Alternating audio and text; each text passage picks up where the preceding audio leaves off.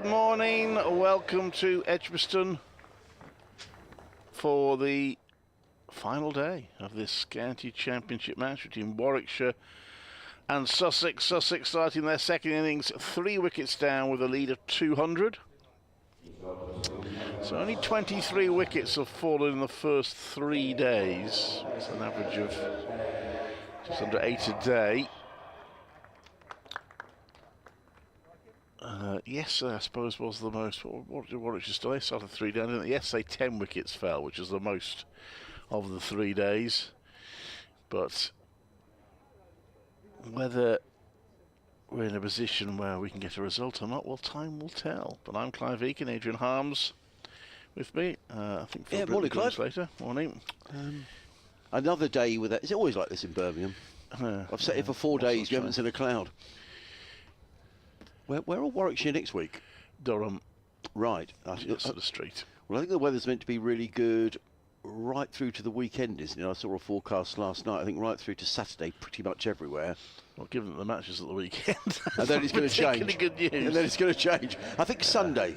They never know that far in advance, though, do they? Let's be honest.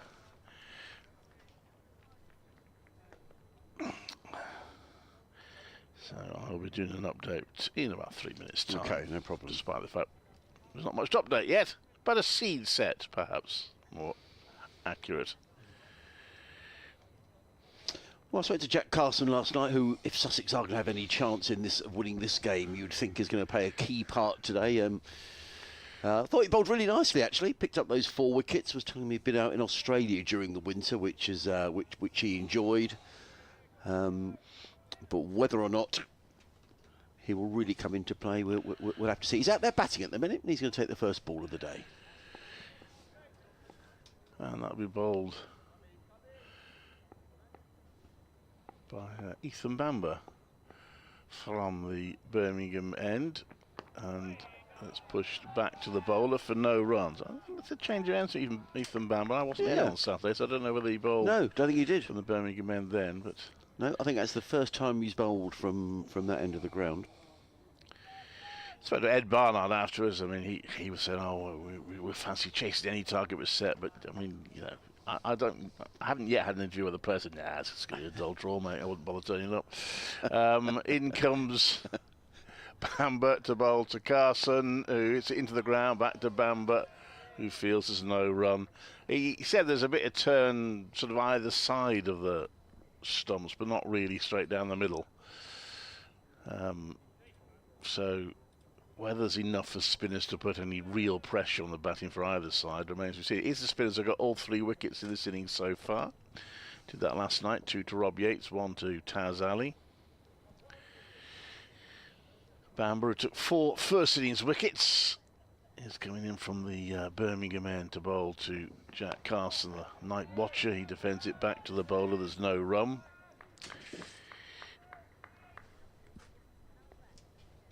And it's 126 to 3 as it was overnight. Warwickshire have to try and bowl Sussex out to give them something to chase. Unless Sussex decide to gamble a bit and set a target. I would be very surprised, but I've been surprised before at cricket grounds. Bamber comes into bowl to Carson. Oh, that was uppish a little bit, but it has beaten mid-wicket, and it's going to be the first run of the morning. 127 for 3. Wasn't that far away from mid-wicket, was it? Was it uppish from Jack? Updated it in 7 seconds' time. Oh.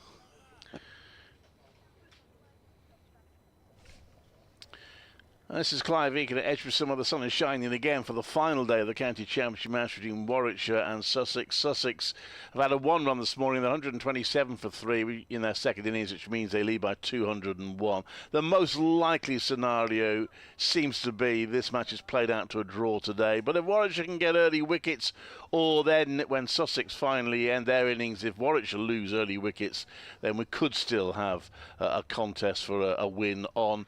But at the moment, it's the batters who are still dominating. Sussex 127 for 3, leading by 201. This is Clive Eakin at Edgbaston.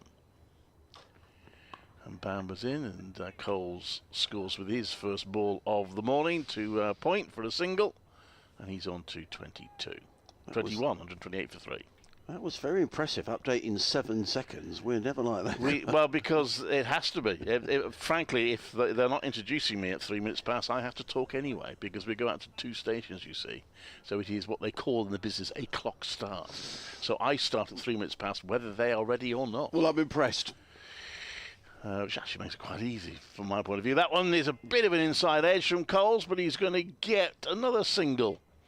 And a back of square leg, 129 for 3. I suppose years ago, the two captains might have had a chat over tea yesterday or something, and said, we'll give you X amount if you chase X, but that tends not to happen these days. And personally, I'm quite glad, because although that can lead to quite exciting finishes, which, you can argue what you want, it always felt a bit artificial to me when that sort of thing goes on. Yeah, on that issue, Bob Pook in Hastings has been in touch. Good morning to you, Bob. And he says it's been an excellent 3 days so far, hopefully an exciting day 4 ahead. It will be a very difficult decision for Simpson and Farbrace on when to declare if Sussex are not bowled out. I would think 340 lead and pull out at lunchtime with, say, 66 overs remaining. Or is that too risky? What do you and your colleagues think? Whatever happens, it's been a great game to watch, and thank you for the commentary, says Bob. I don't think they'll be leading by 340 at lunch. No. I mean, you have to score 140 in the session. You'd have to go I think 340 might be about the right figure. I don't think they'll set Warwickshire anything that Warwickshire have any realistic chance of chasing. I wouldn't if I were them, to be honest. Much as we'd love them to make a match of it, I wouldn't if I was John Simpson. But then I'm not John Simpson, so it's his call. Well, it's going to be Rob Yates who's going to get us underway from the pavilion end. Second over of the day comes into bowl to Jack Carson, who flays that away through point and picks up a single. Does Jack? He goes to 8, the total to 130 for 3. And Bob finishes by saying, P.S. I knew it wouldn't take too long before the discussion turned to the buying of jugs in village cricket. Yeah, we've had that discussion before. But thank you, Bob, for your email. But it's lovely down in Hastings today. In comes Yates, bowls and Coles, drives elegantly to short extra cover, and there is no run. And I think, Bob, I agree with Clive. I think Sussex, having taken a decent haul of points in this game, wouldn't want to jeopardise that. In comes Yates and bowls. Mind you, with that, James Coles comes down the wicket and hits high, wide and handsome, straight down the ground for 6. So what do I know? Lovely shot by James Coles. He goes to 20. Is that gone up on the scoreboard already? I think it has, yes, 27, 136 for 3. What do I know? Well, I think they'll play positively. Not recklessly, but I think they'll play positively. But so they've taken a decent haul of points out the game. 7, they'd head south with 15. I'm not sure they'd want to jeopardise those 8 for a draw, but you never know. In comes Yates again, bowls, and Coles this time defends onto the onside, no run. You're talking about Hastings. I don't know if you ever listened to Mark Steele in Town, but I happened to listen to his one on Hastings the other day. It's very funny. They're all on BBC Sounds. I recommend them. Yates in, bowls to James Coles, who flicks that onto the onside and picks up a single. What's it called? Mark Steele in Town. Right, okay. There we are, Bob. I mean, he pokes gentle fun at all the towns, but it's always done in a nice way, and the local audience always seems to enjoy it. In comes Yates, bowls, Carson stretches forward, plays that into the offside. There is no run, so it's the end of the second over of the day. Sussex are 137 for 3, with Coles on 28, Carson on 8. The Sussex lead is 211. Yeah, so I mean, they'll do well to have a lead of, 300 by lunch? Yes. That won't be enough for them to come out. I think they're going to have to bat for a good, probably, maybe even as much as an hour after lunch. Actually, Craig from Port Slade has been in touch. He says, good morning, gents. Thanks for the excellent commentary during this game. Even if it ends in a draw, I think it's been beneficial for Sussex to play on a flat, as it will give the batsmen much-needed Division 1 confidence moving forward, which I think is essential, bearing in mind, is essential given the strength in the bowling attack we already possess. So I think Craig's for staying out there and batting as long as they can. Bamber comes into bowl. That's pushed out the offside. There's no. I mean, it's not impossible. It might just decide to bat all day. Yeah. And that does sometimes happen. If they don't think they've got any realistic chance of bowling Warwickshire out, then what's the point in them coming in? I suppose they might just bat till handshakes at 5 o'clock. If they're still there, of course. Warwickshire will hope to bowl them out by then. Not much happened so far this morning. There's that one upper shot, wasn't there, from Carson. Of course, the night watcher always gives you a bit of an opportunity to get an early wicket in the morning. In comes Bamber. He takes a little step forward. Coles runs it down to third, and that's going to go away for 4. And Coles moves on to 32, 141 for 3. Chance for the batters, of course, to get a few runs under their belts. Nice shot, yeah. John Malone's been in touch. He says, interesting. He says, hi Adrian and Clive, interesting day ahead. Quick couple of hundreds for Sussex declare and see if we can bowl them out using our spinners. But he says, back to the real world. No grandkids to supervise, so gardening to try and get the weeds out. It's a beautiful day in Bexhill. Thank you for the stream. Goes on to say, I went to see Dara O'Brien in Bexhill on Saturday.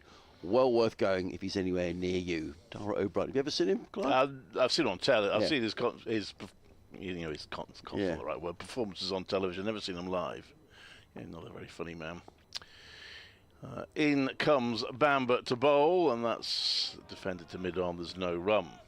Interesting to see Kai Smith standing up to Ethan Bamber, which I think that's the first time in the match he's done it. I mean, it's the first time he's bowled from that end, as you were saying, Clive. Yeah. Short boundary on the leg side, so you probably didn't pitch anything in too short for the right-handed Coles. He pitches that one up, and it's played to mid-on, and I thought I had a no-ball shout, and indeed I did. It's signal no ball, so 2 more runs added to the total. One day, English domestic cricket will stop being the only cricket in the world that offers 2 for a no ball. No one else does it. I don't think in the women's game even they do it. Is that right? It's just the men's domestic game. And it's seems a bit of an unnecessary anomaly to me, but anyway. In comes Bamber to bowl. He leads back to that Coles, plays it to the offside. There's no run. I have to see who comes out, if and when one of these 2 is out, who comes in to bat next. Tom Alsop would normally be batting 4 for Sussex, but Tom was unwell yesterday. I hope he's okay today. And have to see whether he comes out. So, because he would be allowed to bat now, wouldn't he? I mean, he missed a session, so, but he would be able to come out this morning. This next one, he chops on that Coles and goes through Kai Smith's gloves. There's no run. It's 143 for 3, because they batted through a full session yesterday, didn't they? Yeah. So.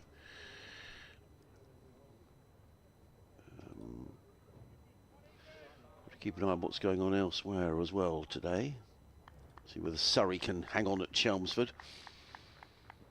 They're currently 17 without loss, still trailing Essex by 200. This next one is a 4 defensive.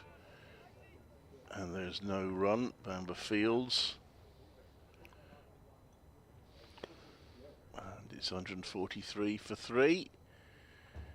And the Sussex lead now 217 with a minimum 93 overs scheduled in the day from here. Durham in trouble up at Trent Bridge. Maybe over the Midlands in Trent Bridge. 115 for 4 they are, still trailing Notts by 86, so Notts looking in a good position in that one. Down at Taunton, Worcestershire with it all to do. They're 283 for 5, still trailing Somerset by 233. So I guess they've lost one this morning then, haven't they? Or did they lose that? They lost one late last night. Yeah, I think Adam Hose. Yeah. Adam Hose. So they're, Notts and Somerset looking in good shape perhaps to win. Hampshire already with a win tucked away. Rob Yates. I think I might have nicked some of your deliveries there. Well, that's all right. Anyway. I'm not eating, don't worry. That one's defended out to the onside. There's no run. I'll carry on with this over, then you can take over. I can't remember which way around we were doing it. In comes just wearing a sweater. There's a 4 defensive back to him. There's no run. 143 for 3.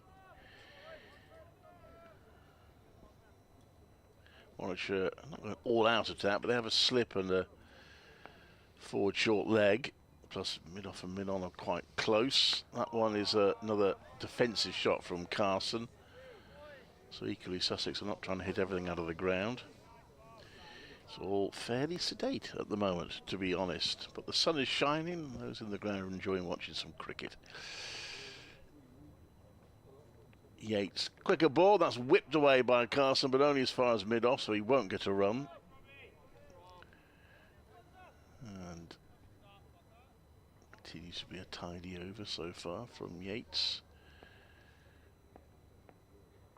Takes three walking paces and a little bit of a hop and then a jog in. Oh, that's hit in the air, and this should be out, and is.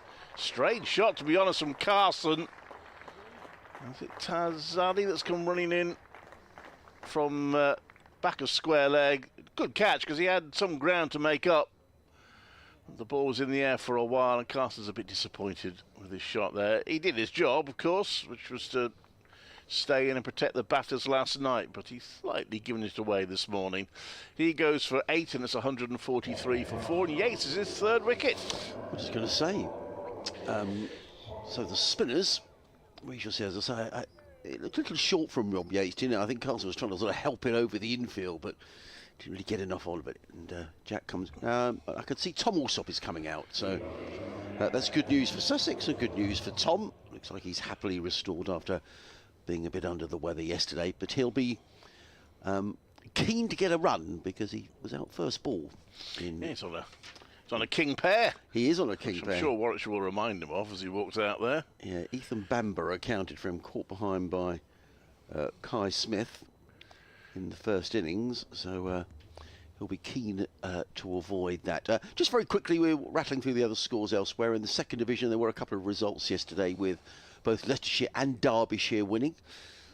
Today, Middlesex are 297. And Kent won as well. Middlesex 297 for 7. They lead Lancashire by 198.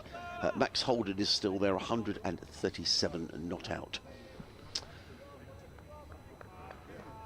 So it'll be one ball from Rob Yates for Tom Alsop to negotiate to avoid the king pair. Slip and forward short leg. Warwickshire missed a trick. I'd put 6 round the bat at this point. Have to pile the pressure on. Anyway, Yates coming round the wicket to Alsop. And he leaves that one, so he survived that particular ignominy. Now he just has to avoid the pair. 143 for 4. Jack Carson out in that over for 8. Actually, he wasn't caught by Kai Smith. He was caught by Rob Yates. No, he wasn't. I must promise. Oh, but sorry. I thought you were sorry.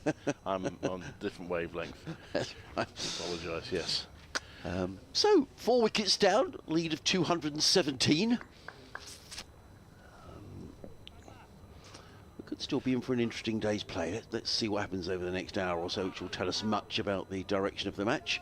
Kai Smith, talk about him, is standing up to the stumps. There's just the one slip in place. There's a backward point, sweeper at point, a cover and a mid-off. Then on the leg side, there's a mid-on, a mid-wicket, a deep square leg and a fine leg. As Clive was saying, there's a scattering of spectators. It was certainly very well attended here on Friday.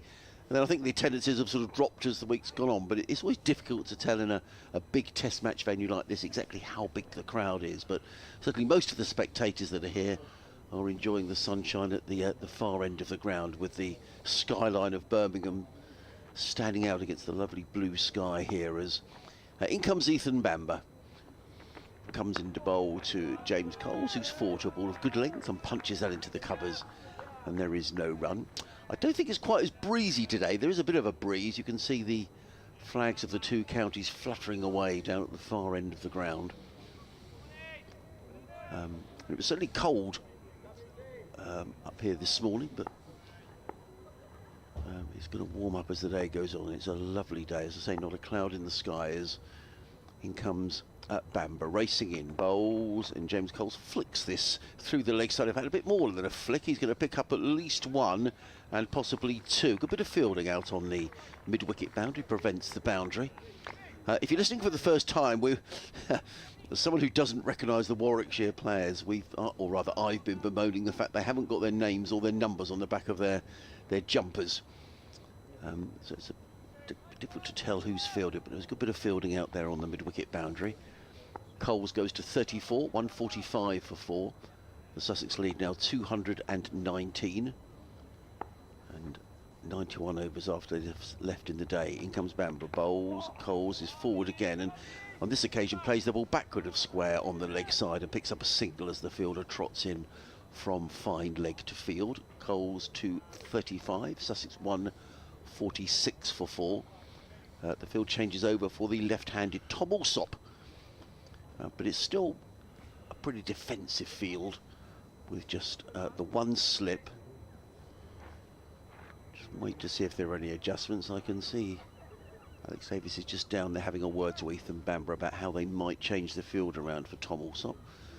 Just wonder if you've got someone on a pair, whether you might decide to perhaps stumble on it at short leg or put another slip in place. Just in fact, it's exactly what they're doing. Not a short leg, but there's just the one slip, and there's a shortish mid-wicket has gone in.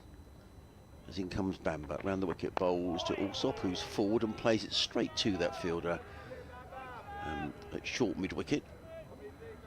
I think it's the first time in the match I've seen a fielder with a sun hat on. I mean, it has been sunny all 3 days, but players on both sides have pretty much been wearing their caps.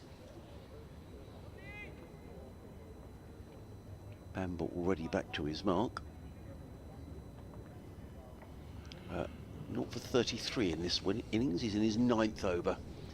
And comes running in around the wicket. Bowls to Alsop, who defends to mid-on. And there is no run. Lots of chatter amongst the Warwickshire fielders. If you just joined us, they picked up a wicket already this morning out of Jack Carson, who was caught by Taz Ali at shortish fine leg off the bowling of Rob Yates, who's now taken 3 of the 4 wickets to fall. In fact, all 4 wickets have fallen to the spinners because Taz Ali picked up the other wicket when he had Tom Clark LBW last night.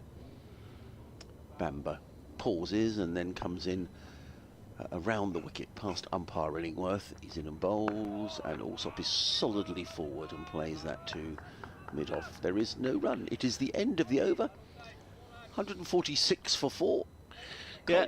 Sorry, as you say, Coles 35, Alsop yet to score the lead, 220. It's obviously quite cool out there. Most of the fielders are wearing sweaters. Even Rob Yates, one bowling, is wearing a sweater.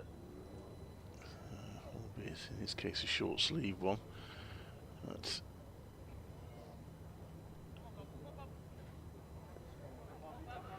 Warwickshire needing wickets if they are to have a chance of. But I said before that Sussex' best chance of win, actually. It's one of those slightly odd scenarios that cricket throws up. Their best chance of winning is to actually bat quite badly and get bowled out. Well, it saved them that decision, doesn't it? Yeah, it was forced them to set Warwickshire a target, but I don't think they're going to be too adventurous with their declarations. Yates to Coles, slipping a short leg in place. And that's a forward defensive. There's no run.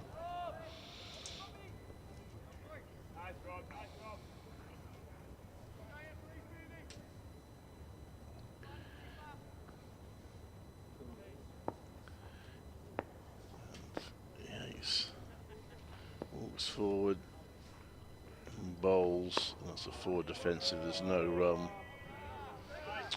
I see he's got his long off and his long on right back now, having seen James Coles already hit 1-6, so he's going to have to think twice about playing that shot if he decides to again. Again, solid forward defensive from Coles. He's on 35, so he's got a chance of making a score. I would imagine the instructions to the batters are just go out there and bat. Great. Tactical thoughts needed. That one is defended back to the bowler. A bit more pace on that ball. Kai Smith got a bit excited behind the stumps, but Coles didn't look terribly troubled.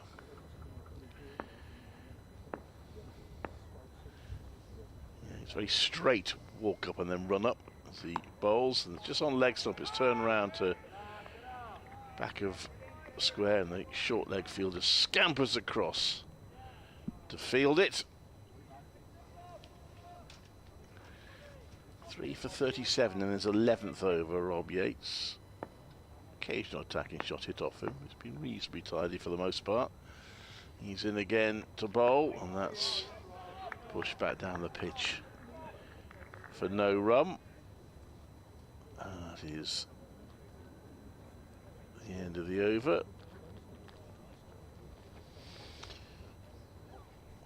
Very tidy from Rob Yates.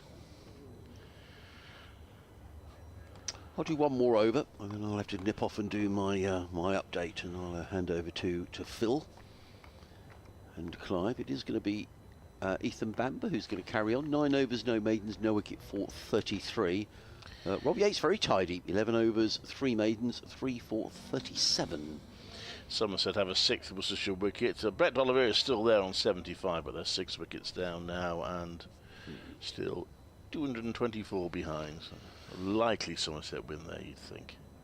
Yeah, and they Somerset are Sussex's opponents next week down at home. Just a couple of messages from Sussex. If you're listening and you haven't had your membership pack, the club's saying they've all been sent out late last week, and over the weekend they should be coming through various letterboxes around Sussex. So if you're wondering where your membership pack is, it's en route, or maybe even with you with the postman this morning.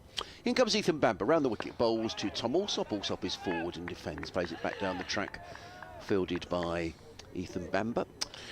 And Notts are now potentially, it's a slightly closer game that, because Durham may well get a lead yet, but Notts needs 6 more wickets. Durham 116 for 4, Treb 85. They just lost a wicket, and Will Rhodes, very strange to see his name with another county, but he's now batting for Durham. We'll see him, of course, next week. He will, of course, score a triple century at Chester Street against Warwickshire next week.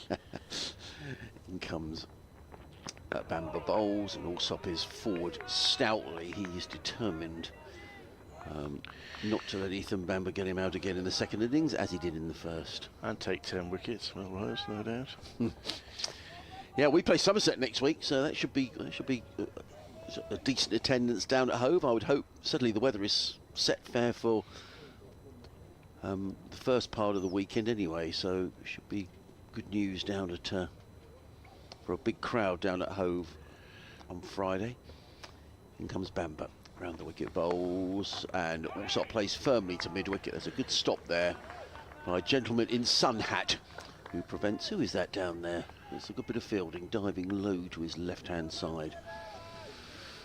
Prevents a single being taken. Tom Alsop still on the dreaded naught. Just the one slip in place. There's a third man, point cover mid-off. Mid on that short, straight mid-wicket. A square leg and a fine leg just down below us. The whole ground bathed in sunshine as Bamber rushes in again. Bowls to Alsop, and Alsop defensively plays into the offside, and there is no run. Good, tight, accurate stuff from Ethan Bamber, making Tom Alsop play pretty much every ball in this, well, in fact, in every ball this over. Keeper Kai Smith is now standing back from the stumps. He was standing up a little earlier on this morning, but he decided to revert to standing back. If you want to follow what's going on in all the other games, there's only one place to be. I shall feel that bombshell in a moment. Bamber, and again bowls, and Alsop does get a run, and he'll be really pleased about that. Flicks the ball away through mid-wicket, and indeed he picks up a couple of runs, does Tom Alsop. He'll be very pleased to get off of naught. He goes to 2, Sussex to 148 for 4. Let's go to the BBC County Championship page. You may already be on it if you're listening on a smartphone or your laptop or whatever, but anyway, if you go to that BBC County page and scroll down and keep across all that's going on in the other games. Chris, Glenn, Alex and Paul are on duty today, telling you what's going on in all the grounds up and down the country. Bamber, final ball of his 10th over. Rushes in around the wicket, bowls. Alsop lets that go through to Kai Smith. It is the end of the over, 148 for 4. James Coles is on 35. Tom Alsop is on 2. The Sussex lead is now 222. There are 89 overs remaining in the day. I'm going to go and update the listeners in Sussex, and I'm going to leave you with Clive and with, for the first time this morning, Phil Britt. Thank you, Adrian. So, The game's moved on slightly this morning with the one wicket to fall out of the night watcher, but scenarios haven't at the moment changed too much. 222 is the Sussex lead. We've got 89 overs minimum left in the day. An hour and a half to lunch, so maybe with the spinners on, that might be 24 overs or so. Yeah, 4 and over might get them to 320. They'll have to go some, but it's possible. By lunch, still don't think that would be enough for them to come in. If they were that far ahead at lunch, they might not have to bat too long after the interval, but they'll want to use up some overs, I would have thought. Yeah, I agree with you. Morning, everybody. Morning. Yates comes in the bowl to Coles. Quicker ball, Coles defends it. And Yates fields. Rains 148 for 4. Well, Yates got a couple of fourfers. Never had a fifer yet. Could have a chance here in this game. Got 3 at the moment. He comes in. Oh, and that one has gone past everything. Now, did that come off the bat? We will soon find out. I think the umpire's poised to signal either buys or leg buys. Buys, and there's 4 of them. Turned sharply and did for Kai Smith behind the stumps, and has gone for 4 buys, bringing up the 150 for Sussex in the 43rd over, 152 for 4. Popped, didn't it? It turned and lifted a little bit off the length. Alex Davis just comes down, has a look at the spot there to... Kai Smith looks at the spot to see where it had dropped.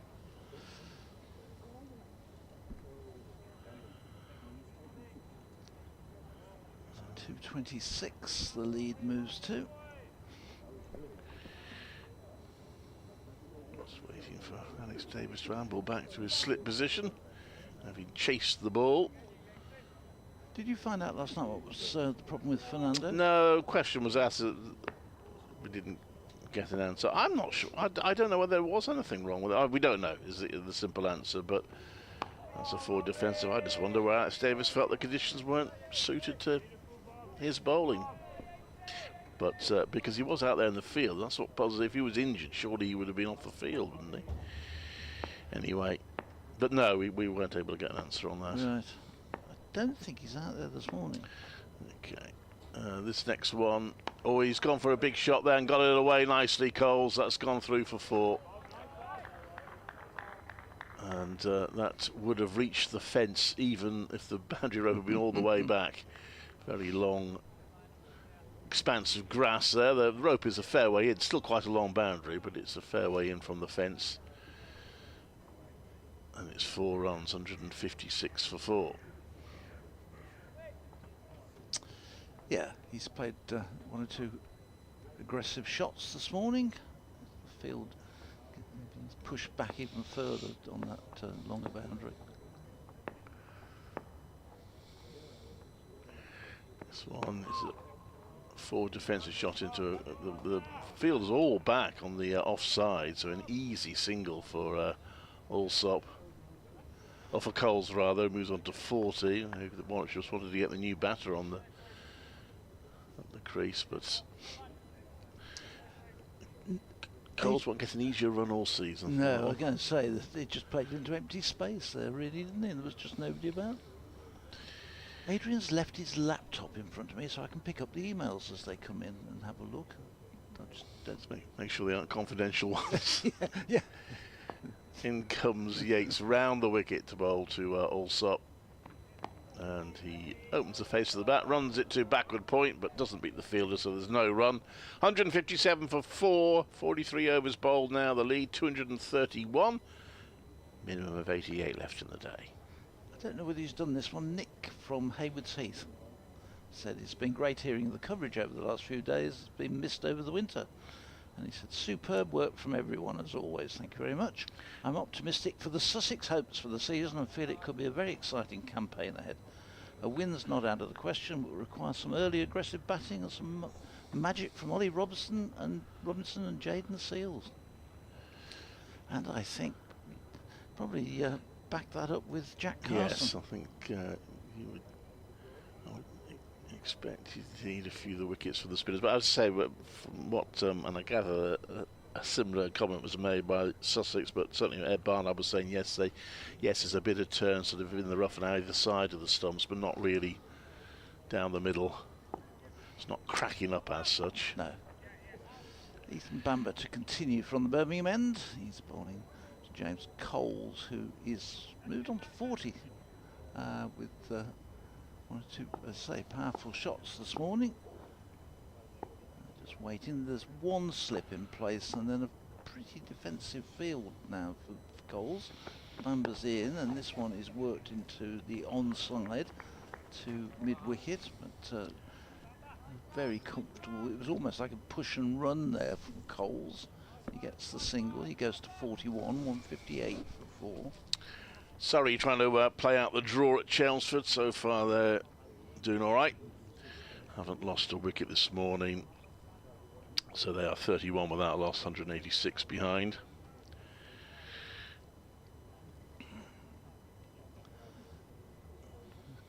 Field changes for the left-handed Alsop, who is in. Plays this one out to into the covers, and there's no run. Azali does the fielding there. So we've got 5 of the 9 matches across the 2 divisions are going to the final day. The first division wins for, well, a first division win for Hampshire and second division wins for Kent, Derbyshire and Leicestershire. When was the last time Derbyshire and Leicestershire won a county championship match on the same day? Yeah. There's Bamber round the wicket, bowls, and also is behind that, almost jumping into the shots and playing it into the onside, where mostly does the fielding. There's no run.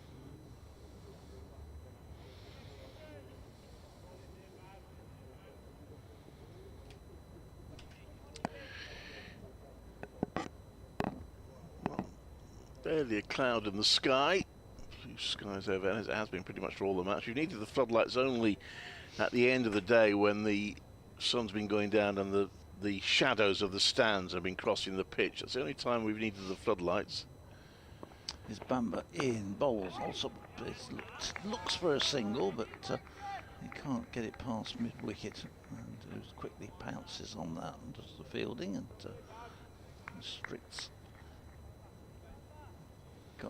Also got about 3 strides up the wicket, then decided no, that's not for me, and went back. So stays on 158 for 4. This weather is predicted to last throughout the week as well, so which is good. This next one, he's also defending it out into the covers, and again, there's no run. Yeah, but according to agent, it's apparently going to break at the weekend while we're in the middle of the next round of games. It's not so good, however. It's a long way to go till then, we'll see. I think, what if you not holiday? Talking at the moment, the Easter weekend isn't going to be so warm either. So, any of you decide to go camping, then you might have a rethink. There's Bamber in, and this one is again played solidly by Alsop into the onside. Gets an ooh and an ah, but doesn't get anything other than coming out the middle of the bat. 158 for 4, end of another over. I think Bamber's bowling accurately enough, but he's not really getting much joy there. Bowling from the Birmingham end, change of end from yesterday, but still doesn't seem to be a huge amount in this pitch. It was perhaps a little bit right at the beginning of the match, which is why Warwickshire opted to bowl first, and Bamber did take those 3 early wickets.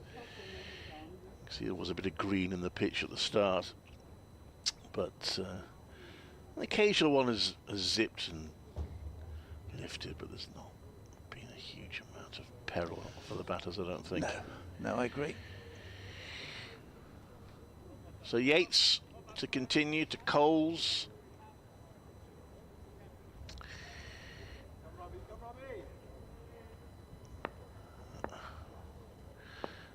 Come on, Robbie. Encouragement there as Rob Yates comes in. I think I've had him called Robbie before. That's he tries to work that down the leg side, Coles, and misses. It's taken by Kai Smith. Or 2 first-class debutants in the Warwickshire team, Kai Smith being the other. So James Cole's a half century in the first innings. Approaching the same in the second. And Yates now got a slip and a leg slip rather than a forward short leg. Forward short leg's now gone behind the batter to leg slip. And Cole stretches forward to defend that ball straight into the ground. Adrian must be cold this morning because he's still got his coat on.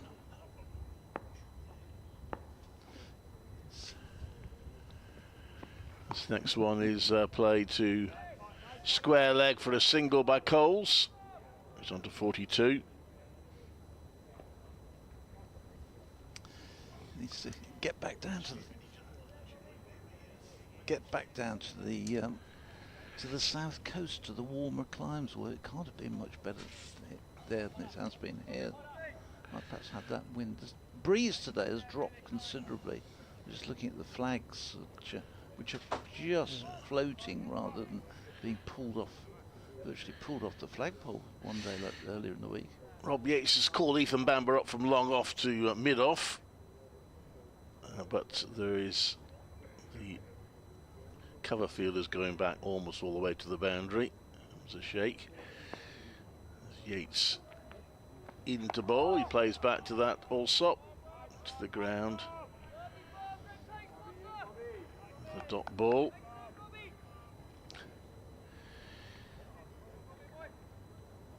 Yeah, you seem to remember quite a lot of early season last season as well. Comes into bowl. And that's pushed down to the offside.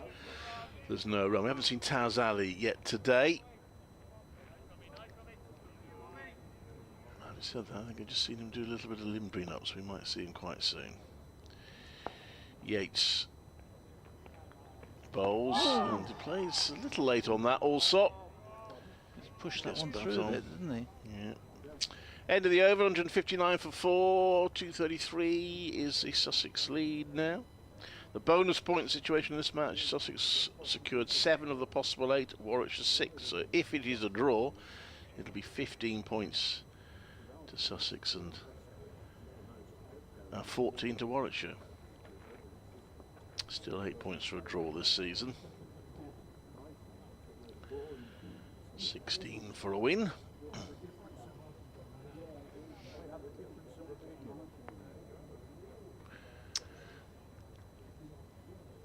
We're not going to see Fernando. No, he's going to come into the attack, so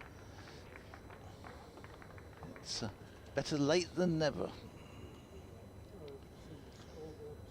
So he's going to replace Ethan Bamber at the Birmingham end.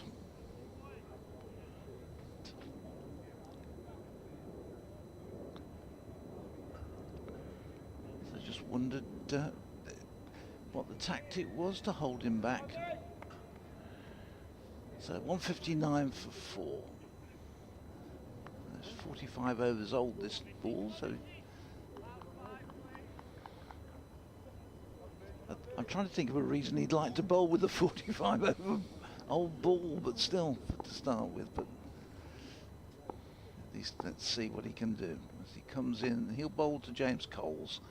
He's on his way, he's in, and Coles goes back and cuts this first delivery away down to the cover boundary where it's fielded, just running in off the ropes. The single.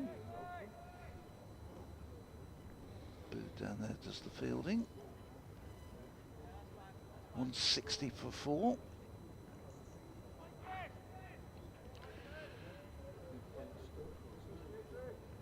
Colson's 43, 2-2 Allsop.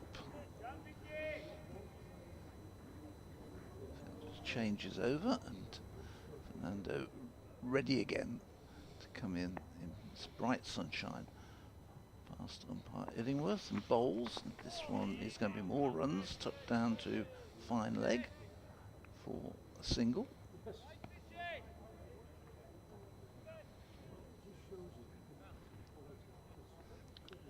Bamber, I think, down there, isn't it? He's doing the fielding. Couple of things else. Max Holland's brought up 150 for Middlesex, who are making a fist of it against Lancashire. 329 for 7.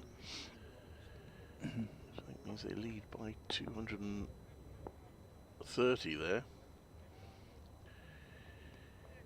Could be a good finish to that game, but Durham have lost their 5th wicket now.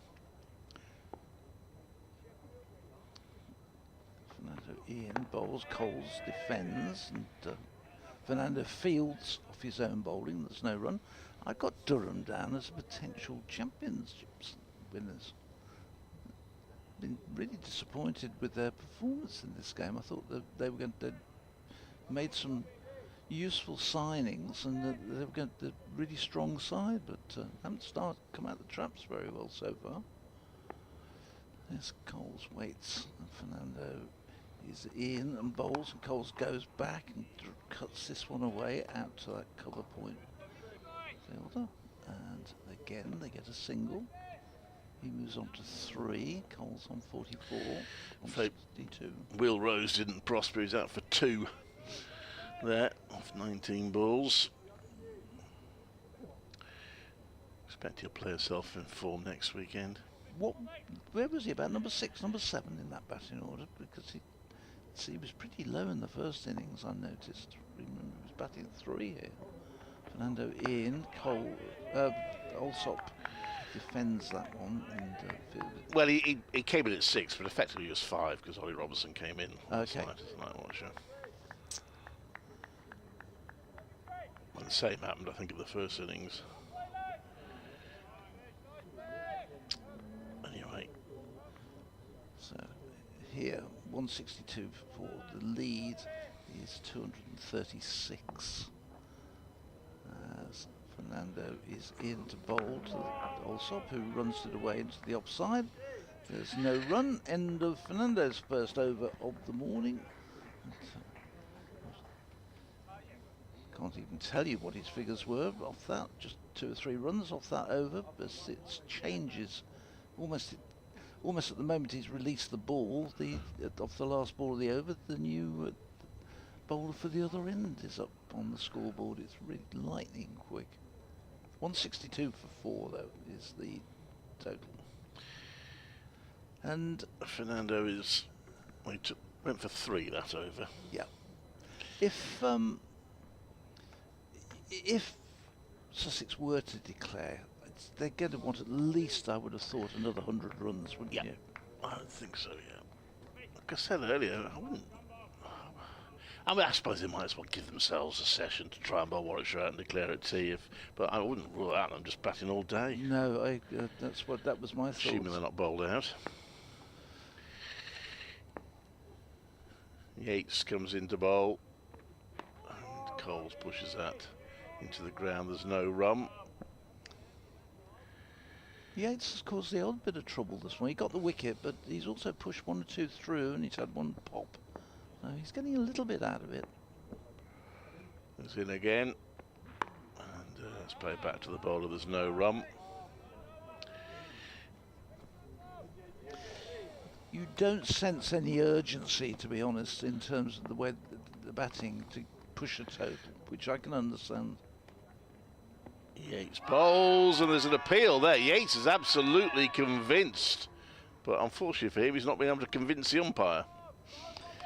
Jack Chantry there was not persuaded. Jack Chantry, who gave his former roommate Ed Barnard out yesterday, but Ed Barnard admitted it wasn't a terribly difficult decision. Yeah, I think he was pretty plumb, I think. Did say to Adrian, I said that Jack Chantry is was born in Shrewsbury, the same as Ed Barnard. They played for the same team. I said, do you think you're going to get an LBW? And then, lo and behold, so he did. In comes Yates, and that's clipped into the ground and well fielded by Yates. Well, I mean, it is. I think it's a good measure for cricket, the fact that no one really bats an eyelid about umpires umpiring against their former team. No. Can you imagine in football? I mean, any excuse for a ludicrous conspiracy theory about the officials, and that's played to long on for a single. And people will have it. I mean, even a referee goes to a match is considered to have been biased for a team. But happily, that's not the case in cricket.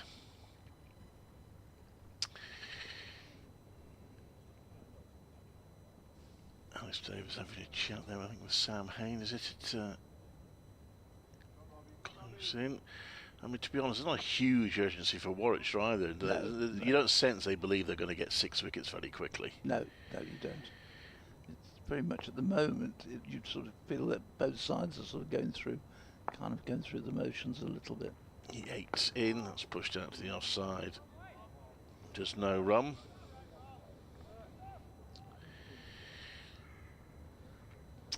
End of another over, 163 for 4.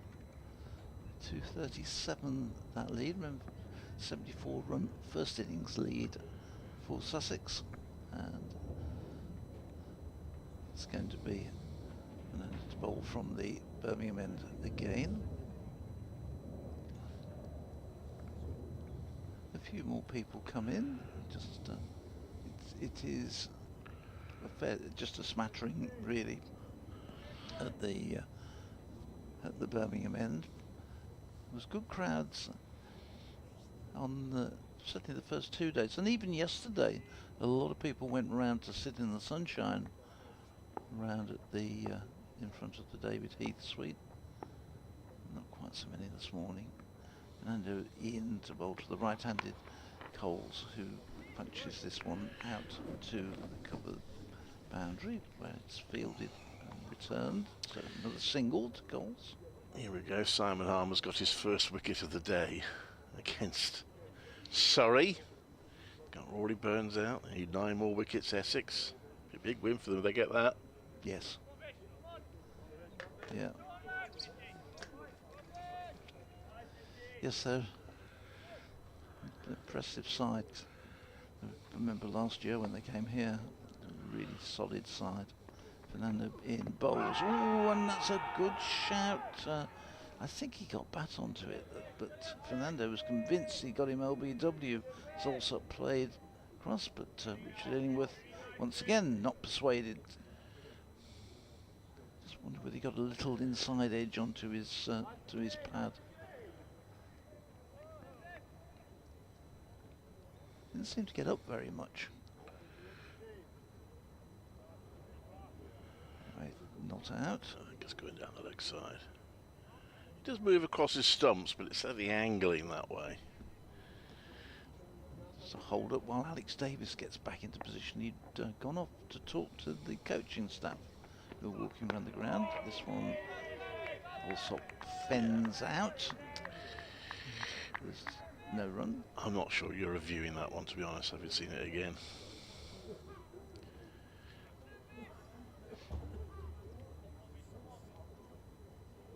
Down the leg side, was it? Oh, it looked it to me.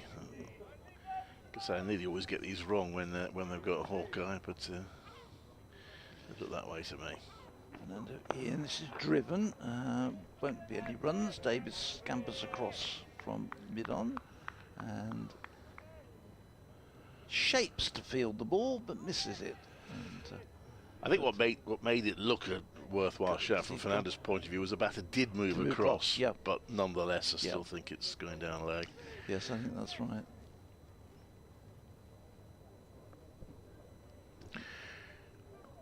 He's going to be desperate to get at least his name on the score sheet, isn't he, for a wicket on his first match. This next one also placed to mid-wicket. There's no run. Especially since it's a short stay. Is it 3 matches Three, he's I playing? think Yeah, it is. 2 yeah, more. Just three in total. He's got Durham next week, and then Might find the Nottinghamshire. track at Chester Street a little bit more to his liking.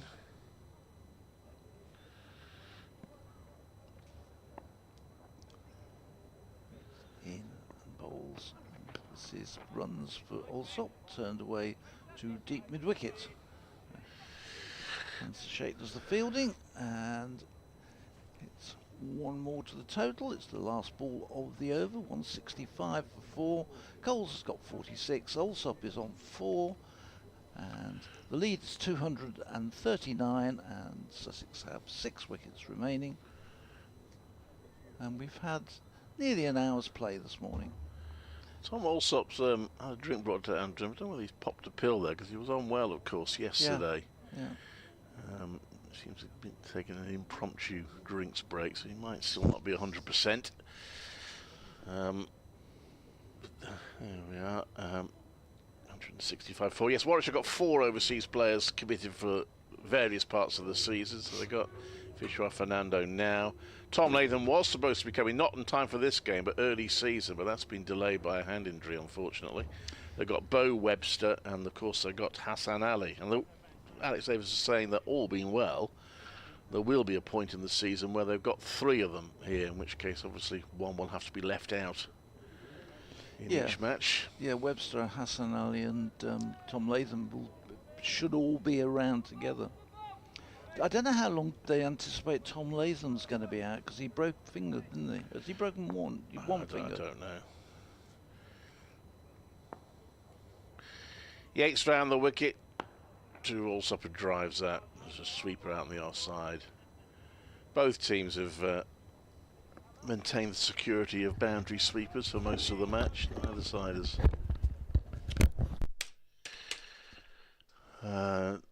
We'll just lose the effects for a moment.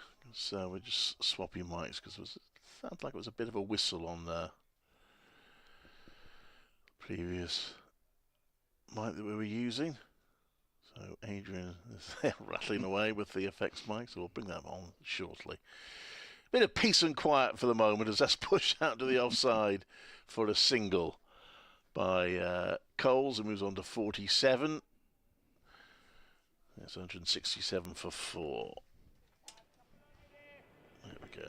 Yeah, that's a bit better, I think. I think I might need a new battery in mine.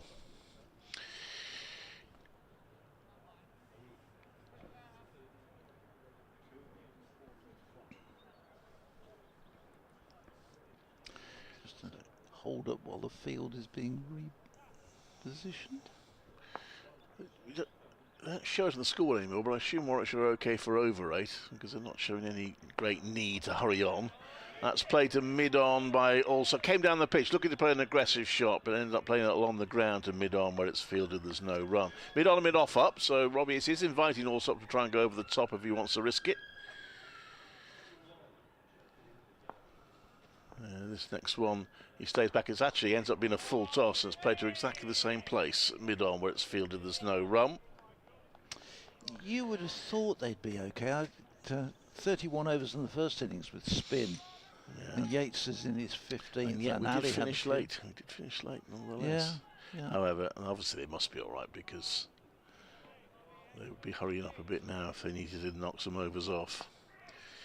In comes Yates, and that's pushed out to the offside. There's no run. Of course, that might also, in fact, I imagine Sussex are all right, but if they're not, that would be a reason again for getting Warwickshire at some stage this evening to try and knock those overs off. But I assume they're okay. But they had 31 overs, didn't they, with Carson? So that should. But again, we did finish very late yesterday.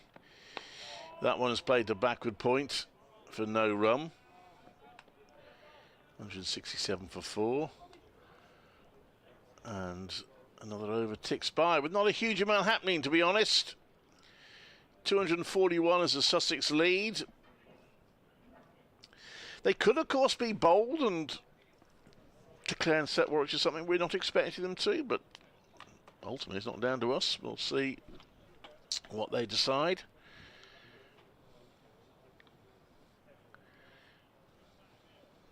At the moment, the game is just ticking along. Fernando's going to continue.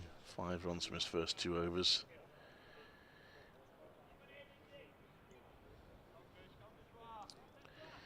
He's got the field is spread, so quite a defensive field.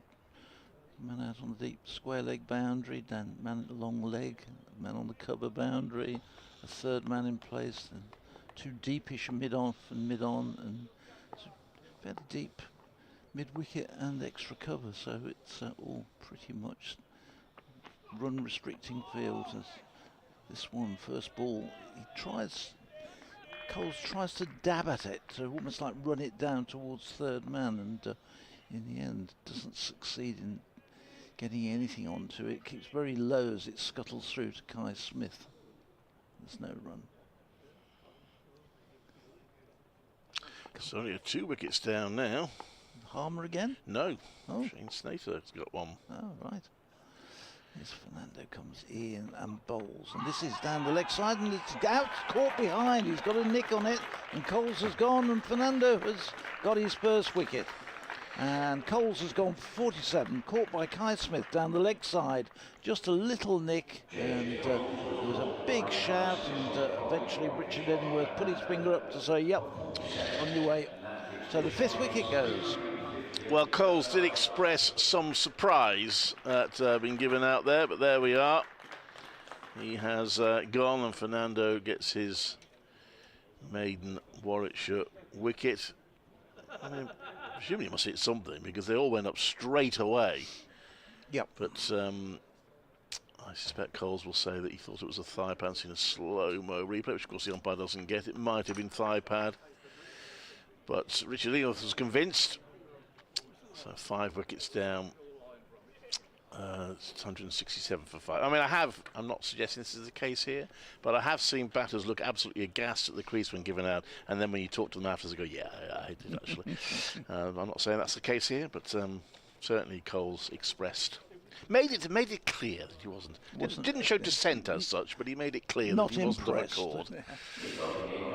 So he goes for 47, so not a bad opening match of the season for him. Gosh, it's out of time already. Got to do an update shortly.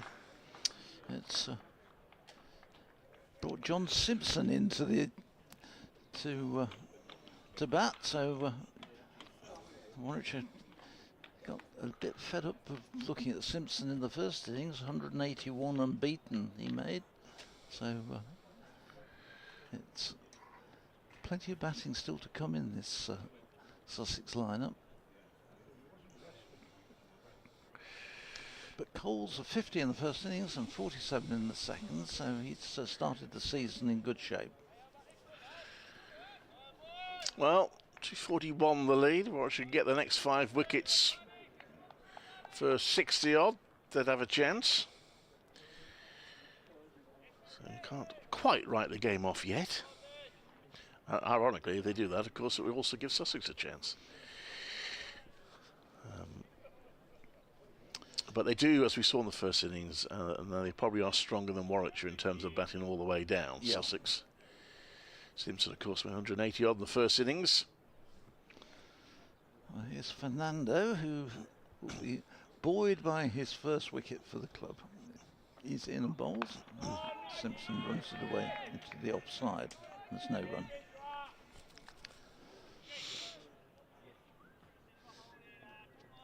He started off this morning, James Coles, in quite an aggressive way, didn't he? But then sort of went into his shell.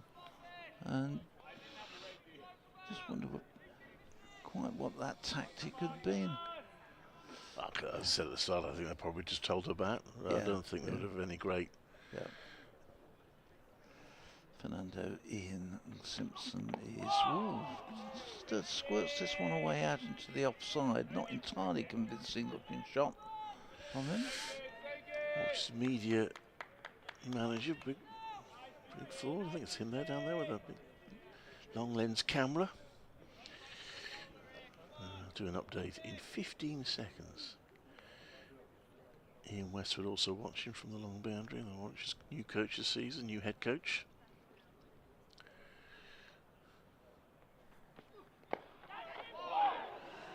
Now this is Clive Eakin from Edgbaston, where Warwickshire have taken 2 wickets this morning. Sussex 167 for 5, gives them a lead of 241. And draw has looked the favourite actually for most of the match and still is. But Warwickshire give themselves a glimmer of hope by getting those 2 wickets. Rob Yates first to strike and removing the night watch. Jack Carson played a rather loose shot. Good catch taken, and he was out for 8. And just now, Fernando has got his first wicket for Warwickshire. Vishwa Fernando having... James Cole's caught down the leg side for 47. Sussex will probably bat on to make this match safe. They're 167 for 5. They lead by 241. This is Clive Eakin at Edgbaston. I notice they've changed the catcher, actually, for Jack Carson. They're saying it was Fernando. I thought at the time it was... oh, right. Taz Ali, but presumably that's been corrected. And so Fernando, therefore, has a catch and a wicket today. Well, I've been rabbiting on for an hour and made a right mess of that report, so it's probably time for me to have a little break and bring in Adrian. I didn't think it was that bad, Clive. It's 167 for 5. 241 Sussex lead by. They've got 5 wickets in hand. It's Adrian comes back to join us, and this one is stroked away into the offside by Alsop. Rob Yates continues to bowl. He's bowled all morning so far. He has? Morning, good afternoon, Adrian. Yeah, It's past lunch. Do you want your laptop across there? Yeah, why not? Lovely to see you, Phil. There we go. Still got my coat on, though. I know, I can see that. This one is played to behind square. I've just bumped into someone who knew you, or who knows you. Oh, yes. I was sorting out our microphone. I came back through the sort of corporate area, and a lady said, "Oh, I can see you're from BBC Sussex." So we were chatting away. There's Yates in, and it brings Alsop down the wicket, but fielded off his own bowling. There was a lady and gentleman sitting there having a cup of coffee. In fact, the gentleman was having a gin and tonic, which looked very civilised. That might be why I know him. But no, but the lady was called Jenny Hodder. Oh, I know Jenny, yes. She said, "Oh, yes. say hello to Phil for me." Yes, I know Jenny, yeah. This one is played into the offside,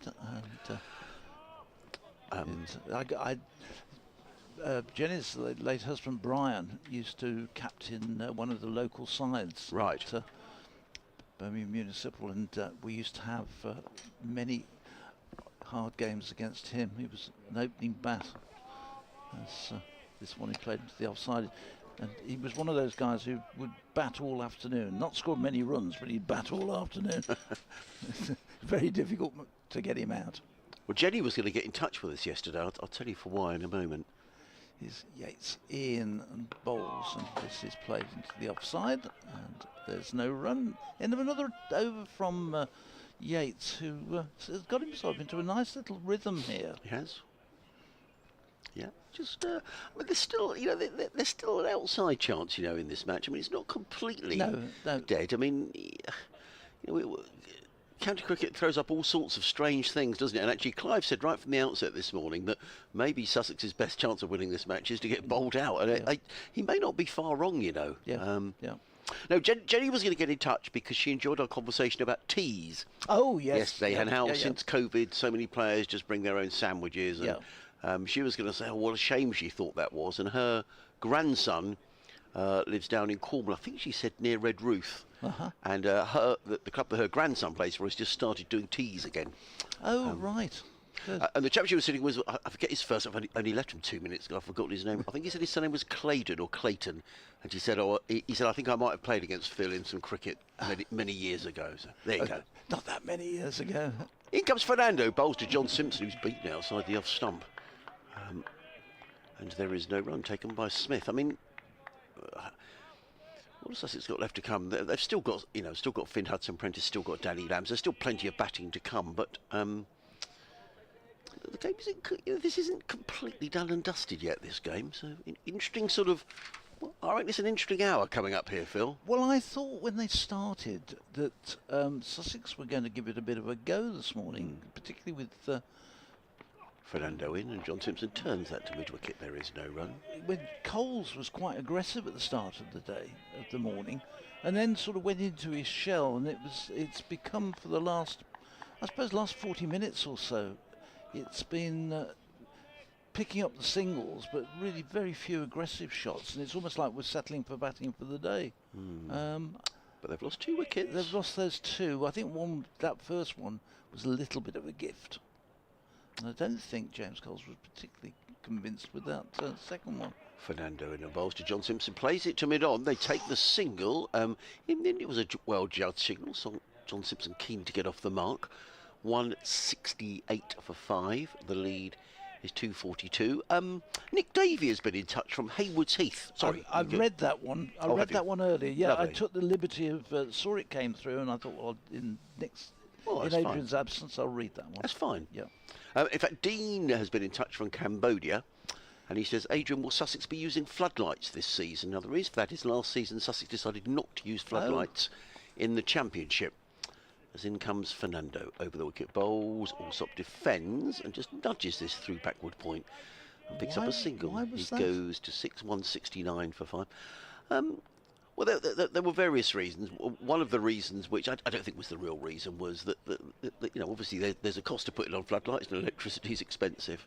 But I think the club felt that generally with floodlights, does it really add that much to play? Do you get that much more time in games, etc.? And the decision was taken. I think it was very much a Paul Farbrace decision alongside John Philby, the chair.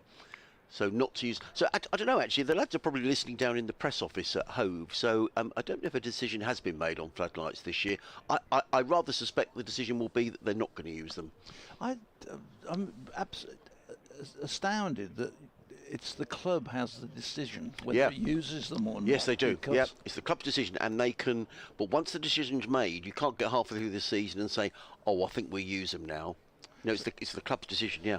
Because on dull days, I have to say that we've only got cricket because there's been floodlights. Well, funny. This is very funny. I just had an email back. He's obviously listening across, the Sussex press officer, Jamie Burnett. Lovely to hear from you, Jamie. And he says, funnily enough, we are using them this year. Ah. So there we go. There you go. So it was quite contentious last year.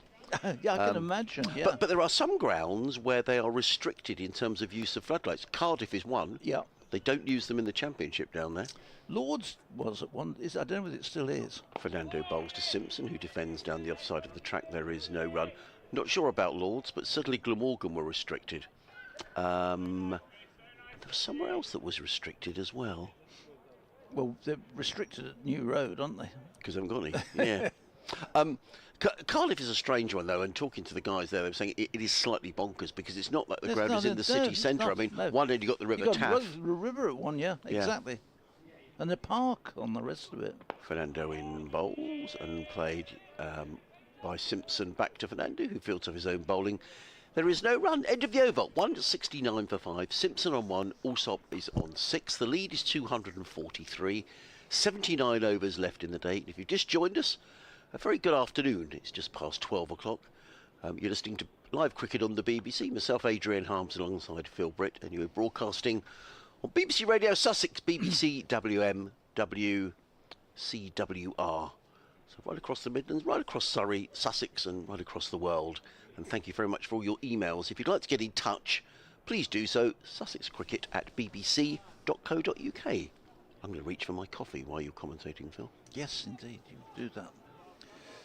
Rob Yates will continue at the pavilion end. He's into his 17th over.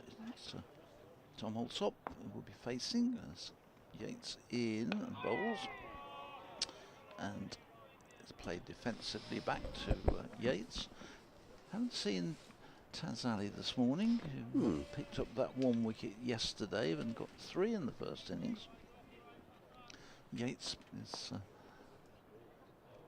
little bit of a surprise, I think, to see him continue this morning, but he's done a good job as he brings Allsop forward to that one. He plays it in the end solidly back down to the bowler, but drew him out of his crease. But again, I think the indication of just how little turn there is there, that they can come forward and play like that with no real threat that the ball's going to do very much. I think Yates got 1 this morning, which really popped and went through everybody, but apart from that, there's been not. This one, he pushes through a bit quicker, and Allsop goes back and steers it out to short extra cover, and there's no run. Yates, who's got a couple of forfers in his career, I think, as Clive was saying, not yet got a 5 for, but he's laid the groundwork here this morning. See if we can get finished on this one. Is dug out.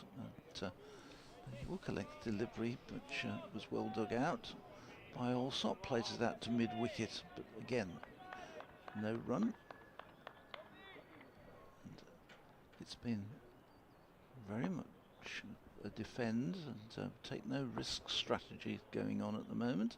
As Allsop steers this one down wide, and a bit of I think is that Fernando who's that wasn't great, was it? No, he went with his foot and missed it. Yes, yeah, I mean, poor old Fernando, but he was. Yeah, that was a little thing you might see in the sort of standard cricket I used to play. I was going to say that if you'd been in the club's second or third team, or in a bit, well, they don't have beer matches anymore. No, we used to have beer matches, but that would have been acceptable. This one is left outside the off stump, and end of another over. Fernando comes in. People wouldn't remember this one because they're all on about the drums and things, and I said, but nobody's ever heard of Fernando's Hideaway.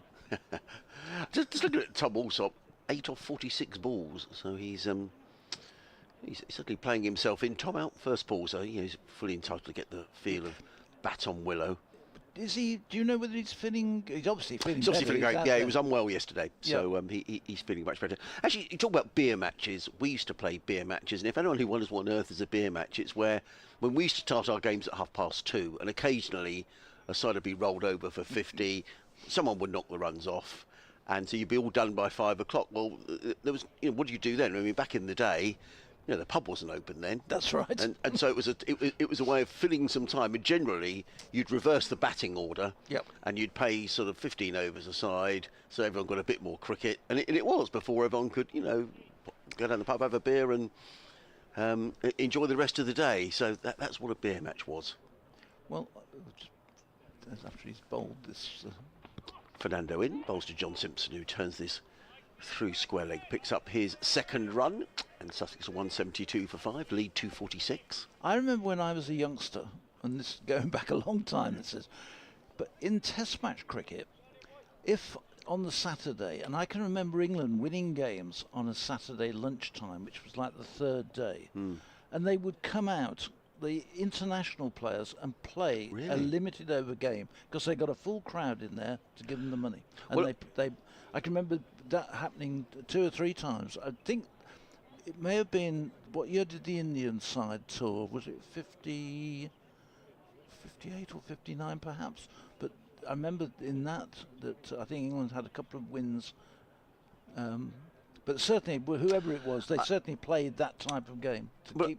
Yeah, well, I think that's really good, because if you go to a Test match, and let's face it, it's not cheap to go to Test cricket, particularly if you go to Lords or the Oval. I mean, you're looking at, get 100 quid for a day.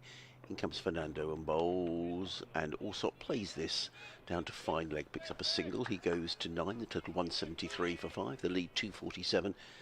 I mean, I know it would never happen now because of the demands on players and the money that's involved. But actually, if you're talking about giving spectators value for money, if you've paid 100 quid and you only see, I know there's a certain amount of overs after which you can get your money back, but I think it's a great idea.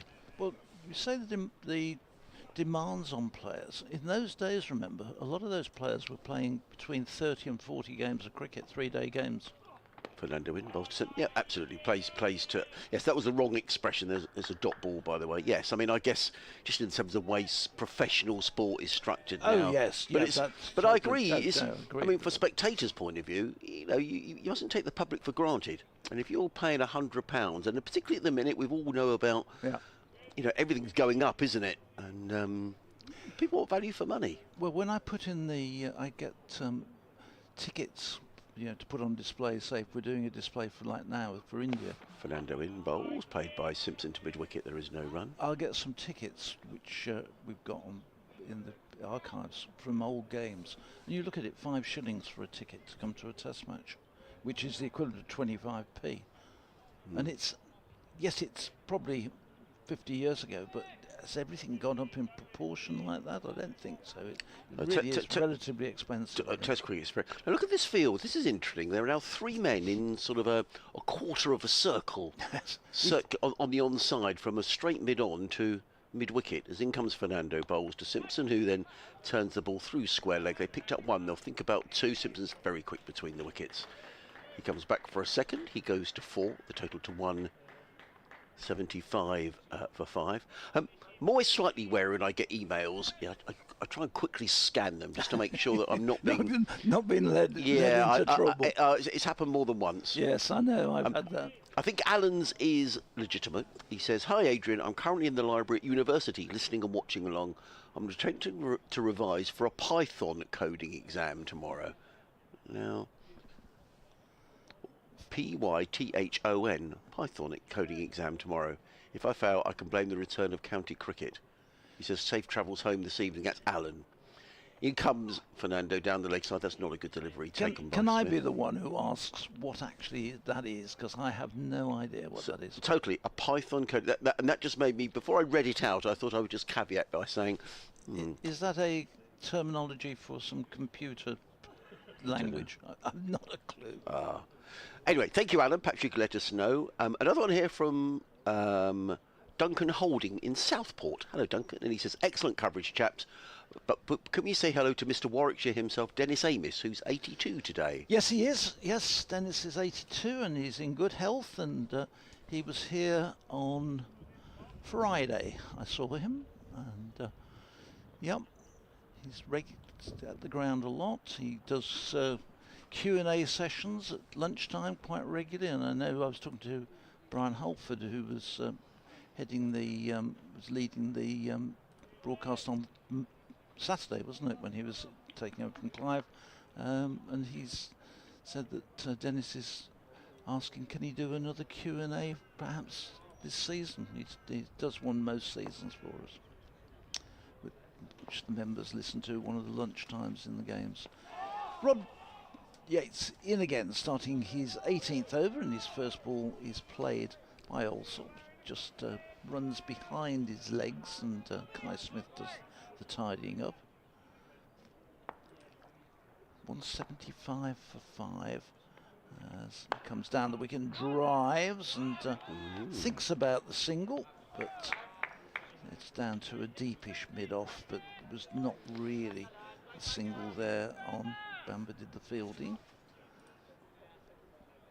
Yeah, momentarily there was a bit of hesitation, wasn't there? As in he comes again and bowls, and back goes Alsop, but again, just giving a little bit more power in his shots, but still not able to beat the field. You'd have enjoyed watching Dennis Amos a few times, Phil, I guess? No, because I was to be honest with you, I didn't see him bat a great deal because I was playing. And when you play, you can't go, you could only do it on a Saturday or a Sunday. And I played Saturdays and Sundays. This next one is driven back to the bowler who fields up his own bowling. So really, when you're doing that, you don't get to, I used to follow them, and in those days, you couldn't work from home or anything like that. This one is run out into the onside, and they will scamper through for a single this time because it's a little bit of open space. So single there to Alsop. He goes on to 10. It's been is that 52? Yeah, balls? 52 balls. Yeah, Gosh. It's been a bit of a struggle, hasn't it? Yeah, but 176. So the lead is exactly 250. Yeah. And what we got? 40 minutes to lunch. 250 is not enough, is it? No. So I think this kind of is clear what the plan is today. As Yates to the captain is in and bowls, and Simpson defends that out into the offside. It's the end of another over. And 176 for 5. Simpson's 4, 10 to Alsop. Speaking update with happenings elsewhere around the country. Interesting game at Chelmsford. Surrey now 60 for 2, still trailing Essex by 157. Ollie Pope out for a single, Rory Burns for 25, a wicket apiece for Harmer and Snater. So Surrey with a bit of work to do there if they're going to avoid defeat. Similarly for Durham, they're 144 for 5, still trailing Nottinghamshire by 57. Worcestershire are still making a game of it down at Taunton. They're 321 for 6. Brett D'Oliveira 89 not out. Being supported by Matthew Waite, who's on 16. So still trailing by lots. Worcestershire still trailing by 195. Yesterday, of course, in the First Division, Hampshire beating Yorkshire. As in comes Fernando. Left arm over the wicket, in and bowls to the left-handed Tom Alsop. He's up on his toes. Plays that through backward square leg. They've taken one. They're thinking about 2, but it's never there. These two are very quick between the wickets, but the piece of fielding prevents the second being taken. In the Second Division, wins yesterday for Kent, Leicestershire and Derbyshire. Today, Middlesex are 357 for 8, leading Lancashire by 258. Could be a good finish there. Max Holden's still going strong. He's 166 not out. Down at Lords. He's been in for 445 minutes. That's a long time. 7 sixes of 42. Yeah, 7 and a bit hours. Alsop on strike. Sorry, Simpson on strike. No slips in place. There's this arc of fielders on the leg side. As in comes Fernando bowls. That's not a good delivery down the leg side, taken by Kai Smith, and there is no run. Your email from the chap who was in the library doing his Python. Yes. I think that it is. It's a general purpose programming language, Python. In fact, he's been back in touch. It's Andrew, and he's getting in touch. He says, "Hi, Adrian. Python is a number of coding languages. I only know this because my son in California works in tech." There we go. So I was right. Yeah. That was a good. Fernando in bowls, and Simpson plays straight back down the track now. So thank you, Andrew. How dare we doubt you? That it was an email with a twist. So there we go. Yeah. It just shows, though, that it doesn't matter how old you are, you can still work out programming language. Yeah, absolutely. So long as you don't ask me to interpret it, Adrian, then No, I'm fine. I'm pretty hopeless, I have to say. Fernando in and bowls, and Simpson covers up, plays into the offside. Fernando tries to field, but the ball rather spins away from him, and there is no run. I can remember at school, they did have a computer club that I went to once, but you know, some things are your thing and others aren't. And but they had sort of ticker tape that came out the back of the old computer, and I forget the language that they used in those days. I mean, this is crumbs, 50 years ago now. But yeah, some guys got it straight away, but I didn't, unfortunately. Well, I had to do some programming because something we had broke, and the chap who put it all together had died. Fernando in bowls again down the leg side. Not a great delivery, and taken by Smith, and there's no run. And we wanted to keep this software and use it, but we hadn't got anybody who knew what he'd done. So the only way to do it was to open it and actually play with it, isolate, play with it. And it was amazing over the course of about 3-4 months, the amount you learn. It was, I don't know how many programs we destroyed or wrecked, but last ball of the over. Fernando in bowls to Simpson, who again plays carefully into the covers. There is no run. I've got to do a quick update, Phil. Okay. Then can I come back and replace you? Yeah, that's fine. I was going to say it. 177 for 5, Simpson 4, Alsop is on 11, 75 overs left in the day. The lead is 251. I'm going to leave you with Clive and Phil, and I'll be back as soon as I can. If you pass your laptop over, I'll put it back in place for you, Adrian. There we go. How's that? That's lovely. Thanks very much indeed. We have to switch chairs, and it's seamless changeovers here sometimes. Rob Yates continues. He's having a good old spell this morning. He's bowled, I think he's bowled all morning, hasn't he, from this pavilion end. He's into his 19th over, so he starts, and he'll be bowling to Tom Alsop. In he comes and bowls. Back goes Alsop and cuts this one away, and this is going to be a boundary through backward point, and that's the first boundary for quite some time. I would say for a good half hour. I don't think in the time I was on air with Adrian that they had a boundary, but Alsop just opens up 181 for 5. He goes on to 15, just a little bit short outside the off stump, and onto it in a flash. As in he comes round the wicket and bowls, and forward comes Alsop and defends this one.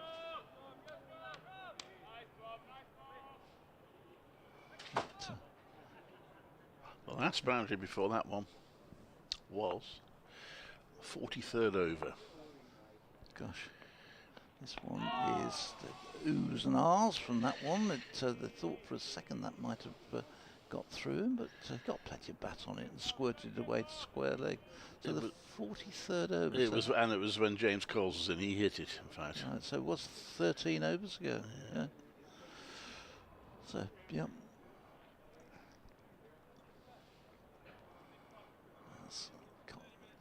Simpson, 181 not out in the first innings. Here he comes leading forward and just rushes into the offside. There's no run. 182 for 5, 256 Sussex lead by. This partnership 15 runs now in 7 overs. This will be another run for Simpson. Tucked it down to deep backward square leg.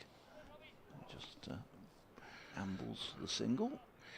Which suggests they're not really thinking about decorative. Although it's possible, of course, they might have decided we don't mind setting them 320, but we don't want to give them too many overs to get them in. Yeah.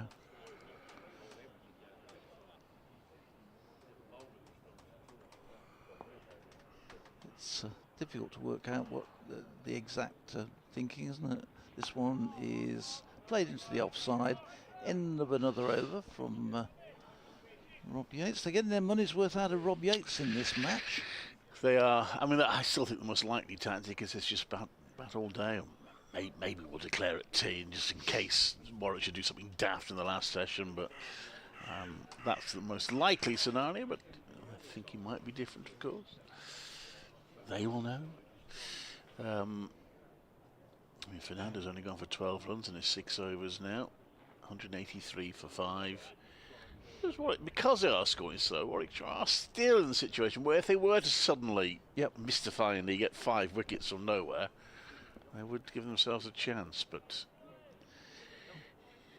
I keep saying Sussex do bat all the way down, so they would back themselves to, even for a couple of wickets quickly to fall, they'd back themselves to keep Warwickshire out for long enough. Warwickshire a little bit more attacking with their field than they were.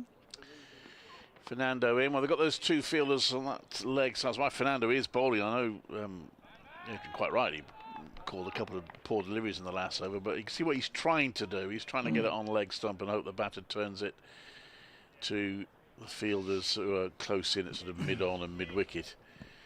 Although one of them is skipping out now. So maybe that's specifically for Simpson they're thinking there. They're now it's like more orthodox looking field for Allsop, who has been there for 57 balls now. No slips. Fernando comes into bowl and he turns that round to square leg for a single. He's on to 17. 185 for 5.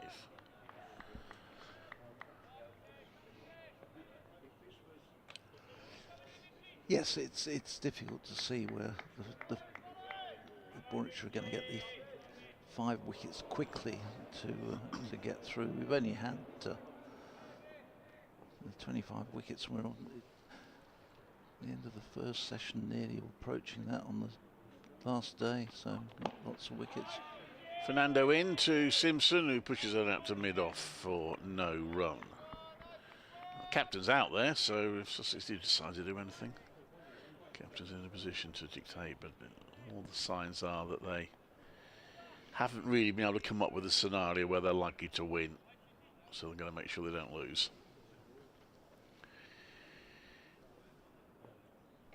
Fernando from the Birmingham man, left arm over to the left-handed Simpson, who plays that down the pitch for no run. He does have those 2 fielders then, so one is in the next door pitch, it's a mid-on. Well, they one about 3 pitches away at sort of mid-wicket. They did have 3 at when he first started the plan, but he's taken the 1 out.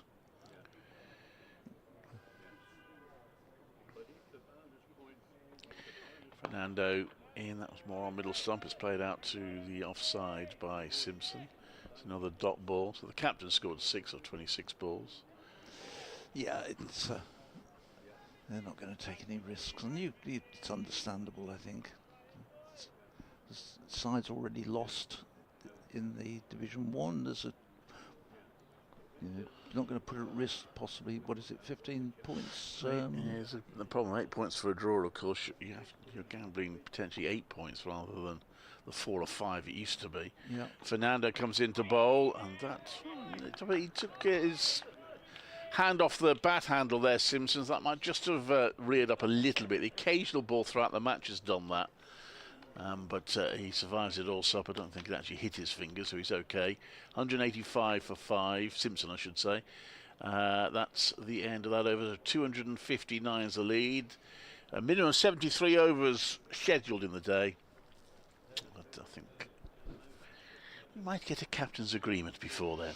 What time is it 4:45? I forget now. I think it's 5 o'clock, but if Sussex were still batting, they could do it at 10 to 5.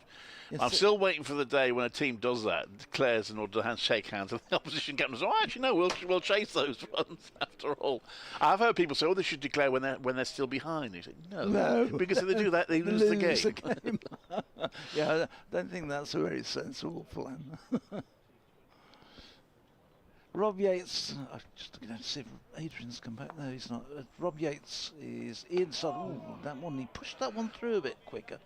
And Allsop was just a little bit late jabbing down on that one. Kept it out and fine in the end, but just a little bit deceived by that one coming through flatter and quicker. It's round the wicket in and bowls and a bit shorter, and this one is fired to backward point, where this time Fernando goes down and makes a goalkeeper-like save and prevents the run after his earlier footwork had let him down. A bit of fielding. Yates in, bowls. Fernando is beaten. Fernando. Allsop is beaten outside the off stump. Went back to push it away into the offside, and the ball ran through to Kai Smith, and genuine player miss. As this next one, he turns to mid-wicket, and they're going to be quick here. And just John Simpson's home. The ball was thrown. It wasn't the greatest of throws from, I think, was that Dan Mosley? Yeah. Who picked it up and threw it to Kai Smith. Kai Smith had to take it going away from the stumps and then try and throw it back into the stumps. He's a bit annoyed himself, Mosley. I think he thinks he missed a chance there. I think he did.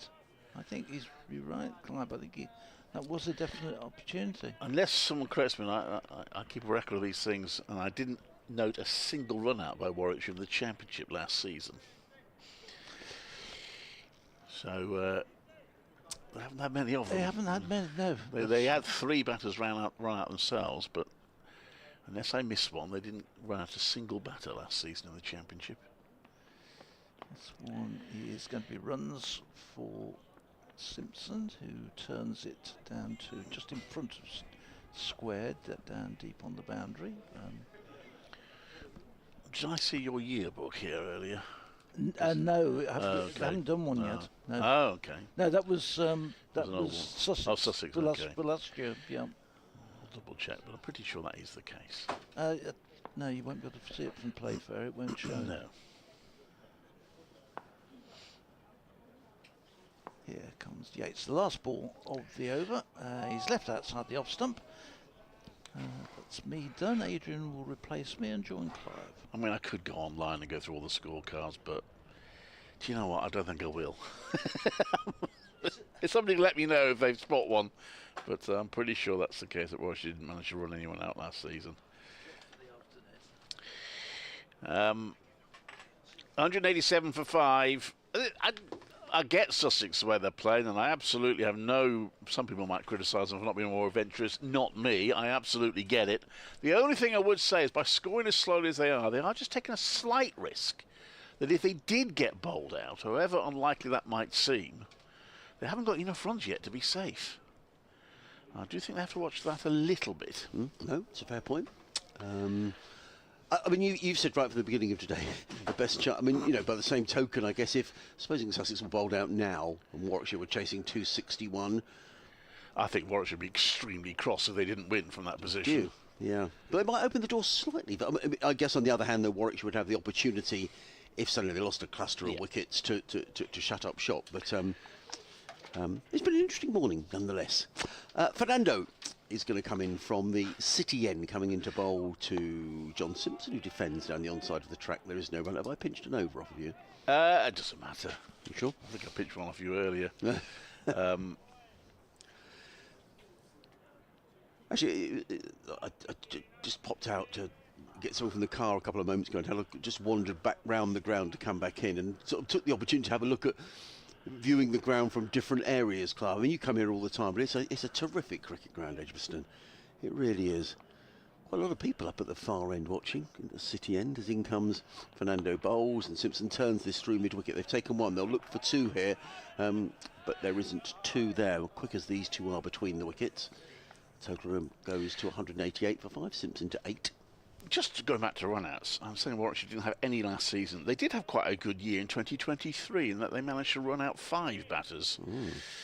Will Rose was responsible for 2 of them. But there we are. None happened last year, none yet so far this season. The field, there are no close fielders at all in terms of slips or gullies or short legs. There's a third man, there's a backward point, sweeper on the cover boundary. There's a mid-off. Now they are changing things around. That fielder up deep point has come up to orthodox cover.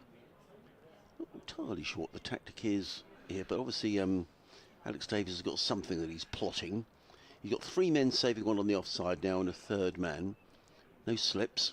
Fernando in bowls and also plays this firmly.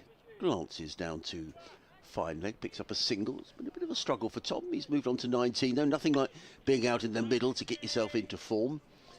19 off 64 balls. Sussex 189 for 5. Leeds 263. I don't think he's looked uncomfortable. No. He's not scoring runs, or he has begun to a little bit now, but wasn't scoring runs earlier. But I don't think he's looking uncomfortable particularly. You know, Sussex are just trying to absolutely make sure that all the hard work they've done over 4 days doesn't go to waste. In comes Fernando again. Bowls, and Simpson is forward to a ball of good length, pushes it back down the offside of the track, and there is no run. I'm just looking at the fact that Brett D'Oliveira is doing his best to hold up Somerset. It reminds me of his much missed father, Damien D'Oliveira. I remember covering a game many years ago when Damien was playing. They were playing Surrey at the Oval. Fernando. In and bowls. Simpson plays this in the air.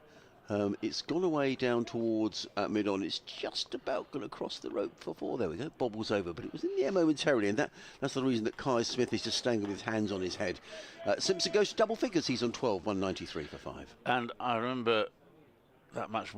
I'm doing this from memory, so I might have got some of the details wrong, but Worcestershire went into the last day 4 wickets down of their second innings, needing to bat all day to save the game. And Damien D'Oliveira duly did it. I don't think they lost a wicket all day. When would that have been? It would have been back with something like 89. Okay. I would think. So, sorry, would have had a half-decent attack then. I mean, Worcestershire were a top side. I don't know whether it was actually their championship winning season or not, but they were a top side at the time. Fernando in bowls. Simpson again clips nicely away through mid-wicket. This time it's all the way along the floor. And he picks up another single. Doesn't quite time that, John Simpson. He goes to 13. Yes, there we are. 194 for 5 at the end of Fernando's over. 71 overs remaining in the day. The Sussex lead now is 268. You mentioned about Harry Brook, Clive? I haven't, no. ECB confirms Harry Brook as the new England's men's white ball captain, which seems to... So I'm presuming... is that T20 and... It would be T20 and 50 over, yeah. I don't know enough about Harry Brook to sort of give an opinion, really, apart from the fact... I think that's his first role as captain, is it? I'm not sure he's ever captained at Yorkshire. I suppose the question is, do you bring someone in specifically to captain, or do you select from the players that are currently in the squad? Yeah. They've obviously opted for the latter.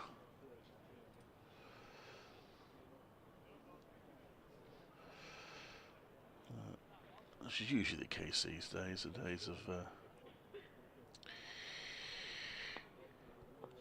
bringing a Mike Brealey in, I think, well, somewhat rarer now. Yates comes into bowl, it's pushed out in the offside, there's no run.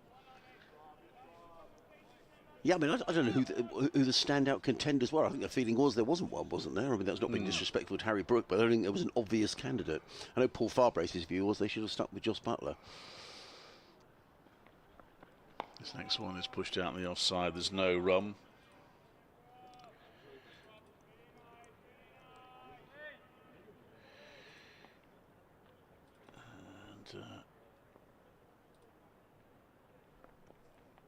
Next one he plays back to and is played to point, and there's no run. Simpson the batter.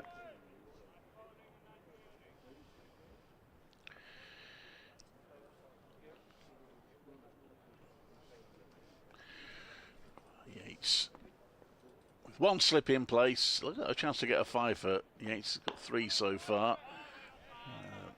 With no sign of Sussex wanting to end their innings anytime soon. He has an opportunity. He dives out to try and field off his own bowling. Doesn't succeed, but it is stopped at mid-off, so there's no run.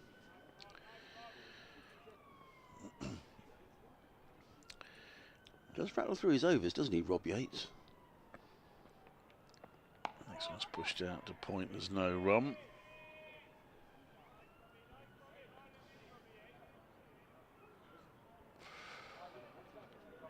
It remains 194 for 5.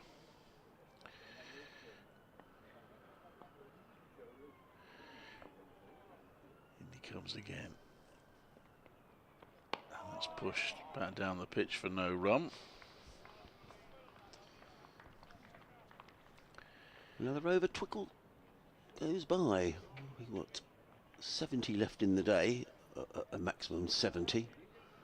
194 for 5, Simpson 13, Allsop 19.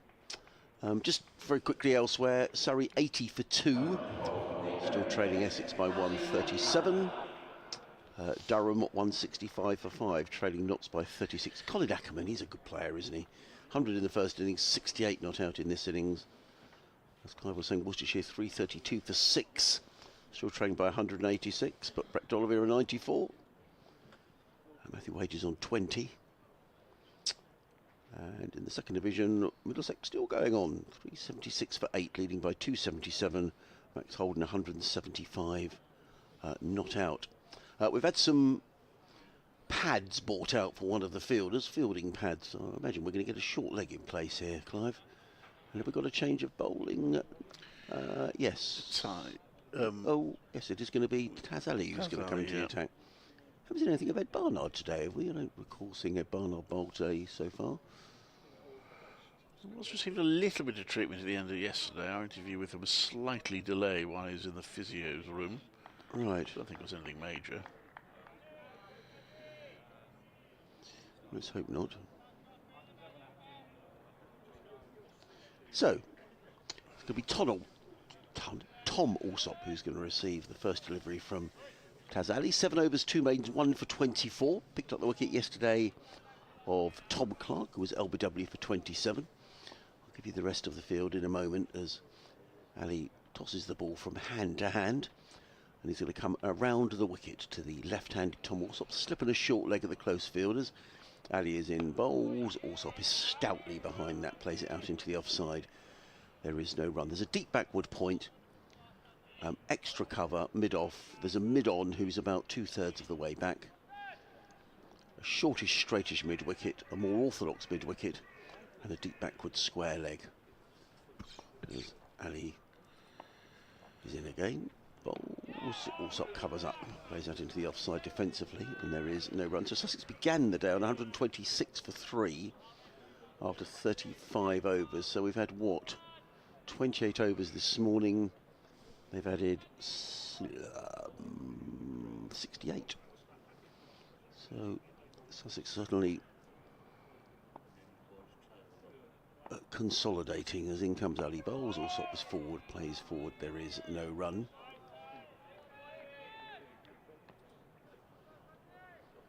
There's a slip in place, and that short leg.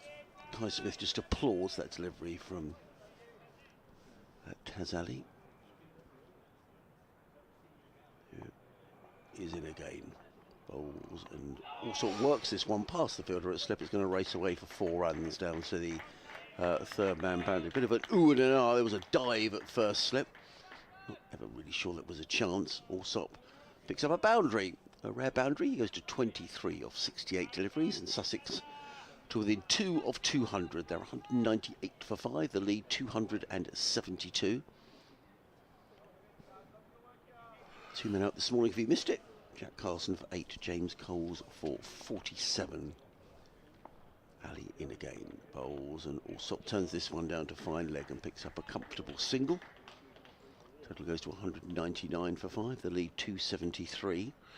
So they go 3 and over. They're going to be about 330 ahead with 50 overs to go. I don't think even that would be enough for them to come off. So I think they're going to have to bat pretty close down to 40 overs to go. They might just decide to bat on anyway, but I don't think they're likely to come in before then. Warwickshire have brought in another close fielder. There's now a leg slip in place. There's a slip, a leg slip, and a short leg. There's Ali with 1 ball to go in his 8th over. Around the wicket bowls to John Simpson. That's a full toss, and Simpson hammers that down the ground for 4 runs. Nice shot by John Simpson.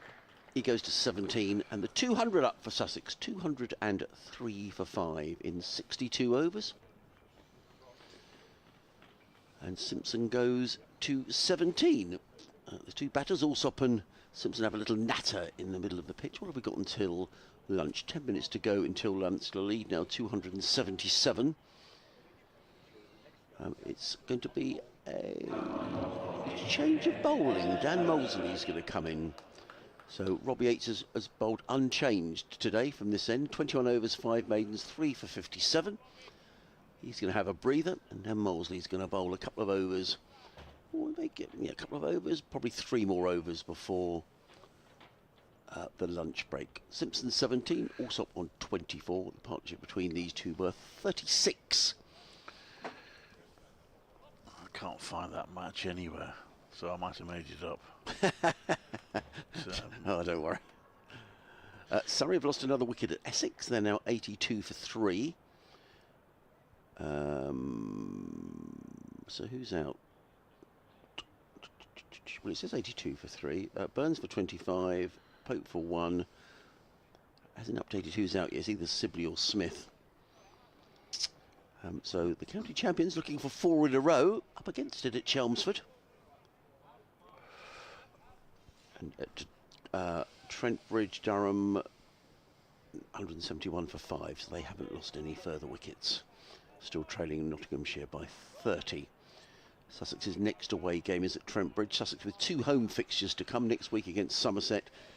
Then over the Easter weekend, I hope there's good weather, because there ought to be really be a good crowd down at Hove for the Easter weekend fixture against Surrey. Well, we're going to see Dan Mosley bowl, one of the scuppering Rob Yates' hopes of getting a 5-foot.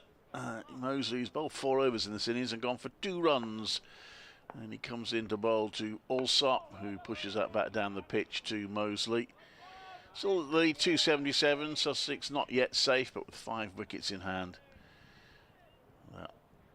Progressing slowly but surely towards safety, which is what I think the priority is. That's played down to back of square leg by Allsop for a single. I did suggest earlier, Adrian, it's just possible that they're scoring slowly, almost deliberately, with a view to getting Warwickshire to chase 320, but with not many overs to go. I don't think that's what's happening, but it's possible. But I don't think Warwickshire would enter into a chase then, do you, Clive? I mean, probably not. Although they might feel tempted, and it actually has been their mantra that they would go for targets since Alex Davis became captain, certainly when Mark Robinson was coach. But like Sussex, they won't want to throw away the 8 points for a draw. Yes, I guess if it was later in the season, maybe something might have happened. But I just think first game of the season, everyone's feeling their way a little.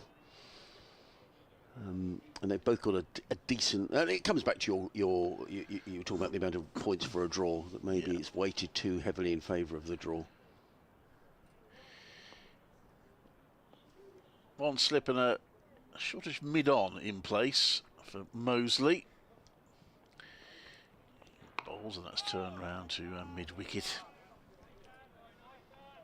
for no run.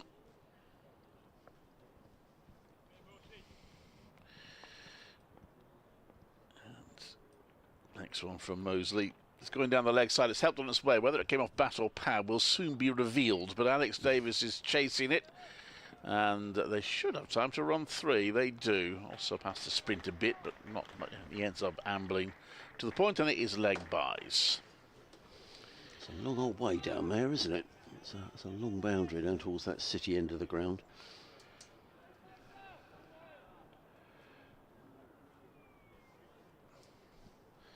And Dan Mosley yet to add to his 8 first-class wickets in this match. Bowled a little bit in the first innings, but without taking a wicket. They've rattled through their overs this morning, Warwickshire. Is that 69th over we're in? It is. I don't know whether... So they bowled 34 then this morning. Yeah, after this one. whether they were behind in the over 8 needed to make that up, I'm not sure. I didn't think that it looked that way earlier. We don't see it on the scoreboard anymore. Let's play the backward point. There's no run. Yeah, I know Sussex were okay. I was told that this morning, so... Well, that's good, because then we won't get that sort of ludicrous situation you sometimes get at cricket matches where we play on and on just so that the bowling side can get their overs up to scratch. That's played into the offside. There's no run. And these two have shut up shop pretty much. And they have live cricket now on the BBC. Adrian Harms, Clive Eakin, BBC Radio's Sussex, WMCWR. Great to have your company today. And of course, cricket resumes. It's a pretty busy schedule. Sussex have got 4 consecutive weeks of 4-day cricket before they have their break. I think Warwickshire play 3, don't they, Clive, before they have a breather. Yeah. So, I mean, you'd have thought that sides will be looking to probably, if they've got the resources, to probably rotate suddenly bowlers as they go through these 4 weeks. Max Holden finally out for Middlesex for 184. 387 for 9. That's going to be an interesting run chaser. 288 ahead. Yeah, it'd be good, that. I think Lancashire will fancy a dip at that. Taz Ali's going to bowl. We're going to probably get 2 more overs before lunch, I would imagine. 68 overs gone. We've had 33 overs. Right today, yes. Ali coming in from the city end around the wicket, bowls to John Simpson. And Simpson is beaten outside the off stump. And that prompts him to go down and do a little bit of gardening. It's 81 for 2 at the moment, this session. So... Ooh, good maths, Clive. Well, there's an easy way of doing it, though. Go on. Well, Sussex were 200 ahead at Very the start good. of the day. And they're 281 ahead. You sport it now. In comes Ali, bowls, and forward comes Simpson, plays into the offside. I suspect, had that been a T20 match, they'd have gone through for a single. But to be fair to Taz Ali, he was pretty quickly round to field of his own bowling. And there is no run. Just a couple of spectators in the Eric Hollies stand today. I can see a gentleman sitting right at the back, well, pretty much at the back, and someone right at the front. Most people are sitting in the sun over on the at the city end. There's Ali. Is in the bowl. Simpson is forward, plays out into the offside. Kai Smith nips from behind the stumps to field. There is no run. Just a slip and a short leg of the close fielders. It's a deep backward point, deep cover. Mid-off, long on, who's probably 7/8 of the way back to the fence. Straightish mid-wicket, sort of a deepish mid-wicket, probably not saving one. And a deep backward square leg. As Ali is in again. Bowls, and Simpson does take a single on this occasion. He plays it through extra cover. They've only bowled 29 overs, haven't they, so far today? Well, I had 35 overnight. Well, there's 67 remaining. That's what I'm going on. Oh, sorry, I'm looking at the overs. I'm sorry, that's completely my fault, yes. So, but this is the 64th, so I'm sorry. Yes, you're quite right. My fault, I was looking at the overs remaining. So I haven't bowled that Ali in, bowls to Walsall. He tucks that down to deep backward square, picks up another single. He goes to 27. Sussex to 26. 209 for 5. Lead is 283. Should be, as we'll get one more over in 30 I think overs they in will, the yeah. session, and the scoring less than 3 and over, with just 2 wickets falling. Ali in again. Bowls cut away by Simpson. Is that going to be a boundary? Yes, it is. First boundary for a while. A little bit too much width from Taz Ali, and John Simpson taking full account. Clubs it away through point for 4 runs. He goes to 22. Sussex 213 for 5, leading by 287. That boundary notwithstanding, the draw was the odds-on favourite at the start of the day. I suspect it's all bets off now. Being realistic, still possible that either side might get a result, but looking increasingly unlikely. Yes, I would agree. And as much as anything, Clive, you know, we're talking about matches to come. I guess if Warwickshire did bat and Sussex got a couple of early wickets, but they're not going to want to bowl Sills and Robinson into the ground on a lost cause with another game coming up on Friday. Dan Mosley in. So got a slip and a leg slip. Warwickshire still trying to get wickets, but these two looking pretty solid as Allsop plays that back to the bowler. There's no run. Wearing his shades, Dan Mosley. Got some decent innings in this match, 60 odd, but still not quite getting on to make his maiden first-class century. That's played to square leg for a single. And 214 for 5.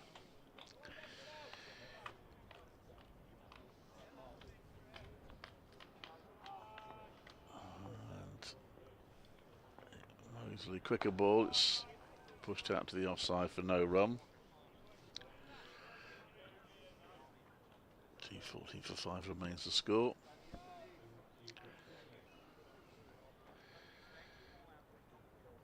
Then comes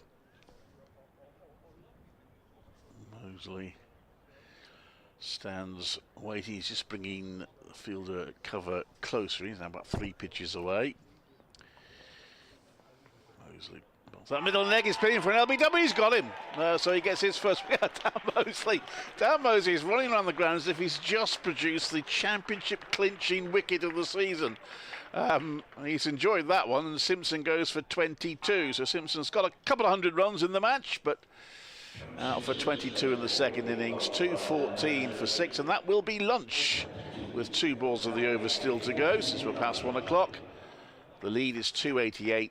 Sussex still have a little bit of work to do to make the game safe, but with Tom Allsop on 27, I don't think they'll be quaking in their boots while they chomp on their lunch. You've got about a minute to sum up before I do my update. Well, it keeps this interesting. I think you're right, Clive. I think we are heading for a draw, but you know, Warwickshire might think if they can rattle a couple out after lunch, who knows where this might go. But I think you have to say Warwickshire's session really picked up 3 wickets. Good. Well, I shall sum it up in 53 seconds' time. No.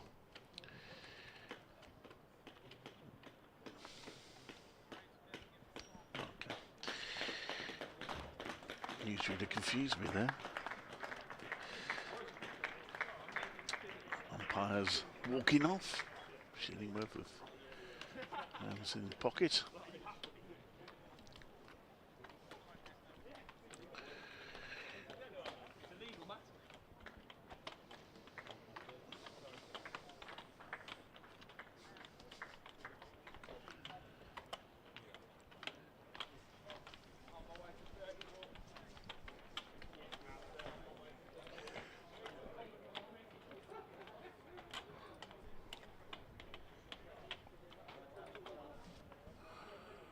And this is Clive Eakin at Edgbaston, where Warwickshire have taken a wicket just before lunch on the final day of this match. It doesn't change the fact that a draw is still the most likely result. It's just kept Warwickshire's very outside hopes of having a realistic run chase alive. Sussex 214 for 6, now lead by 288. Dan Mosley claiming the wicket, his first of the match. John Simpson made 180 odd in the first innings. LBW for 22. The other wickets to fall, the night watcher Jack Carson gave Rob Yates a wicket to go for 8, trying to pull a shot, and was caught by Fernando. And then James Coles was caught behind off the bowling of Fernando. Fernando's first wicket for Warwickshire. Coles gone for 47. Sussex still have a little bit of work to do to make the game safe, but at 214 for 6, they lead by 288. This is Clive Eakin at Edgbaston.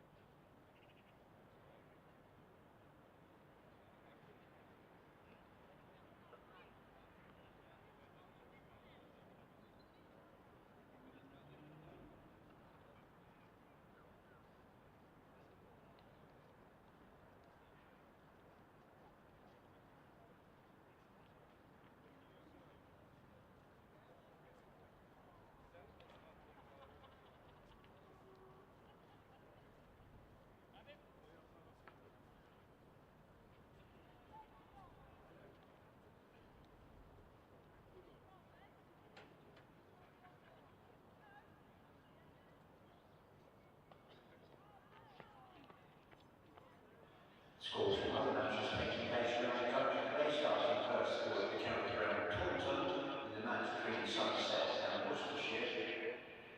Worcestershire is their first innings dismissed for 154. Somerset and Clyde declared their innings closed on 677. In reply, in Worcestershire's second innings, they are currently 337 for 6. Worcestershire trailed by 179 runs. At the county ground Chelmsford, the match between Essex and Surrey.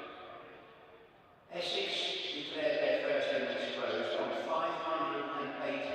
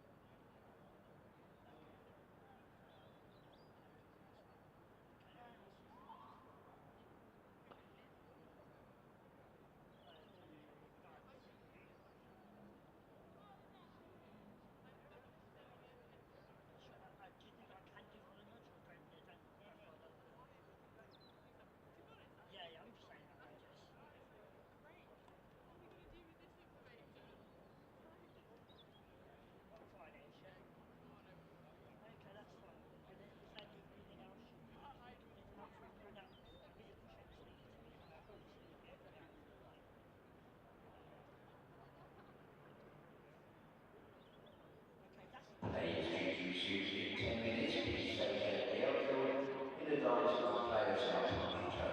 Thank you.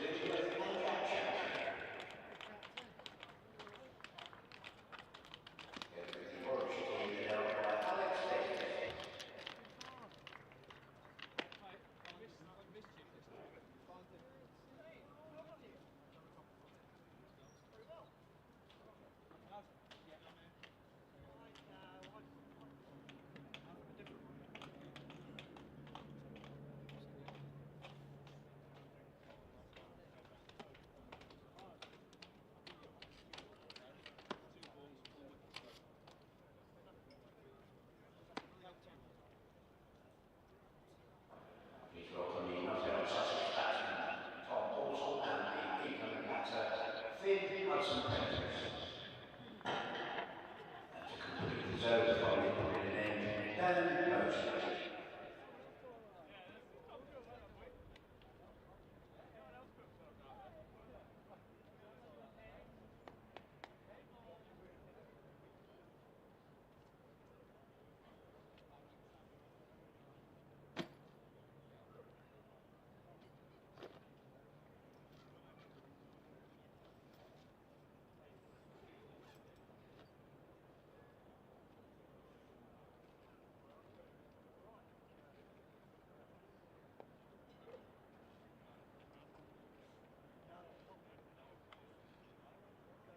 Welcome back to Edgbaston, where the sun is still shining. Still potentially have a game on, although nothing's changed in terms of the draw being the odds-on favourite. But Sussex losing a wicket just before lunch, or 214 for 6. They lead by 288. After the over before lunch, which was interrupted by a wicket, is completed, there will be a minimum of 66 overs due to be bowled on the day. So Sussex will certainly want more runs before they feel comfortable and safe. Warwickshire won't want to chase many more than is on the scoreboard now. Dan Mosley will complete his over, having struck just before lunch. He's got 2 balls left. And he comes into bowl. That's played straight down the pitch back to him. It's Hudson Prentice is the new batter. On the last ball of the over, which started before lunch, he plays back into that. He hurried him up a little bit there, Mosley. Head in hands, end of the over, 214 for 6. Sussex lead by 288. Yeah. And John Simpson, I was looking the other day, John's average for Sussex since he joined is something like 86, which is phenomenal, really. He's been a terrific signing for Sussex, but he's gone, as you say, just before lunch for 22. I guess Finn Hudson Prentice didn't make runs in the first inning, so he'll be keen to get some time out in the middle. Danny Lamb as well. So there's plenty for these Sussex players to play for in terms of getting time out there, but I certainly don't see them accelerating the scoring rate anytime soon, Clive. Can I just say, I've been really well looked after up here this week. I think they've... whenever you arrive at a club, it's always good when you meet a good car park attendant, isn't it, who tells you where to go and everything, and they've been very good here this week, so thank you to the folks up at Edgbaston.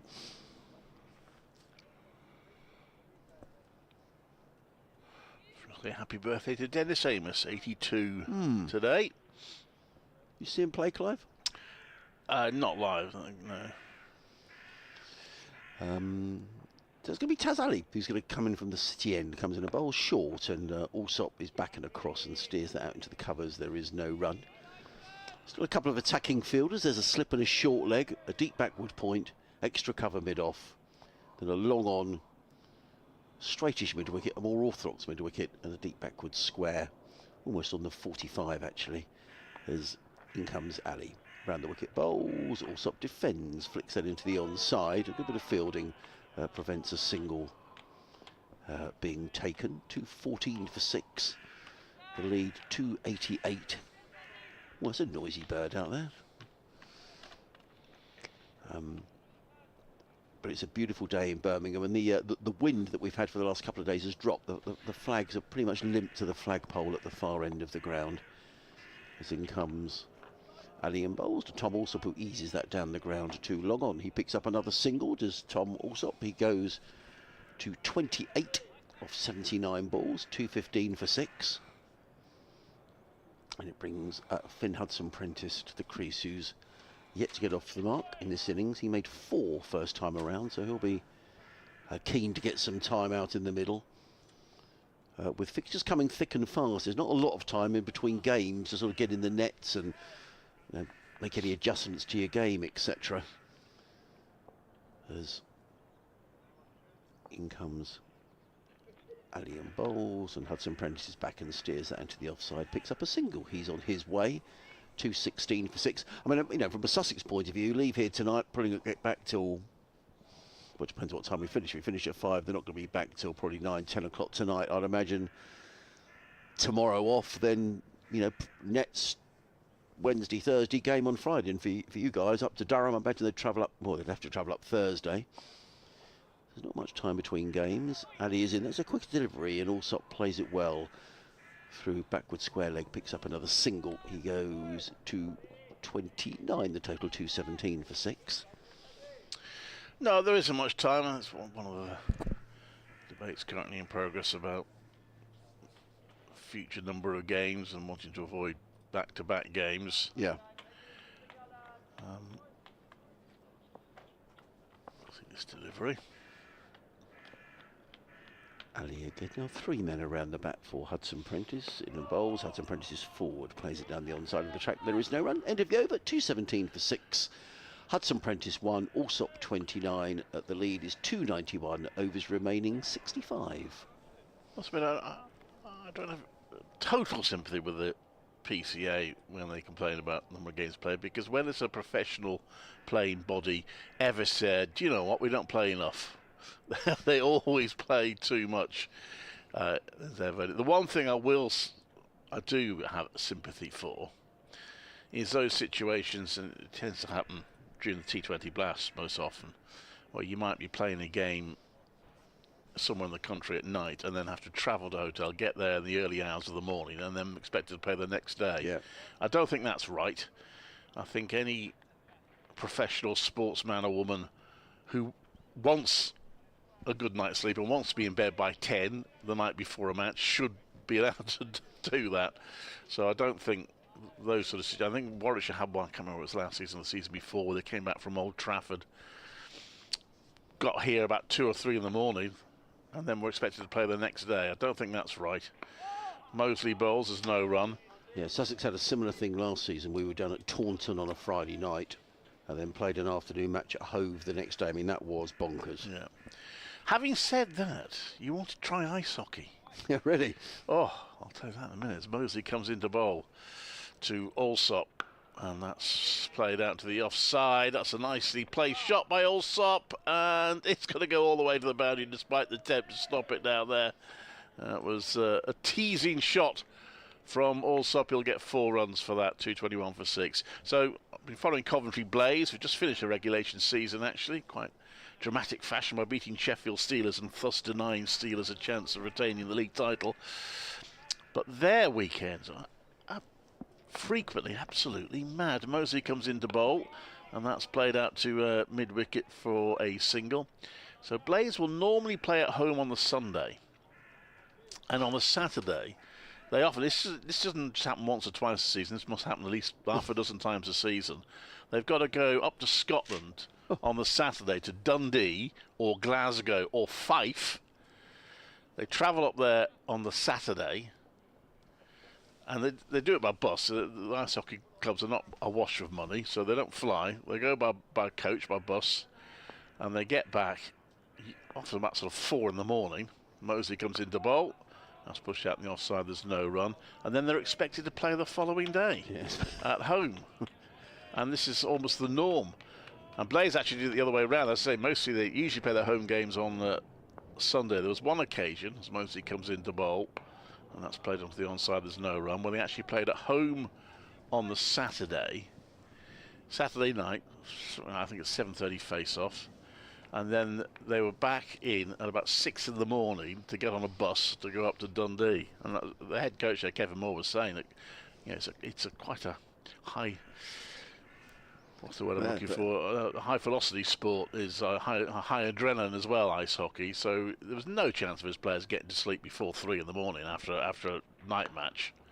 That's played to mid-wicket, there's no run, and they're expected to be up at 6 to get on a bus to go to Dundee the next day. And that's a trip and a half to Dundee as well. Yeah, so there we are. Yeah, so, and I'd imagine ice hockey, they're part-timers? Well, I think the Blaze are full-time.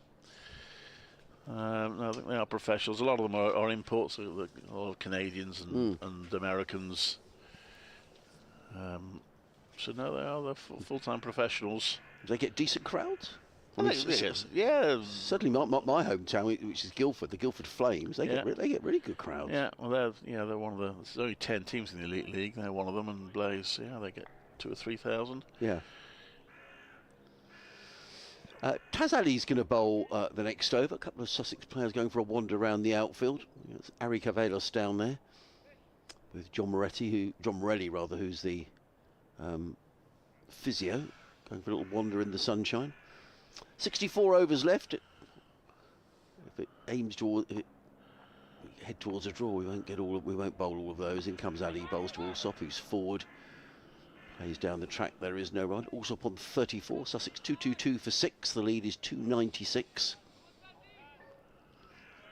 Slip at a short leg are the close fielders.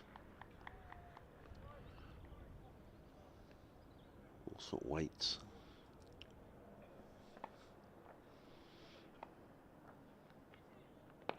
Stretches forward and plays down the track. There is no run. So a Coventry in the Elite League. Yes, that's the top division. There's right? 10 teams in the Elite League, but they're all over the UK. So I mentioned they go to Scotland. Yeah. The one time they do fly is when they have to go to Belfast.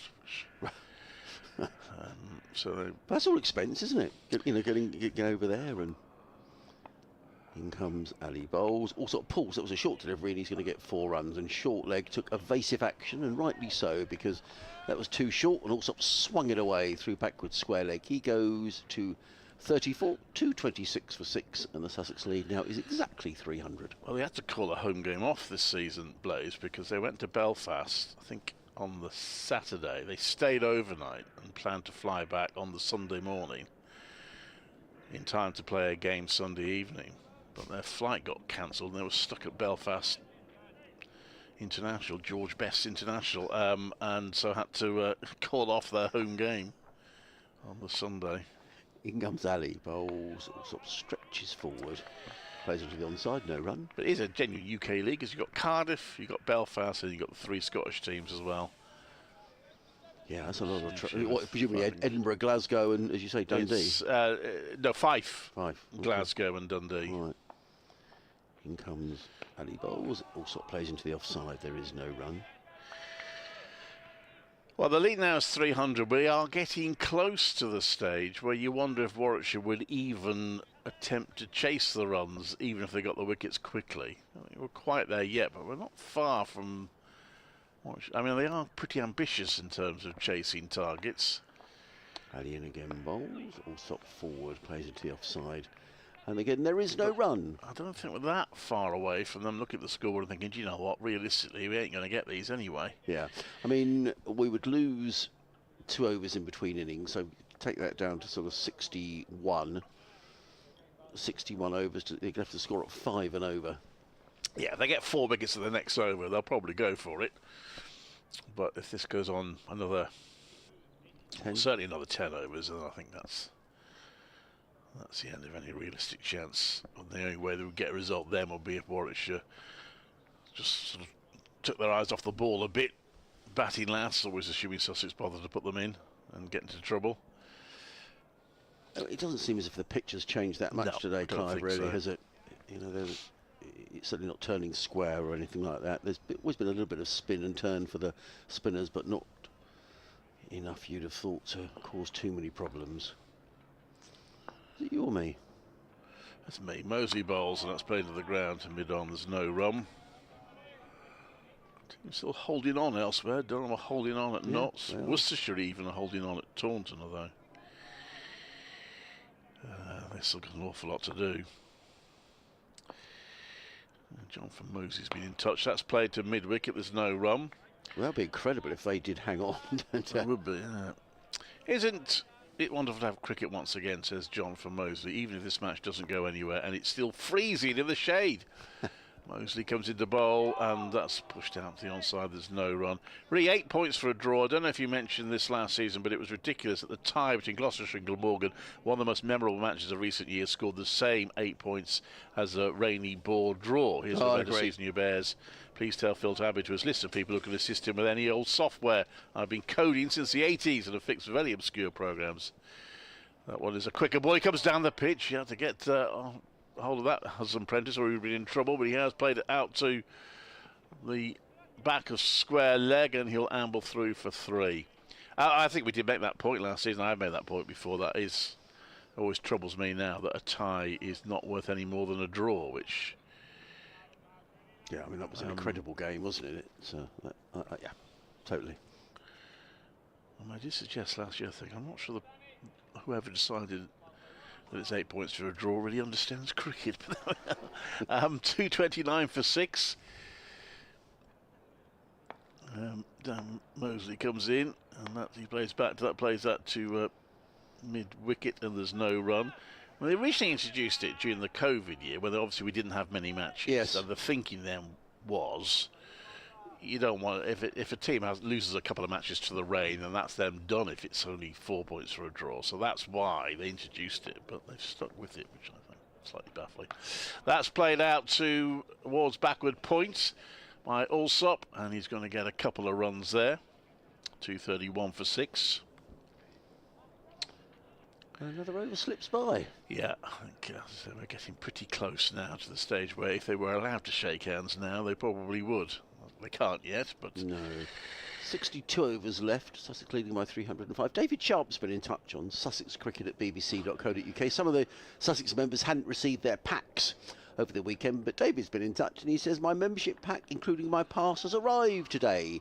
So you can go to Hove on Friday. So just a message from the club, if you're listening and you haven't had your membership pack, they were dispatched late last week, and as David has just shown, they are arriving some have arrived over the weekend, some today, and I'm sure that yours will arrive soon in time for the game at Hove on Friday.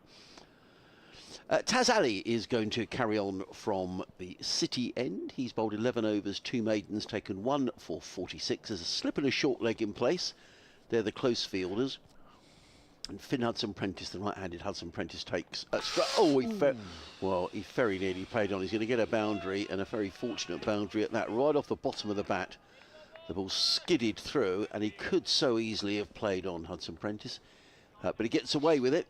He goes to 8, and Sussex to 235 for 6. Curious shot, really. I just wonder whether Finn might be thinking, could do with an hour or so in the middle, just early season, and get a feeling of bat on ball. In comes Ali again, bowls, and that's better forward defence for him, pushes it back up the track, fielded by Ali off his own bowling, and there is no run. The offside field, there's a ring of 4, backward point, cover, extra cover, and mid-off. Mid-on and mid-wicket, all saving a single. Dick backward square on the fence. In comes Ali, bowls, and Hudson-Prentice plays that to backward point. Ali stands hands on hips as if to say, thought he'd almost breached Hudson-Prentice's defences.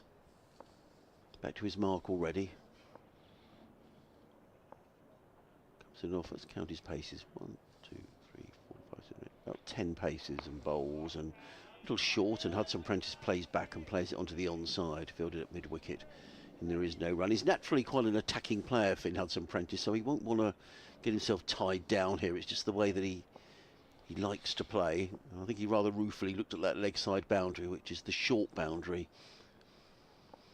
This week, comes in again, bowls, and Hudson-Prentice plays that one through the covers. He picks up a single as the fielder at cover has to run to his right to field. And Hudson-Prentice goes to 9, 236 for 6, the lead 310.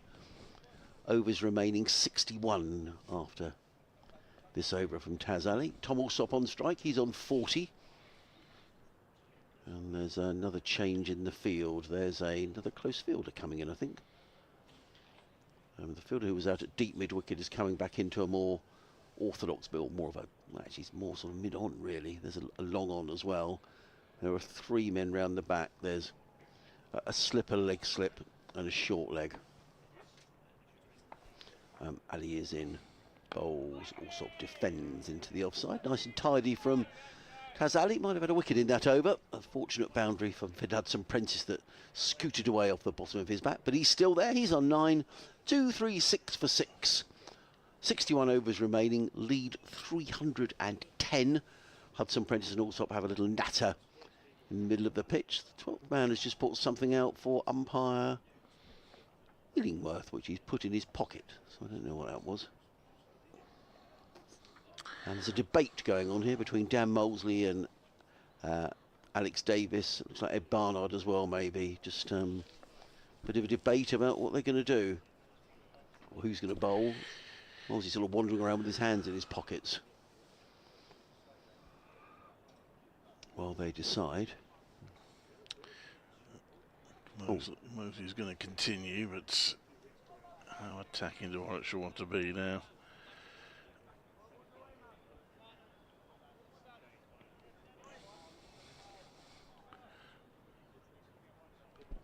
It's a slip in place, it's a short leg. And Mosley bowling to Hudson Prentice, gives that plenty of air. Let's play back to Mosley, there's no run.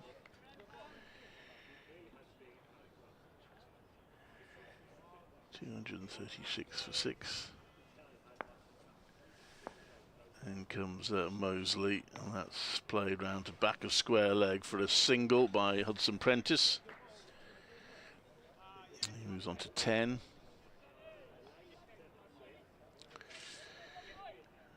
And one more run.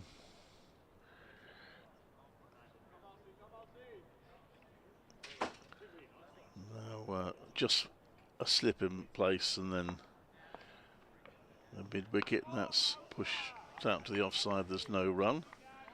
237 for 6 remains to score. The lead now is 311. And Mosley turns. Got the 1 wicket before lunch. Bowls, and that's steered to backward point. No run there for Alsop. He's on 40. He has a chance to register an early season score here. There's Mosley around the wicket, bowls, and he leans back. Alsop out into the deep for a single. He's on to 41. 238 for 6. Sun still shining here, so has for all 4 days. A number of people still in the crowd, even though they probably know this game is not really going anywhere. It's still cricket. Yes, it is, and it's a lovely sunny day. And in a couple of weeks, if it's raining and cold, we might be glad we've come to watch some cricket. Here's a short leg as well as a slip for the relatively new batter Hudson Prentice, but he just clips that one effortlessly, seemingly to mid-on for his 11th run.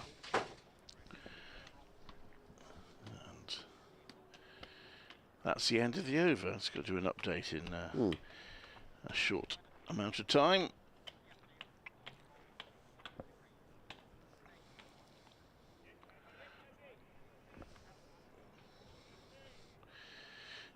It's got to be Tazali to continue.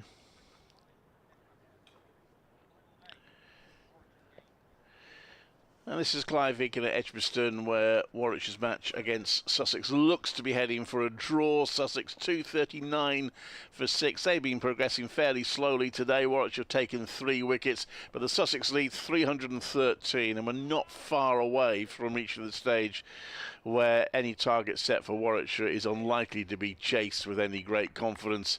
And so it looks like these two teams will bat out the game for a draw on the final day. The pitch hasn't really offered any much extra for the bowlers. A little bit of spin and turn perhaps. So there's been 2 wickets today for Rob Yates, 1 for Dan Mosley, but 239 for 6. Sussex, they lead by 313. Before anyone writes in, yes, I know it's only 1 wicket for Rob Yates today, but there we are. I said 2 at the time, but there you go. Tazali in bowls to Hudson Prentice, plays down the track, no run. Just looking at Surrey's innings at Chelmsford, Clive, they're 109 for 3 in 44 overs. Dom Sibley is still there, 32 not out. He's been in for nearly 3 hours. Well, if you want someone to hold them up, yeah, Dom he's the man. Sibley's your man, yeah. He is. In comes Ali, bowls. Hudson Prentice defends. A slightly quicker delivery, pushed through by Tazali, but Hudson Prentice defends. Wanders over and again, looks at that leg side boundary. Slipping a short leg in place. Ali is in bowls. balls. And Hudson Prentice looking to play on the leg side. He was rather squared up. The ball hit the thigh pad and bounced out into the offside. And there is no run. Plenty of encouragement from the Warwickshire fielders. You could probably hear in our effects microphone. And Ali again. In bowls, and well, you could see that Hudson Prentice was eyeing up that leg side boundary, and he is an attacking player. He's Finn Hudson Prentice, and he's pulled that one away over mid wicket for 6. That'll make him feel a bit better. He goes to 17, 245 for 6. Hudson Prentice on 17, also on 41. We've got 59 overs left in the day, and the Sussex lead is 319. More debate between the Warwickshire. It's the 8th 6 of the match, that short boundary. Sussex hit 2 in the first innings. Warwickshire hit 4 in their first innings, 2 hit by Ed Barnard. And that's the second of this innings for Sussex.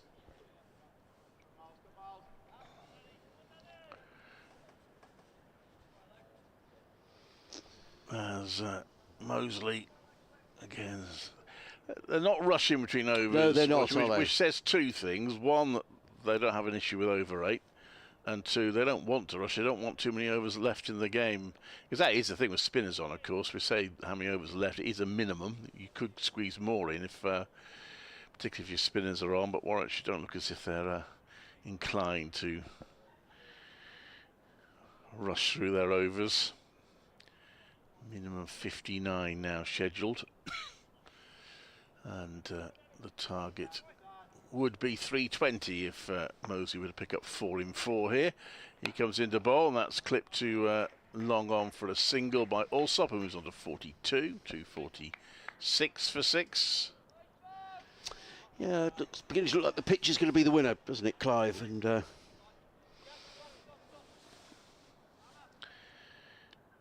very difficult to see how we would get a result now, I think. Mosley walking right arm over, and that's just clipped past short leg, the back of square leg. Fernando feels who. It's difficult to tell from him. It looks to me as if he's wearing more and more jumpers as he goes along.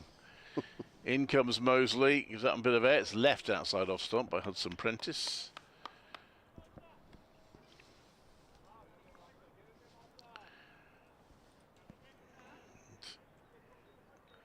Mosley walking in, bowls, well, that's pushed out to the offside, there's no run. Another factor might be the teams look at the matches elsewhere. Hampshire won yesterday, but a few first fishing games could end in draws. The game at Chelmsford certainly could well end in a draw, so he can hang on there. This next one is hit into the ground to short leg. Less likely at Taunton, although Worcestershire are doing their level best to frustrate Somerset. And it could well end up in a draw at Trent Bridge, where Durham are now on parity with Notts, with still 5 wickets left. So there could be a lot of draws around in the first division. That's left outside off stump, and there's no run. 246 for 6. Nice email from Dean Gallagher, Sussex Cricket at bbc.co.uk. He says, "Hi Adrian and team, just a note to say a big shout out to all the runners and riders taking part in the Brighton Marathon events yesterday. I did the 10k run as part of the Brighton, Hove and District Samaritans team. We raised an incredible £14,000 and counting. Thank you so much to everyone who supported or sponsored us, so well done for that. And secondly, can you please say hello to my fellow Sussex Cricket Heads chat colleagues, which is Jordan, Sam, Peter and Bino. See you on Friday, lads, at Hove HQ. Thank you," says Dino. So hello to you guys, Jordan, Sam, Peter and Bino, and well done raising all that money for the Samaritans. Great cause. A beautiful day down at Brighton. I heard it was quite blowy yesterday, so it was pretty hard work running into the wind. Here comes Taz Ali, bowls to Tom Alsop, pulls it around. That's going to be 4 runs. I wouldn't fancy being short leg with that delivery, because that was very short, and Tom Alsop wasn't going to let one go. The 250 comes up for Sussex, and Tom Alsop, who missed out in the first innings, out first ball, is certainly making up for it here. Another boundary. he goes to 46. He's taken 97 balls, but he's taking this opportunity to get himself out in the middle, and that's the only place really you can. He spent some time out in Australia, Tom, in the winter, playing in the Big Bash. Here comes Ali, bowls, also drives to mid-off, and there is no run. Taz Ali in his 14th over. Figures of 1 for 61. If you just joined us, the men out today. I'll run through in a moment. In comes Ali, bowls. Alsop is caught behind, is he? Well, Taz Ali was convinced he'd got his man. So was keeper Smith. Umpire Illingworth at the far end is unmoved, as indeed is Tom Alsop. Well, they were convinced he got a little nick on that. But the umpire's finger stays firmly in the pocket. 250 for 6. Ali in, bowls, and Alsop thumps that one away through the covers, and that's going to run away for 4 runs. Nice looking shot by Tom Alsop, and that takes him to his half century. And he gets a good round of applause from his fellow Sussex players down on the balcony of the dressing room down to our right hand side. 50 in exactly 100 balls, with 6 fours for Tom Alsop. And he hadn't had a great match until then, Tom. He was out first ball and he put down a catch, and he wasn't well yesterday, so he'll be very pleased to have made a contribution today. Very popular member of the Sussex dressing room. Ali in bowls, and Alsop plays it back down the track. There is no run. Represented England at hockey, Tom Alsop. So he's skilled in various sports. In comes Ali, bowls, Alsop defends, played to the offside. There is no run. End of the over, 254 for 6. Alsop 50, Hudson Prentice 17. 57 are overs remaining in the day. The lead is 328. I also heard that Tom Alsop joined, or was practicing with a local baseball team in Sussex as well, which he felt was sort of honing his skills in terms of T20, and he did really well in T20 last year, and that led to him being selected for the Big Bash out in Australia. In the winter, I think he played for, is it the Brisbane Heat? I think that's what they're called.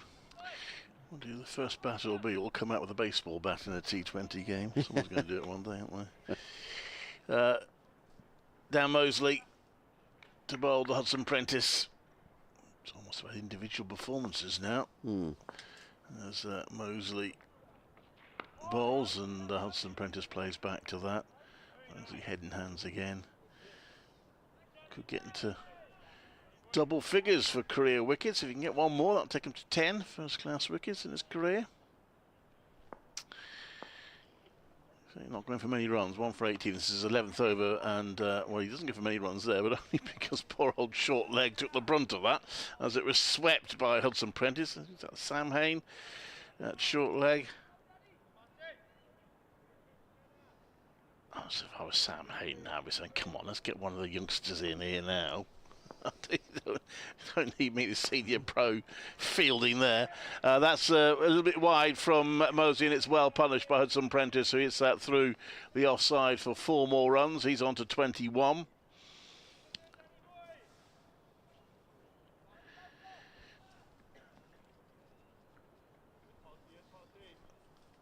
And he comes in now to bowl. Does Mosley. Hit into the ground, play to mid-wicket for a single. And he's on to 22.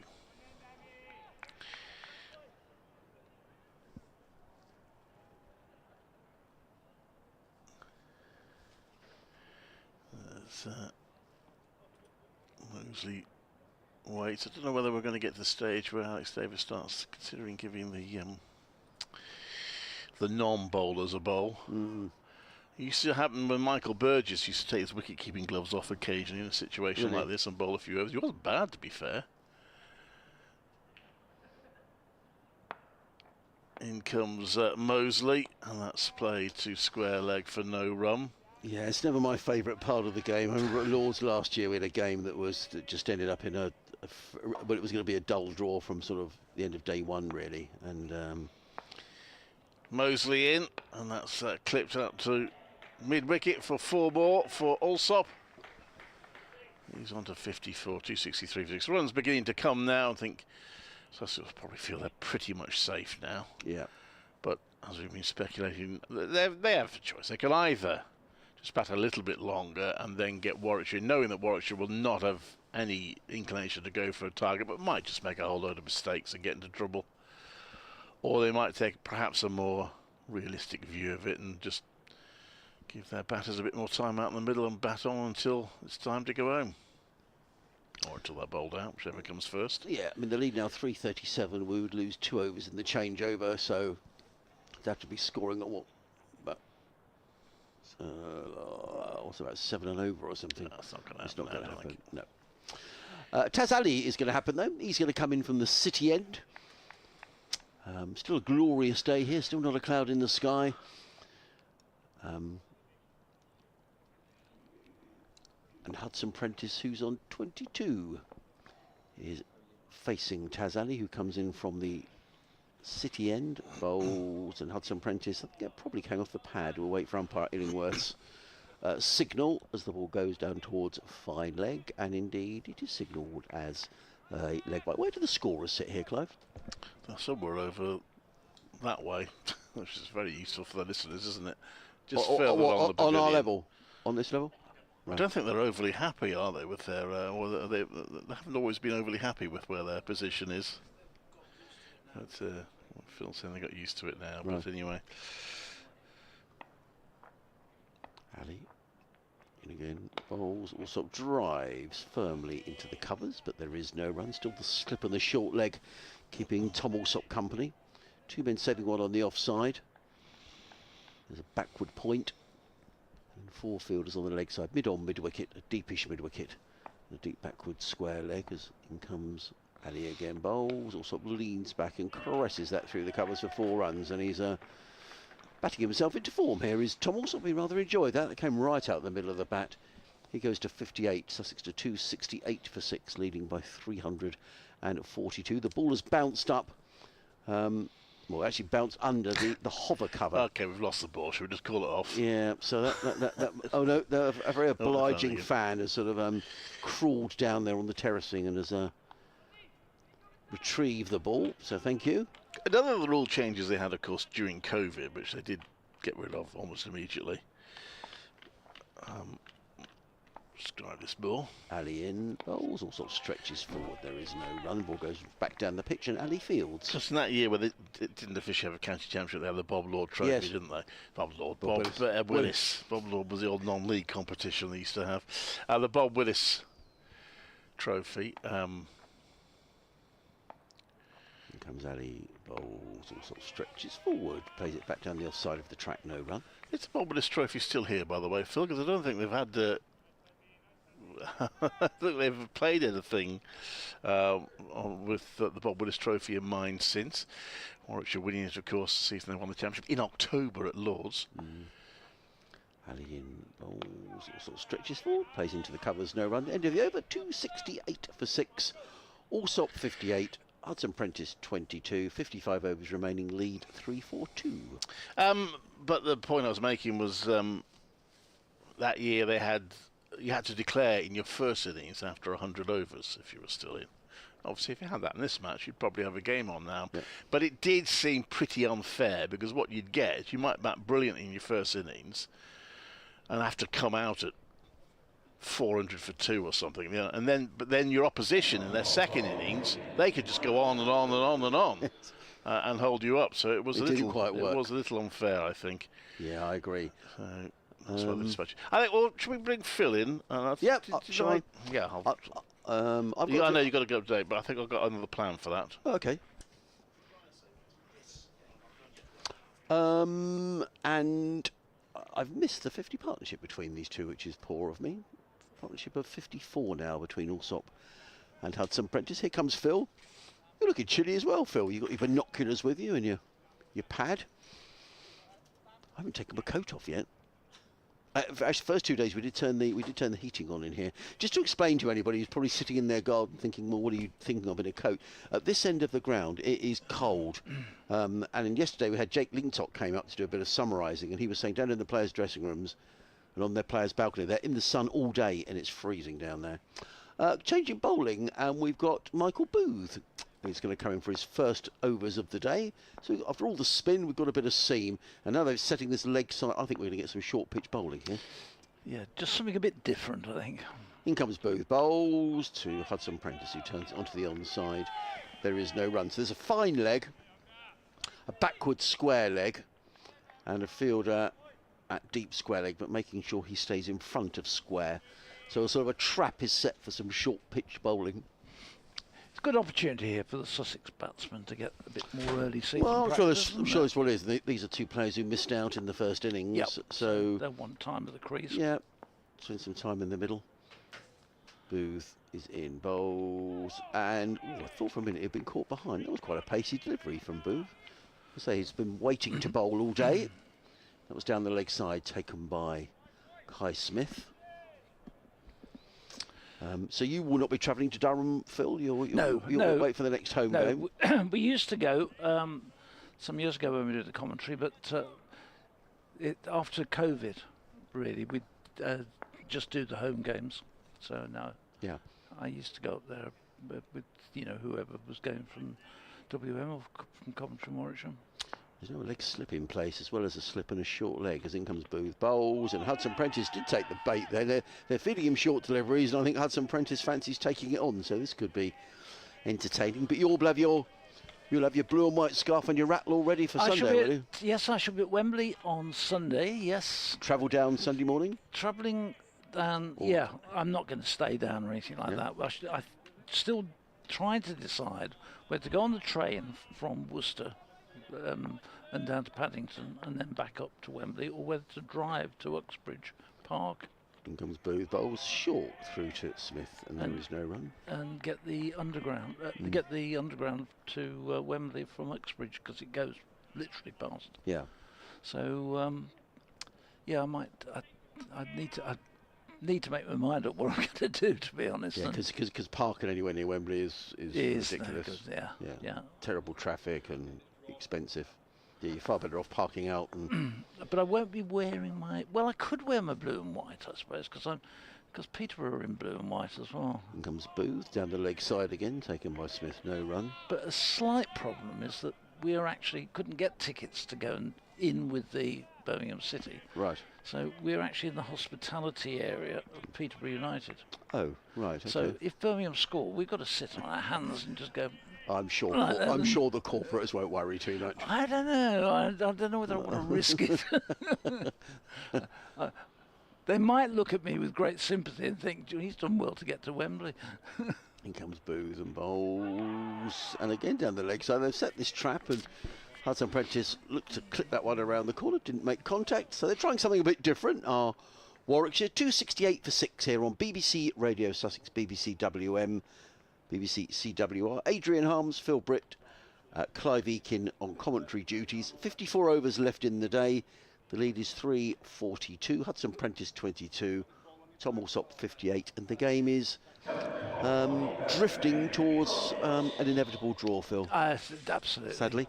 Yeah, I think we anticipated last night that it would need something extraordinary to get this game to a position where either side were going to be able to risk either A, setting a target, or B, going for a target and losing wickets in the process. And I think this morning's session pretty much defined what was going to happen. It's a shame, isn't it? I mean, in terms of county cricket, we all love the game, but you do love games where you're going to get a result. And I'm not in any way sort of blaming the pitch or whatever here. I'm just saying that you do. I think the bowlers have had to work damned hard here this week. And you do want the bowlers to have a bit of a squeak, don't you? Yeah. In four-day cricket, and it's been very dry, hasn't it? I mean, maybe this is going to be, if we are going to have a dry summer, maybe we're going to get. I mean, there's going to be quite a few draws by the looks of it in the first division. So yeah. And groundsmen are not hiding nothing. I understand that if it's a wet April and games are over in 2 days and someone's taken 8 for 46 and everyone says, well, that's no good for anybody. So. It's difficult. You're down one You way are. or the other, aren't you? No. And as a groundsman, I wouldn't want that job for all the I think tea in China because it can't suit anybody. no. I think at Hove next week. I mean, Sussex have last year had some really good result pitches down at Hove. Yeah. Here's Rob Yates back into the attack, this time from the Birmingham end, and his first ball is played down in front of him by Tom Alsop, who he was fairly steady at the beginning of his innings, but he started to play some shots since lunch. He goes back and guides this one out into the covers. There's no run. Mosley does the fielding. I'll get ready to do my update in a sec. 268 for 6, the lead 342. As back again, Yates in the end, and this one is hit away behind, through backward point and down to that short boundary, and Alsop gets another boundary, takes him on to 62. Well, he'll be pleased because having got a first baller. Yes, Nice to spend some time in the middle. And he wasn't well yesterday, and it at least has now got something for his efforts. He spent a good deal of the day yesterday in the sick room. Yes, and there was that chance, wasn't he, that was put down Yes, with yeah, Mosley. I forgot that, yeah. Yeah, so he did have a difficult day. Yates again looking to get an equally best figure, so 4 for, and he's still wicket short as this one's played out into the onside. There's no run. Sun's still shining, cloudless sky. This one is turned just in front of square on the onside. Bamber does the fielding with his boot more successfully than his fellow opening bowler Fernando, who made a right hash of his football. Yes, he did, If didn't he he? was trying to impress the scouts, he failed miserably earlier in the day. Yes. Sam Haynes called back into short leg. I thought Yeah, sorry, I think always the shame with the draw, isn't it, in the Championship? We all love the game, but it's a difficult sell, isn't it, when you get games that drift into a draw like this? yes, to be honest, you can see the attraction to people of the day, whether the day where they come on a nice day like this, sit down and watch and see a white ball game where they see a result and they totally. walk away knowing exactly what's happened. Yep. But that doesn't say we don't need this, as this one is stroked up to a deepish mid-on off the final ball of Yates is over. 274 for 6. 23 to Hudson Prentice with that shot. 63 to Alsop. I might have to leave you in a mo. Okay, Brian's not right. I think Brian's coming on. Is he? Yeah. Yep. Okay. I did see Chris Wokes earlier, very first thing this morning. He put his head through the door. Right not here? not literally through the Oh. door, but round the door. And sort of looked in and was sort of, I said to him, "Are you coming in?" He said yes, and then Chat away, did he? and then he disappeared. he went. You were on with Clive, and Ah. I thought he may be coming back, but he hasn't. Here comes Brian. So I'm going to leave you with Phil, and with Brian, I'm going to go and do the update. Now, I think what Brian and I should be both saying to you and Clive is don't.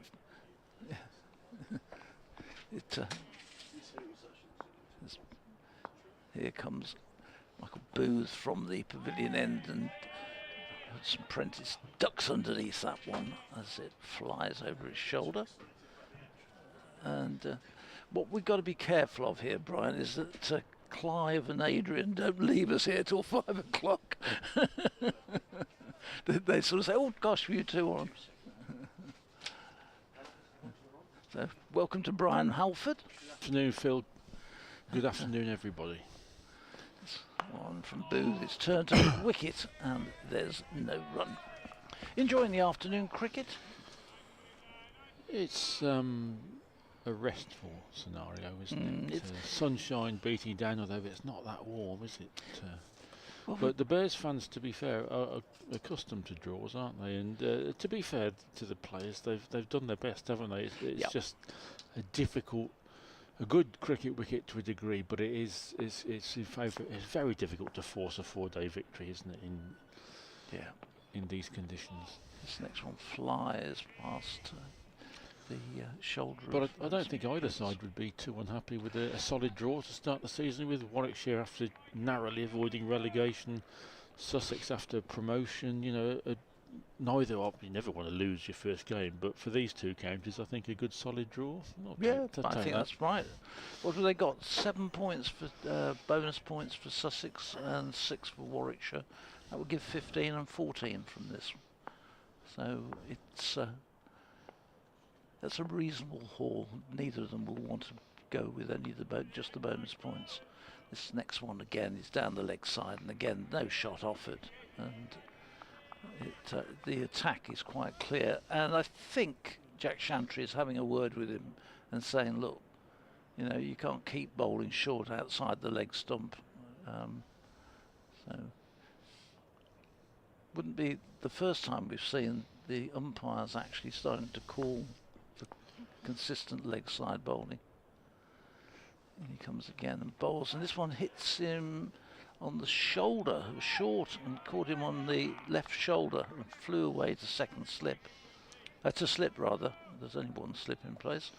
He took his eye off that, didn't he? Yeah, he did. Never the greatest thing to do, and just turned his away from it and hoped that it would miss him, and it didn't. But I think he's okay. He's not in too much pain there. That could have been nasty had it been a couple of inches higher and didn't catch just the top of his upper arm shoulder area. Booth comes in again and bowls, and this again is short, and this time Hudson Prentice is behind it and gets over the top and drops it down into the ground. End of the over, 274 for 6. News from Taunton, great to see Worcestershire making a real fight of it down there, aren't they? 154 all out in the first innings, Somerset 670 for 7, Worcestershire 378 for 6, so they're giving it a real go.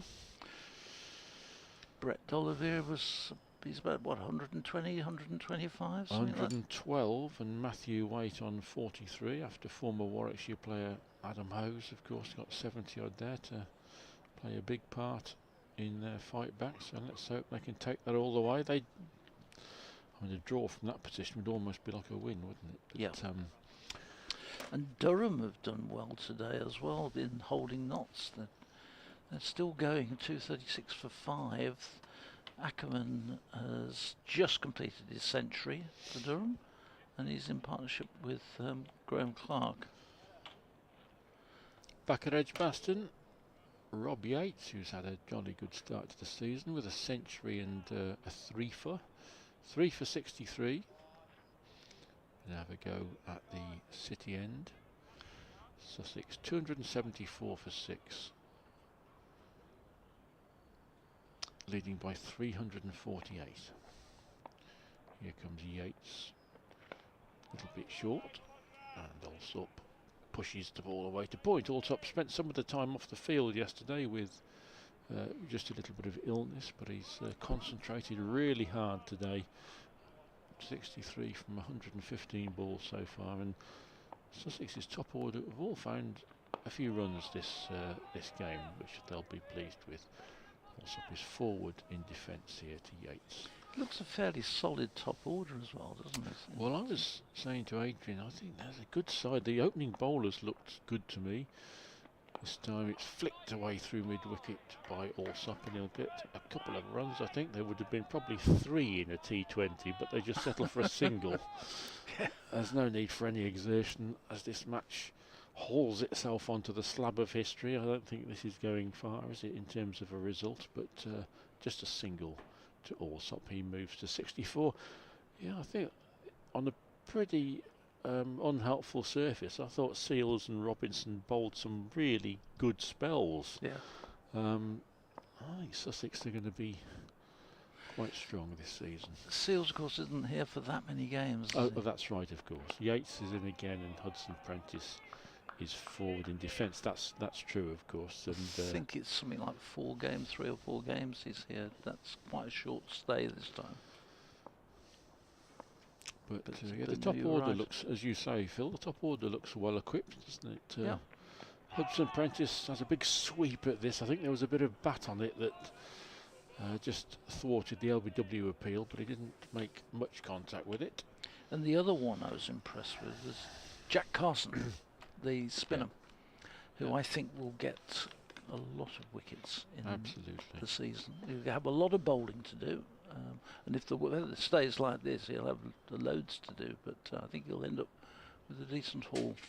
Yeah, you see it again, and this takes Hudson Prentice high on the pad, and there's a strangled appeal, but there isn't any run. Yeah, I would say it's always a pleasure to watch cricket at Hove, but this season there could be some cracking good championship cricket at Hove, and I shall definitely try and pop in for Warwickshire's visit. I think is it the end of June? Is it? It's end of June, beginning of July. Yeah. I know we've booked. We're going down there. We're going down for 5 or 6 days. It's going to miss the last day because the last day of that match correlates with the first day of the Test match here. So I'm going down for the first 3 days. Well, who knows? That could be a terrific game. I've seen there's been some great games between Sussex and Warwickshire over the years at Edgbaston and at Hove. Yep. I think there was quite a long time when Sussex couldn't buy a win at Edgbaston, but I remember Mushtaq Ahmed and others turning the Bears over down at Hove. Chris Adams had a good record here when he was skipper. I remember he was a tough nut as well, wasn't he, as a skipper? He didn't give much away. But he seem to remember him coming away with some good results here. Bit of a conversation going on between Michael Booth and Alex Davis. Was it Sussex that were in a really strong position, and on a Saturday morning they were bowled out? And I'm now started this conversation. I've forgotten the guy's name. He got by Warwickshire. Yeah, I'll have to think about it. But they lost on the Saturday morning. One of the Warwickshire bowlers took about 6 or 7 wickets. What sort of era are we talking about here? Around about 2007 or blimey. 8. Yeah, I it's must that have far seen that ago. then. Not Jimmy Anion. No, not Jim, but it was around the same time as Jim. Dark-haired. At Hove. No, here. Here? Yeah. Lee Daggett. Lee Daggett. That's the one. Thank you. Well done, Brian. Well done. This one from Booth. He starts his 9th over, and his first one is short, and Alsop leans back, and it goes through to the keeper, and there's no run. Yeah, Jimmy Anion and Lee Daggett, Warwickshire fans will remember, they came almost together, didn't they, off the, I think from the Lancashire pipeline. And Yep. both didn't stay that long, but both good seam bowlers and both lovely human beings. And I'm delighted to say they're both doing well now in other fields. It's, Lee was a physiotherapist I or think something I think like he might that. be at Northampton Saints now, doing well. This one is cut through backward point, half stopped. Will be a couple of runs for Alsop. They're always going to come back for 3, and they're going to have to be a bit sharp. But good running by Finn Hudson Prentice. He called for the 3rd run, when I think it had been anticipated they were going to settle just for the 2. Another match at Sussex that springs to mind, not from memory, but from the history books. I think that Sussex and Warwickshire was one of Warwickshire's only 2 ties in championship history in about 1956. I'm looking at Adrian, who will know that off the top of his head. I'm sure it was at Worthing in 56, a low-scoring tie. Oh, blimey. What's that suddenly? Hudson Prentice A tennis shot. Yeah, it's been chased down to the boundary to fetch the ball back by the bowler. Now you really don't see that very often. Hudson Prentice there was a short ball bowled to him. He slapped it as Brian said, like a tennis shot, back down down the ground, and Michael Booth has to turn around and chase it all the way back to the fence.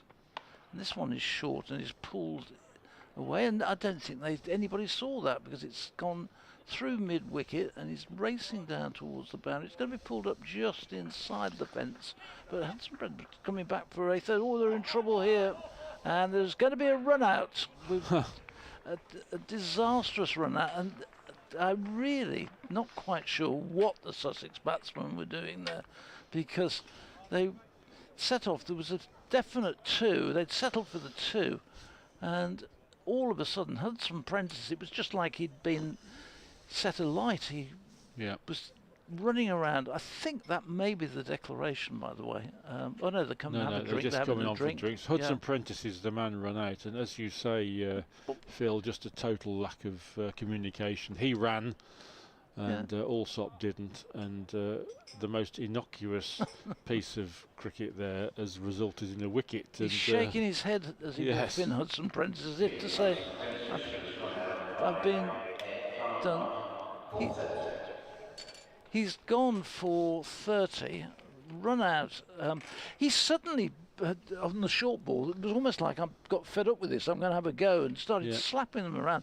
But then was trying to run 3s, making 2s into 3s, as if they were chasing down to get this total. Or chasing a total. And it didn't seem any rhyme or reason in the way that was being played suddenly. And in the end, Tom Allsop at the other end just said, no, I can't make it, and he went back into his ground, and Hudson Prentice was left completely stranded. Kai Smith picked the ball up and ran ahead of him to knock the stumps down, as Hudson Prentice vainly tried to get back. So a real strange dismissal. So we had the bowler running down to the fence to collect the previous ball from a slap down the ground. And the next ball, he slaps it away through the onside and tries to run 3 out of it from what was a very comfortable 2, and gets himself run out. And strange passage of play. Well, no, Sussex lead by 359, Phil. If Michael Booth takes a hat-trick here to finish the innings, have we still got a game on? It's a good question, a good old question. I think with the time left, I think they're probably safe from losing this game. This one is pulled away to deep mid-wicket by the new batsman, who is Danny Lamb. Danny Lamb, who made 35 in the first innings, and followed that up with a couple of wickets, 2 for 59 off 10 overs. Bowled, I thought, quite well. He surprised Ed Barnard, didn't he, who was on 82, and trapped him LBW when he was bowling. So he's in, and again this batting lineup of Sussex, again Lamb coming in 7 wickets down. Admittedly one of them was the night watchman, but still low down in the order. He's a strong batsman to have, and he gets off the mark with a pull just behind square, 286 for 7. Well, I've just tried to do a bit of research on Sussex Warwickshire tie, and I put in Sussex Warwickshire toe instead, and I've come up with a number of chiropodists in and around Brighton and Worthing. But unfortunately, it hasn't. 1952 at Hove. Well, that's close to 1963 at Worthing, isn't it? But at least I was correct. There was a tie. They got the right 2 teams. Then. Indeed, and so that was only one of only 2 ties in Warwickshire history. The other one I know was in 2003 against Essex here, when Ashley Giles bowled Graham Napier, when Napier, needing 1 to win, tried to hit 6 and was bowled. The details of the Sussex Warwickshire one I'm a bit hazy about, but I'm sure somebody will tell us the details later. I'm pretty sure it was a low-scoring game that Alan Oakman played in, later to be a Warwickshire legend of the coaching variety. I'm sure he played for Sussex in that game. 286 for 7 in this game. Sussex lead by 360. 50 overs left in the game, so unless Rob Yates delivers a hat-trick, with the next 3 balls 2, 3 and 4 will be too late. It's got to be the next 3 balls to keep this match alive. Here he comes into Danny Lamb, who forward in defence. There are 4 men on the leg side boundary and a deep point, so 5 men on the boundary and 3 saving 1 and a slip. Yates has 3 for 64. In he comes. And this beats a drive outside the off stump. Lamb tried to find the extra cover gap. Kai Smith takes off the bails, but Lamb's back foot was anchored. Hello Mel. Mel joins us.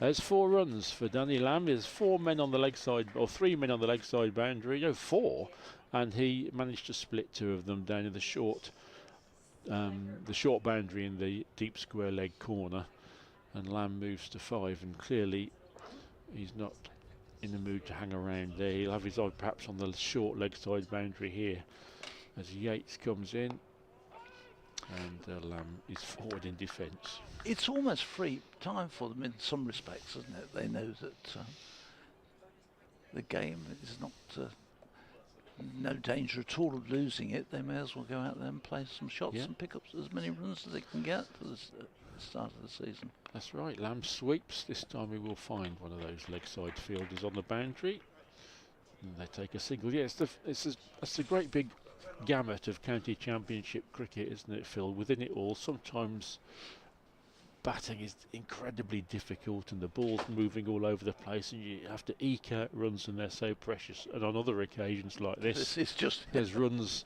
nice big open field, no pressure. It's the great big variety of the wonderful sport of cricket. Yates now to Allsop, who reverse sweeps in slightly ungainly fashion, but he'll get a single out to forward square leg, and he'll move to 68. 292 for 7. Well, there's a dearth of wickets this afternoon. Surrey haven't lost any since lunch. They're going along. Dom Sibley is in great shape there. 130 for 3. They are on nearly 60 overs. They still trail Essex by 87, but they haven't lost any wickets since lunch. Durham have only lost the 5 wickets. They now lead Nottinghamshire by 55, still with 5 wickets remaining. And Worcestershire, as Brian was saying, now only trail by 134. And they too have only lost, haven't lost any wickets since lunch. So here we have had that run out as in comes Booth to bowl, and this is pulled away viciously by Allsop, away down to long on for 4. He didn't quite clear the ropes, but he really get laid into that one. Yeah, it's not a wicket to drop short on. And he's tried this short ball tactic, and Sussex have responded, having given a couple of overs where they sort of ducked and dived, and Hudson got hit on the shoulder. They then decided to attack it and pull it, and they've done it with, apart from the run out, which was self-inflicted, they've done it with fair success. This next one is pulled away, and that's pulled away viciously over through the mid-wicket boundary for 4, so consecutive 4s, and brings up the Sussex 300. And 300 for 7, and the lead 374. Allsop closing in on his 11th first-class century. Yeah, it would be the 3rd already of the season against Warwickshire. Alec Davis having a chat with Michael Booth, because pitch it up might be an ingestive. Maybe, yeah. You know, not quite sure what his tactic is, to be honest.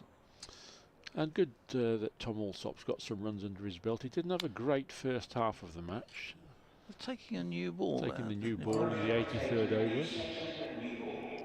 Tom Allsop, first bowler in the first innings, and then, of course, dropped Dan Moseley on naught, and Moseley went on to hold up Sussex for a long time. So this is good for Tom Allsop. He's going to come out of this first match of the season with some good runs. He's on 76.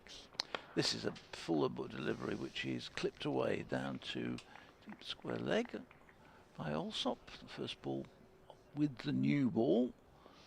I'll get a single. So he moves on to 77, 301 for 7.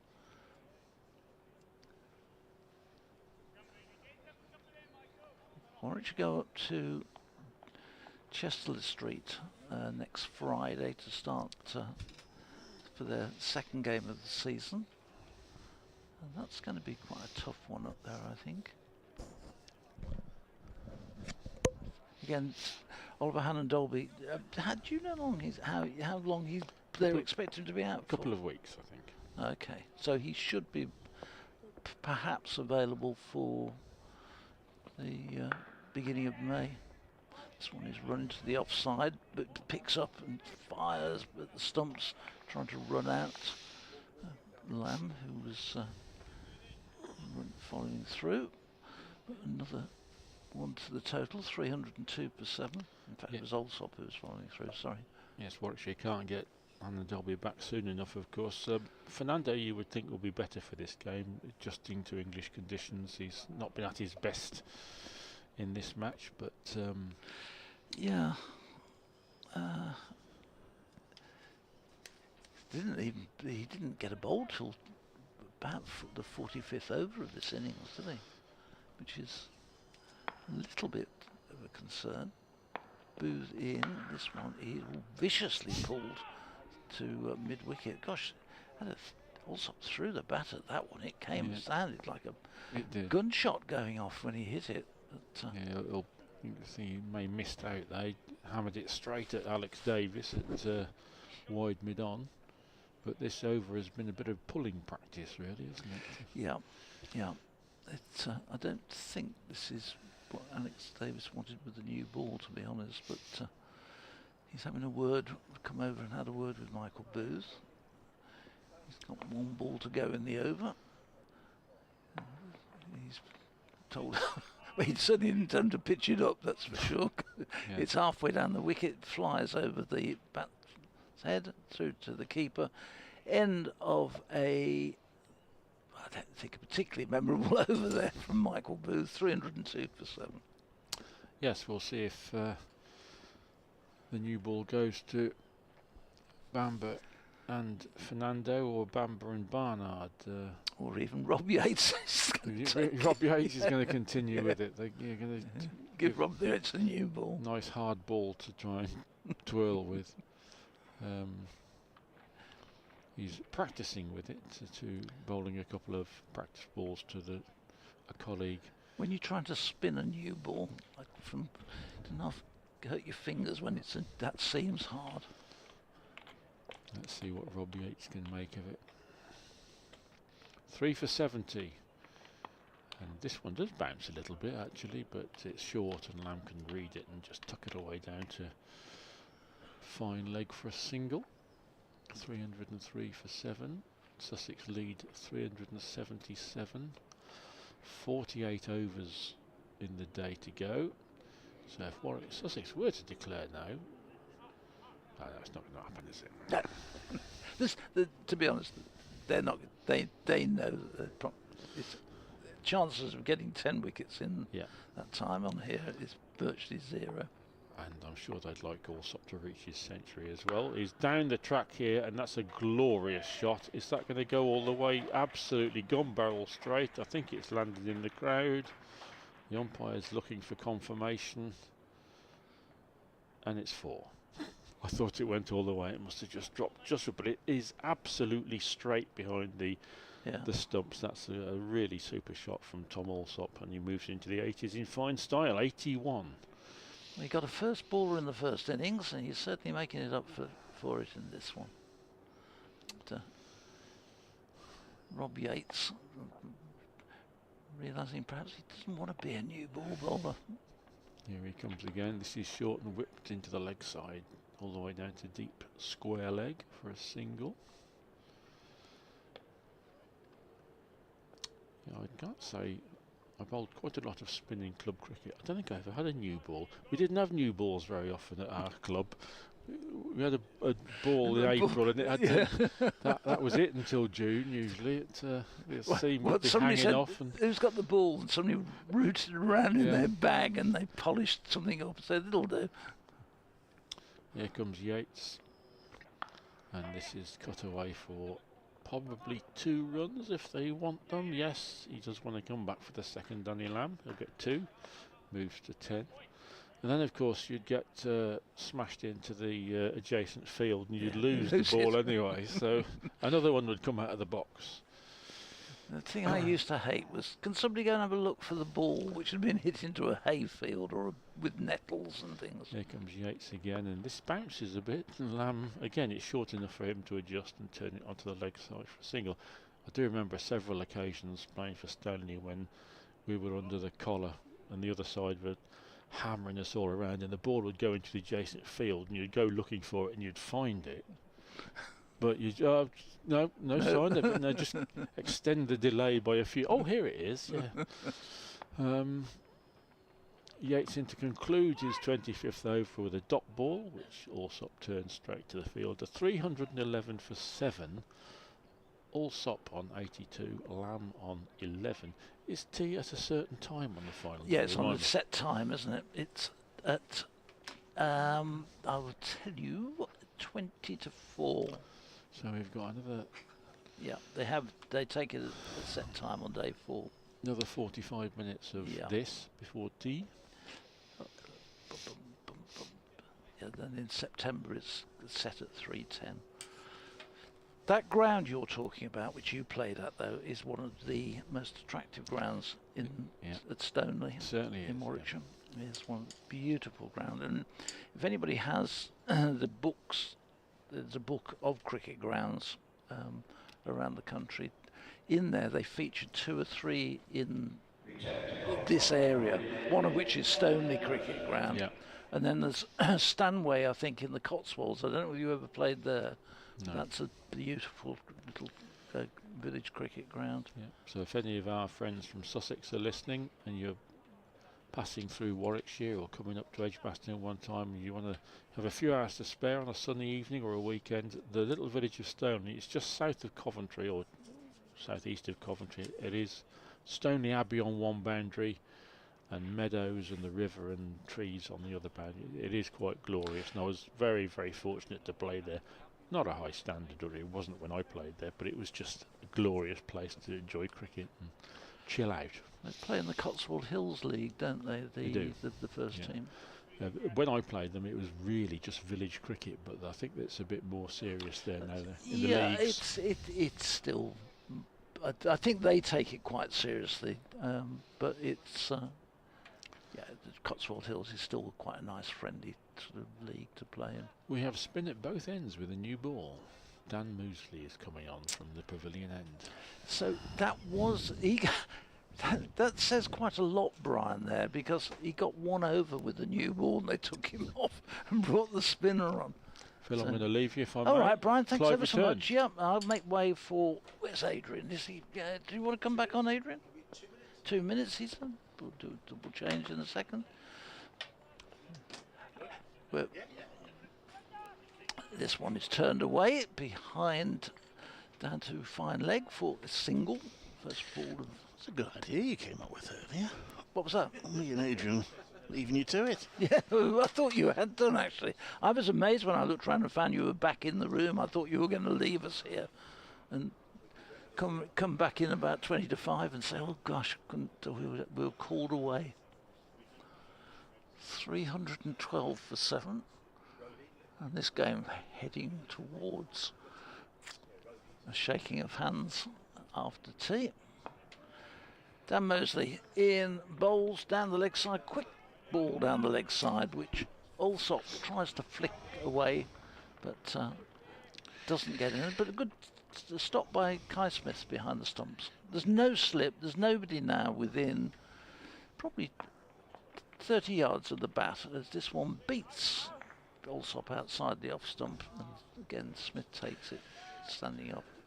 But we have at least seen Warwickshire secure their first championship run out in over a year. Yeah, not long after you'd actually said it either.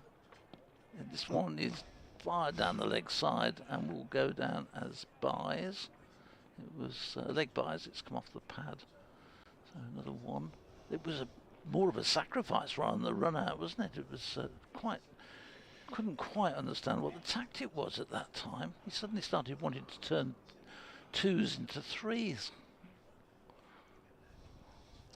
But he perished. So here is the field just changing for Danny Lamb. coming in a bit tighter, but he turns this one into the onside, and there's no run.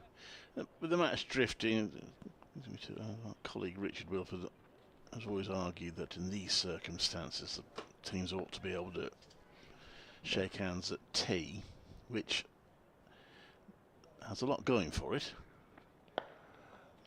This next one is played back. Moseley Fields end with the over. A busy schedule, it gives the players the opportunity to get away nice and early and rest up. They are declaring here, by the way. Or is it tea? No, it's not tea, it's 3 o'clock, isn't it? So they're declaring 10 minutes before tea, which probably means we take tea. Oh, this is confusing, isn't it? The players are walking off anyway. 313 for 7. I'm surmising that's a declaration and that it will be tea. Now Warwickshire will be chasing 388. They won't lose any overs actually, so they'll be chasing in 46 overs. Tell you what, if they get that, they deserve to win. But Allsop 82, Lamb 12. I can only assume that the batters fancied a bit of early tea, so they've come off declared. And there we are. I've got to do an update in a moment. I've had to work out what's going on before I do that, haven't I? Yeah, I've just gone back to that. My colleague Richard Wilford argued that you should be able to shake hands at tea, and there's definitely a case for that. The only thing against it, I suppose, is there are still some spectators in the ground, and we know there's nothing riding on the game, and they know there's nothing riding on the game. But if they want an evening watching cricket, they paid their membership. They want another hour or so of enjoying cricket in the sunshine. Should they really be denied, given that they've paid for their membership or their admission? It's funny, I was just saying to Brian Holford, if Sussex do come to bowl, I'm sure the likes of Jaden Seals and Ollie Robinson won't bowl much because they've got another game on Friday. But I'm watching now, and Jaden Seals is warming up. So, well, they're the only team that can win, actually, realistically. I mean, if Warwickshire, take their minds off it a little bit because of the game drifting and suddenly lose wickets, it's only Sussex that realistically can win by bowling them out in 46 overs, which is highly unlikely, but I suppose not impossible. Well, John Simpson is straight out in the middle. I can see Jaden's going through some warming up exercises down there with the physio. So we'll, it looks like they're coming out straight away, actually, Clive. Well, so maybe it's not tea. Surprises me somewhat, but anyway.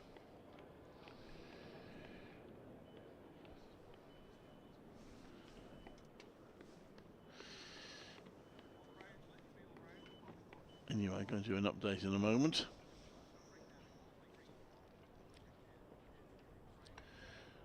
It's going to be a bit daft if we play for 10 minutes and then go off for tea, isn't it? Be less than 10 minutes. They may just be limbering up, maybe using the tea interval to limber up.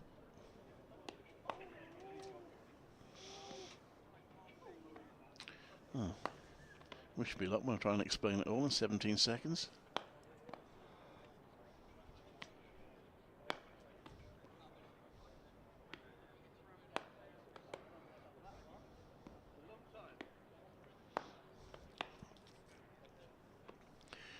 And this is Clive Egan at Edgbaston, where Sussex have just declared on 313 for 7, with Tom Allsop unbeaten on 82. Just before the declaration, Warwickshire managed their first championship run out in over a year, getting Finn Hudson-Prentice run out after a mix-up between the batters for 30.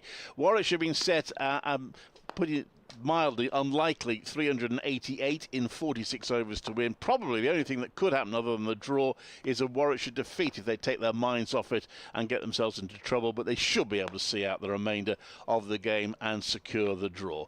So Sussex declaring on 313 for 7. This is Clive Eakin at Edgbaston.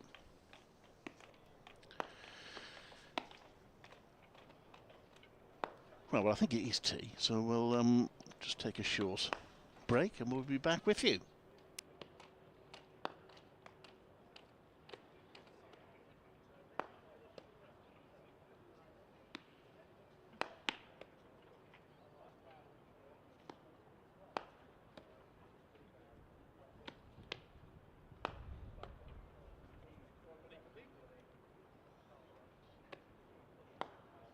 Yes, as usual, I'm wrong. It won't be tea, will it? Because tea's 340. I had it in mine, it's 310. And therefore, they would have declared deliberately, presumably at 3 o'clock, with a view to getting 10 minutes in before tea. Or a bit more than 10 minutes, actually. You're getting half an hour in before tea. Yeah. Yeah, my apologies. So it's not tea. I mean, I guess from a Sussex point of view, that they've achieved all their objectives. That some, everyone's had a bat, everyone's made a few runs. Just looking at the bowlers, I mean, Ollie Robinson bowled a lot of overs in that first innings. I wouldn't have thought they'd want him. I mean, I guess if they come in the first 2 or 3 overs and they whip a couple out, then it might be game on. They might stay on slightly longer. But I'd be surprised if Robinson and Seals, if they're not taking wickets, if they bowl too much. To be honest, might see James Cole's getting a few more overs. So I'll have to see how it pans out. Well, the players are sort of mooching around down below us. The ground staff are busily rolling the pitch. That's the light roller, presumably, that's going up and down now. Well, it looks a fairly light roller to me. It's probably very heavy, actually, but it's. I always get very confused over light rollers and heavy rollers and what you can and what you can't use. But either way, Paul Farbrace is in deep conversation with Tom Clark and Tom Haynes. We may see Tom Haynes didn't bowl in the first innings, so I guess he may get a bowl. We shall see. But John Simpson's sort of hurrying everybody up down there. I mean, as I say, there is only one possible winner here, and that's Sussex. It's unlikely, but it's possible. Yes, it is. I think it's more than unlikely for Warwickshire. You're not going to get 388 and 46 overs. No. I mean, that's unless someone came in and went absolutely berserk, but it's it's very, very unlikely. I mean, I guess from a Warwickshire point of view, who made runs in there? Well, I guess Sam Hain perhaps slightly missed out, and Hamza Sheikh, but otherwise, Yates, Davis, Molesley, Barnard, they all made runs, didn't they? Let's have a little look at what else is going on around, actually. Let's have a look at the other games that are going on in the First Division, because Surrey are 146 for 3, so it looks like they're on course to draw that game at Chelmsford. Dom Sibley, 50, not out. He's been batting for nearly 4 hours. It's just what you need, isn't it, when you need someone to hold firm. So it looks like Surrey are going to escape from Chelmsford with a draw. Durham have lost a couple of wickets, so sorry, Clive, mind your way here. No, carry on. Durham 278 for 7, leading Notts by 77. So is Colin Ackerman out? No, he's not. 124 not out, so a ton in both innings from Colin Ackerman. So that could be a good finish at Trent Bridge.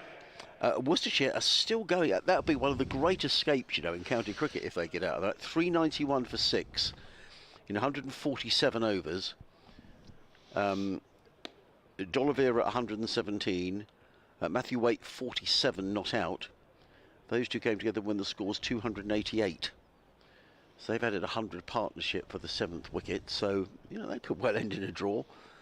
And in the second division, Lancashire I think are going for it down at Lords. They're 93 without loss in their second innings, needing another 216 to beat Middlesex, so potentially a good finish as well down at HQ. Jacob Bethel is an impact sub for Royal Challengers Bangalore, so he's not in their Bangalore, so he's not in their starting 11, but he could play a part. They are batting first, the Royal Challengers, which I suggest makes it less likely that he will get on. However, 10 for 1 already lost Phil Salt for 4 in the IPL. Well, it looks like Ollie Robinson is going to open up with the new ball, so certainly Sussex are going to give it a go for. Well, they've got nothing to lose, have they? Perhaps Robinson and Seals will have a go before tea and get a few more overs in, and then see how things are after that. So. Right, from Warwickshire's point of view, they're just got to be careful here. They should have no problems in seeing off these 44 overs, won't it, with the change of innings. They should have no problems seeing them off, but they've just got to make sure that they don't give Sussex any hope here. Well, it is going to be Ollie Robinson who's going to get us underway. 4 slips, Alsop, Clark, Coles and Haynes in the slips. Finn Hudson-Prentice is out there. He's gone out there with just a T-shirt on, and he's now saying to someone, can you bring me out a jumper, please? He looks a bit chilly at point. There's a mid-off. I think he's Danny Lamb. Mid-on, Daniel Hughes. Oh, now they're all changing around, which doesn't help matters any. Who's that trotting across? No, Danny... Oh, crumbs, they're all changing around now. I think they're going to have 5 slips. I think Jack Carson is going into gully. So they've got 4 slips and a gully. As Ollie Robinson comes steaming in from the city end, coming in and bowls to Rob Yates, who's forward defensively, plays down in front of him, and Jack Carson nips into field, and there is no run. Different sort of test for Rob Yates this. Got 160 in the first innings this time. It's not really about scoring runs, it's about staying there. Yeah. Can he bat through till the handshakes? That will be the challenge for him and for Alex Davis. Robinson. There will be runs simply because the attacking fields, even though they won't go for them, the runs will be scored. Robinson in bowls, and Yates lets that one go. Made a very good 100, very stylish 100 in the first innings. Rob Yates, 115. Really good touch. That delivery goes past the off stump taken by Simpson, and there is no run. So 5 slips, a point, mid. Oh, there's another change in the field now. That's Daniel Hughes. He's going to leg slip. So we've got 5 slips and a leg slip. So the only fielders apart from that, there's a mid-on, a point and a fine leg. Robinson around the wicket, into bowl to Yates. That gets a bit low actually, and Yates does well to keep that one out, plays it to Carson, who fields in the gully, and there is no run. Yeah, Jaden Seals is down below us. There he is. He's just getting himself in the sunshine. He's lying flat on his back, is Jaden. It looks like he's doing something there. Looks doing some sort of Pilates exercises. No doubt he'll bowl the next over. Confirmation is 44 overs. Thank you, Clive. Which is only relevant in terms of whether Sussex can bowl Warwickshire out in that time. Robinson in the bowl. Yates drives, and that'll be 4 runs. And what it does mean is there's a very long chase. All the way up to the far end of the ground for... Where's that fielding at mid-on? I think it's Danny Lamb. Lovely shot by Yates, right at the meat of the bat. And with just the one fielder in front of a square on the offside, he just raced away for a boundary. So even though they don't really need runs, the temptation is going to be to score them because there's such an expansive field in front of Rob Yates. Yes. And plenty of opportunities for him to score relatively risk-free runs. Yep, totally. Robinson in again, bowls, Yates defends down the onside of the track. There is no run, fielded by Lamb, who might be a bit out of puff, having run all the way down the far end. There is no run. Daniel Hughes, the Australian, standing with his hands in his pockets. Leg slip. Then Alsop first, Clark second, Haynes third. No, sorry. Clark second, Coles third, Haynes fourth, Carson in the gully, Hudson-Prentice at point. Hughes at leg slip, Danny Lamb at mid-on, and Jaden Seals just down below us at fine leg, as in comes Robinson. In lovely sunshine, round the wicket bowls, and that's going to be 4 more to Rob Yates. He just leant on that, just played the ball firmly down the ground, and the ball trickles over the rope. 2 lovely off drives by Rob Yates in that over, and Warwickshire are 8 without loss, and all 8 runs to Rob Yates. So 2 really good shots. So probably in the first innings they would have got him 2 in total at most. There would have been a fielder would have cut them off. Might well have been 2 dot balls, but there we are. Well, Warwickshire scoring 8, even 8 and over isn't enough, so that shows you how unlikely it is, or how certain we can be that they are not going to go for this or get this. But they've ticked off 1 over, 43 to go, and no real alarms for Rob Yates. Well, no alarms, not honestly, for Rob Yates in that over. Seals will see if he can try and cause something from the pavilion end, but there's not been much sign of a great deal of help for the bowlers. If anything, the pitch has got, with the exception of the occasional bit of turn, the pitch has probably got a bit easier, if anything, for the batters. So no, I'd agree. 4 slips just for Jaden Seals. he has kept a mid-off in, so Alex Davis doesn't get quite the same expanse of space that he can play his shots in. He still has to be a little bit more cautious. He doesn't want to go. He doesn't want his analysis hit by too many runs. So in fact, he's only got 3 slips now. He's placed a close-ish mid-wicket, 3 pitches away,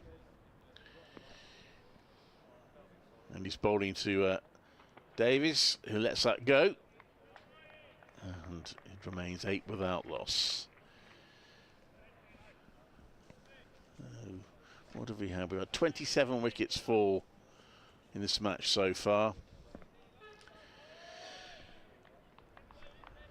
Let's see, declaration, 7 wickets down for Sussex. They did pretty much what we expected them to do. I think we expected them to bat until they were safe, and then maybe just give themselves that just probably 1 in 100 chance of bowling Warwickshire out. That's going to go for byes. That one drifted away. Wicketkeeper Simpson dived to his right, couldn't stop it. It's gone through the slip cordon and down to the boundary for 4 byes. I'm just looking here, actually. I didn't realise Jaden Seals had bowled quite as many overs as he did in the first inning. He bowled 23 overs. Robinson bowled 24, so I think they'll probably maybe bowl till tea, these two, and I'll be surprised if they don't take wickets if we see them after tea, because, as I say, they'll, back-to-back games coming up over the next 3 weeks. Seals in, that's left outside off stump. There's no run. Still a few people in, and they know they're not stupid. They know there's apart from the possibility of Warwickshire being bowled out, the unlikely but not completely inconceivable possibility of Warwickshire being bowled out, there isn't a huge amount riding on the end of the game. But it's a sunny day. They're enjoying the cricket. Just say Colin Ackerman out at Trent Bridge, so Durham now 279 for 9, leading Notts by just 78. In comes Seals to bowl, and that's against a very wild delivery. This time it's stopped by Simpson. It kept a bit low, but it must have been close to being a wide there. And perhaps if the situation was a bit tighter, the umpire might have considered signaling that wide, but he's given the bowler the benefit of the doubt. And it'd be one of those ones actually where I've suggested this rule in red ball cricket, that I think the batting side should be entitled to decline the extra delivery if a wide or a no ball is bowled. Seals comes in right arm over, and that's driven by Davis to the offside. There's no run, because if Warwickshire are just, as I'm sure they are, looking to see out the overs and make sure they get the draw, they hardly benefit from an extra delivery, whereas the bowling side might. And since it's the bowler who's transgressed, that's fair. I think the batting side should be able to say, no, we don't want the extra ball if a no ball or a wide is signalled. No, I think it makes sense. I can't think of a situation where you'd want to do that in white ball cricket, but in red ball cricket, definitely. In comes a ball, and that's going down the leg side. There's a strangled appeal, but it doesn't come off the bat. The other scenario you might have is if you've got your number 11 at one end, the last ball of the over, and you just want them to keep it out, and the bowler bowls a no ball, well, you don't want him to have another ball at the number 11. No, that's very true. 12 without loss after 2 overs, 8 to Rob Yates, and 4 to Mr. Extra. Yeah. In the form of byes. And Ollie Robinson, we've got a couple of emails have come in, which I shall read. Steve Oxford, hi Steve, hope you're well. He says, hi Adrian, tea can't be moved on day 4. No, I knew that. I just forgot what time it was. And will be scheduled at 3:40. In comes Ollie Robinson over the wicket bowls and let go by Yates outside the off stump. I think it can be moved if you get to an end of an innings. So I think if they had declared at, say, 3:30, then I think I'm right in saying you'd have taken tea then. Right. What it doesn't get moved on is number of overs as it does in the other 3 days. I think that's right. Yeah. Which is presumably why they declared what they did, because if they'd left it another 10 minutes, then they probably would have had to have gone straight to tea. Robinson. I think. In over the wicket bowls, Yates is forward, plays to mid-on. There's only 3 fielders now in front of square. Sorry, Yes, in front of square. There's 2 on the offside. There's a point, an extra cover, and a mid-on. So there's the leg slip is no longer there. Gary Light's been in touch. Hello, Gary. Lovely to hear from you down in Horsham. Hope you've wintered well. Look forward to catching up during the season. He says, great to see a solid performance by Sussex on our opening game back in Division 1 of the Championship. More to come. Here comes Robinson over the wicket, bowls. And Yates thought about playing and then decided to leave it, and the ball goes through to Simpson despite the cries of anguish from the slip cordon. That was definitely a leave. He says, once Warwickshire had avoided the follow-on, it was pretty obvious the match would end in a draw. But I think there's been lots of positives from our point of view, with most of the batters getting useful runs and the bowlers getting good run-out. With Somerset and Surrey to come at Hove, I think we'll know where we stand after those games. On a separate note, I wonder when was the last time our opening fixture in April was played without a single ball being lost to bad weather or the light? Great question. Probably a long time ago. In comes Robinson. Bowls. Now, I think Yates was looking to play that. He was looking to uppercut that over the slips. The ball goes through to Simpson, and there is no run. And Alex Davis comes down the pitch. I think Yates would have been a bit cross if he got out to that. So Alex Davis might be just saying, look, just don't forget the match situation here. Rob, don't give it away. He might be saying that might seem a bit rich coming from me after the first innings, however. That's true. No, I think you're right, Gary, and I think probably the same goes for Warwickshire. Really. I was thinking that. I think even for the bowlers, there are some positives out of this. In comes Robinson, bowls, forward comes Yates. I mean, it's been a tough game for Fernando, although he did at least get a wicket. But Ethan Bamber, that good opening spell, so that's an encouraging start from him. And young Taz Ali on first-class debut has acquitted himself pretty well. And so has Kai Smith behind the stumps. So, yeah. And a couple of batters have got good runs under their belts. Just the one centrally, but decent times at the crease for a few others, from Warwickshire's point of view. Yeah, and also both sides have got a decent haul of points. Yeah. In comes Robinson over the wicket, bowls. Yates defends onto the onside. The ball just dribbles through square leg, and John Simpson trots up from behind the stumps to field. It is the end of Ollie Robinson's second over, and Warwickshire are 13 without loss. Yates on 9, Davis on 0. If you're just joining us, a very good afternoon. The days preceding, Sussex declaring on 313 for 7. Tom Alsop 82 not out, top scoring. James Cold made 47. 3 wickets for Rob Yates. The other wickets shared between Taz Ali, Dan Molesley and Vishwath Fernando. There was a run out as well. And Warwickshire set 388 in 44 overs, which we all know is not going to happen, and it's slightly going through the motions, but as Clive and I were saying, it's an opportunity for 1 or 2 to get some overs in their legs and for some batters to get some more practice out in the middle. Seals comes into bowl to Yates, 3 slips in place. And Yates clips that off his toes to square leg, and that's going to be his 3rd boundary. He's on to 13. Has scored all the runs off the bat in this innings so far, 17 without loss. Just to say, down at Hove next week, day 3 against Somerset, it's free admittance for anybody. You have to go online to get your free tickets. But if you want to see a day's cricket, free of charge down at Hove next week, go online, click on the link on the Sussex website and enjoy your day. I should say, if you want to get a taste of Championship cricket, and Seals comes into bowl, that's left. I think I'm right in saying, Phil might correct me on this, I think I'm right in saying Warwickshire usually, if not always, have free admission after tea. Yeah, Sussex do that as well. Yeah, so you can get in after, you come over after tea. Yeah. And you don't have to pay. You can Quite nice, isn't it, really? Cricket, yeah. And actually, sometimes you see more than 32, well, no, would you see more than 32 overs? Well, you might on might do. days 1, 2 and 3, yeah. The over rate's slow, you might end up seeing them over 40.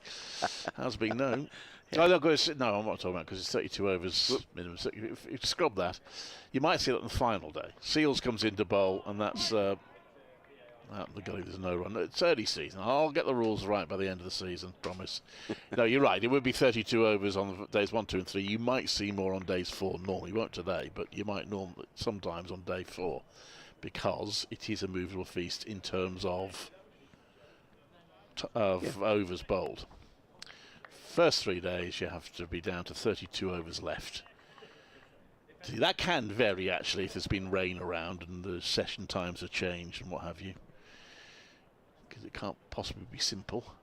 Seals comes into bowl to Yates, who drives out, comes a bit of an inside edge, slightly mishit that one, and it's a tumbling stop at square leg from Coles, and there's no run. And apologise for getting the tea time wrong earlier today. Looking at the wrong bit of the scorecard, I should remember by now. 3:40 until September, when it becomes 3:10, because everything starts half an hour earlier in September due to the light.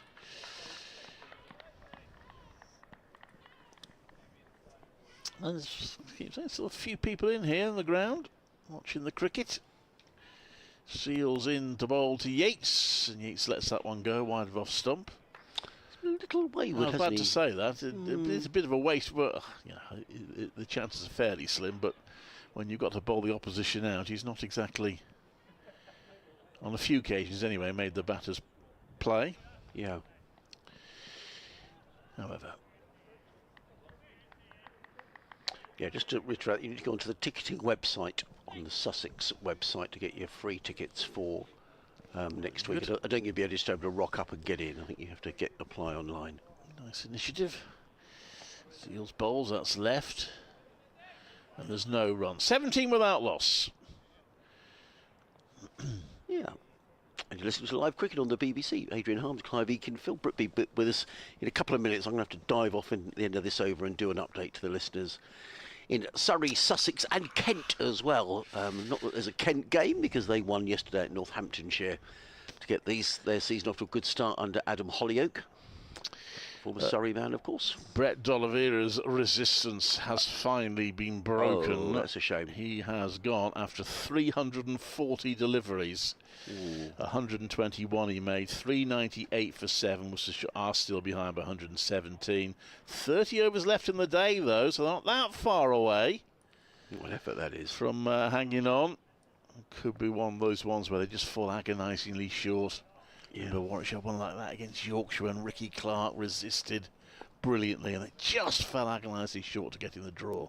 Robinson comes in, bowls to Davis. That was a good leave by Alex Davis. I don't think that missed the off stump by too much, but encouraging signs from Ollie Robinson in this game. He picked up a couple of wickets. I mean, I guess when you look back on the game, and you know that the drop of Dan Molesley, we said at the time, was a really important part, because had he got out,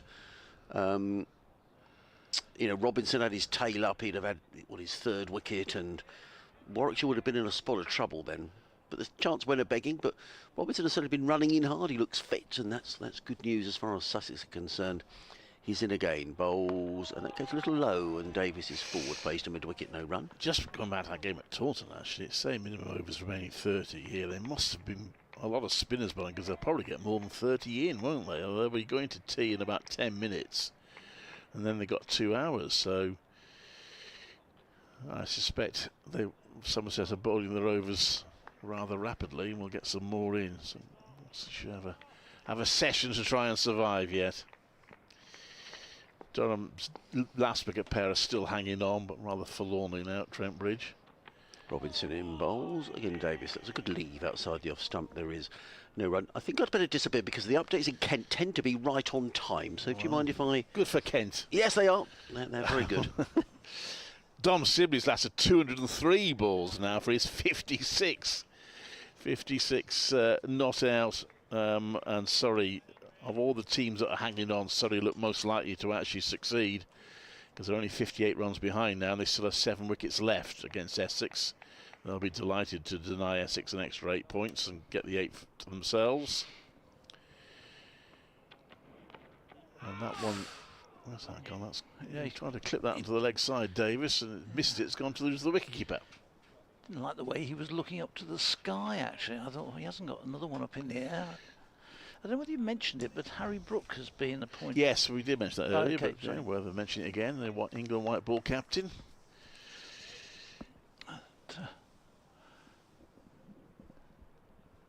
Wasn't everybody's wish that they thought it might be better if they let him carry on, play his game, rather than have the captaincy, but obviously it's not going to be. Robinson in, it's played to mid-on, there's no run. See, Lancashire were going along at a bit of a lick, but they've lost a couple of wickets at Lords against Middlesex. So let's just check their progress. 102 for 2. They have got, what have they got left? Well, they've still got 43 overs left. They need another 207. Well, I don't know. It could still be a draw. Yeah, it's going to be they're going to have to keep the foot on the gas, aren't they? 5 and over. Robinson to Davies. And that's clipped onto the leg side to square leg for Sigler. Reminder of the situation in this match. Sussex declaring at a point where there was no realistic prospect of Warwickshire making a chase for it. The only chance of a result now was going to be if Sussex could somehow bowl Warwickshire out in 44 overs, but they haven't had any success so far. Despite an attacking field, Warwickshire 20 without loss. Now progressing steadily towards securing the draw. Robinson right arm over from the Birmingham end, and Yates gets behind that, pushes it out to the offside for no run.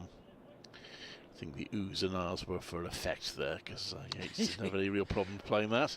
Well, I was going to say, he actually got across, hit the ball out the middle of the bat into the offside, yet there was a roar of oohs from the slip cordon. 20 for no wicket. Yates has got 13 of those. Oh, that's right, there was 4 buys, wasn't there? I was just trying to think, which ran down to the Birmingham end. Jaden Seals will continue here from the pavilion end. Morning to Alex Davis. In he comes, bright sunshine, and bowls, and Davis defends stoutly. There's only 3 slips for Seals, protecting the short offside boundary a little more, but still quite an attacking field. As each over goes by, the likelihood of any potential result is disappearing. Durham have now been bowled out for 289, so Nottinghamshire require 89 runs to win. You kind of think they should do that, as this next one is played out into the offside and there's no run. And take particular note of that, because those are Warwickshire's next 2 opponents. Durham next week and Nottinghamshire here over Easter.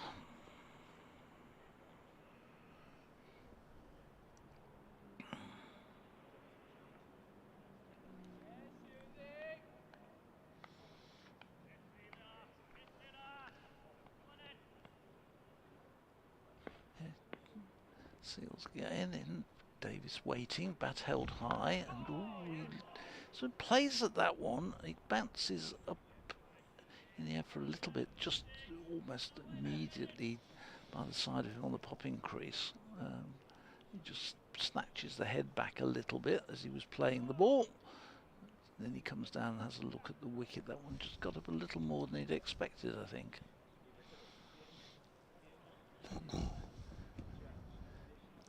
One of the smaller men in English cricket, I think.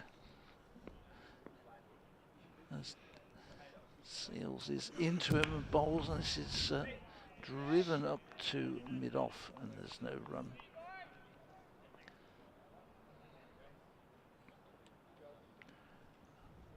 In his second year as Warwickshire captain, having completed 1,000 runs last season. Yeah, 3rd top scorer in the 1st division. Alex Davis last season. Went away with the England Lions, didn't he? Captained them, didn't he? Yeah, and had quite a good tour, I think. Seals in and bowls, and this is played a little bit uppishly, and but gets off the pad, I think. Yes, it is being signalled as a leg bye. 21 without loss. Davis stays on 1. And, Rob Yates will have just the 1 ball of this 3rd over from Jaden Seals to face. Yeah, it did make you wonder, I'm sure it made him wonder whether he might yet get an international opportunity, well, even this late in his career. His name has been mentioned. I read a couple of places that he was on the consideration list. This one through outside the off stump. You can't see any reason why he would have gone on a Lions tour, really. No, only other than experience.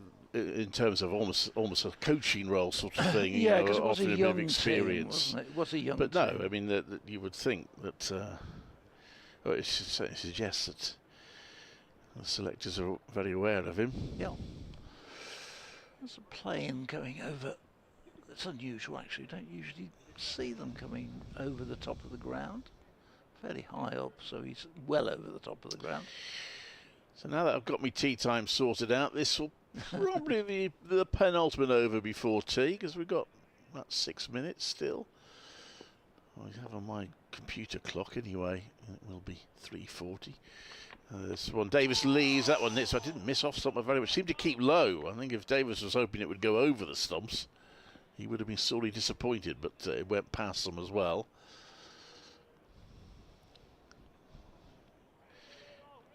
Love that quote from Darren Lehman yesterday, bemoaning Northant's performance. The new Northant's coach didn't pull his punches and commenting on the fact that 3 batters had got out not offering the shot. He said, come on guys, these bats cost 500 quid, you might as well use them. It's probably one of the worst ways to get out, isn't it? Not offering a shot. Offering no shot, yeah. Next one, Davis just defends it, just sort of uses his bat to block the ball as much as anything else. It remains 21 without loss. More overs ticking away from Sussex point of view. It's worse, I think, Clive, when they've not offered a shot and the stumps then go flying.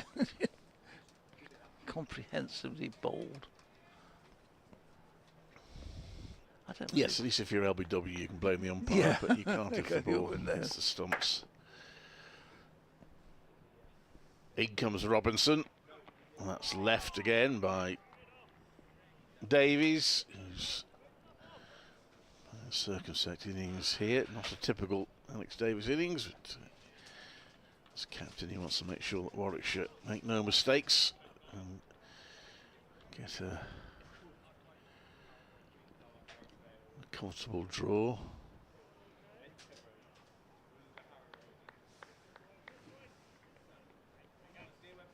Stress-free draw. This next one from Robinson. It's pushed out to point. There's no run.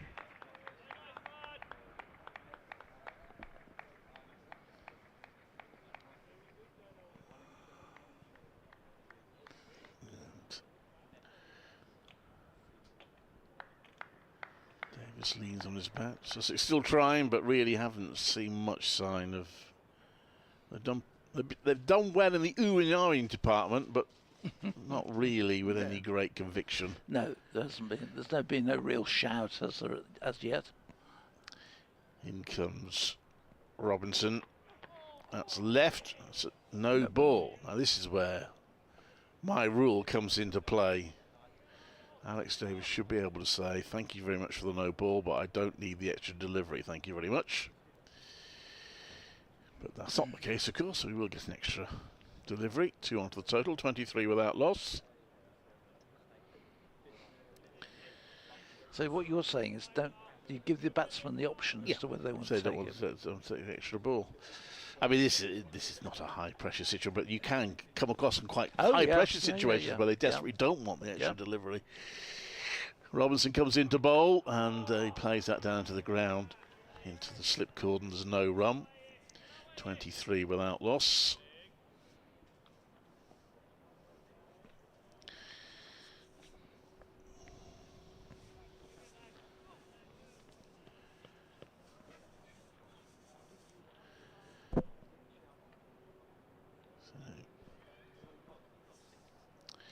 Unbroken sunshine for 4 days. It's not been swelteringly hot, but it's been very pleasant outlook. Sun shining. Some of the people on the far side of the ground would have been able to get a good start in their suntans, though. That's solidly defended by Alex Davis, who sees off another over. We have 37 left minimum scheduled, although I doubt we'll get them all because Warwickshire should be able to get this game safe long before those overs are out. It's not going to be tea, though. No, I'll get one more over in before tea. It's going to be spin. I would imagine we'll see Jack Carson. So there we are. Anyone coming in free after tea today would, in theory, get 36 overs, although they probably won't, actually, because it'll probably finish before then. Yeah, I think they might shake hands. What time can they shake hands? I think it's 5 o'clock. I thought it was 5 o'clock. Used to be 5:30, didn't it? And then I think it got moved to 5. And sometimes it could be 10 to 5 if they declare. If they declare, but obviously Warwickshire can't do that because... No, that took the declaration out of the equation. It did, yes. And so really what they're saying is you can leave in the middle of the rush hour. Yeah. Well, yeah.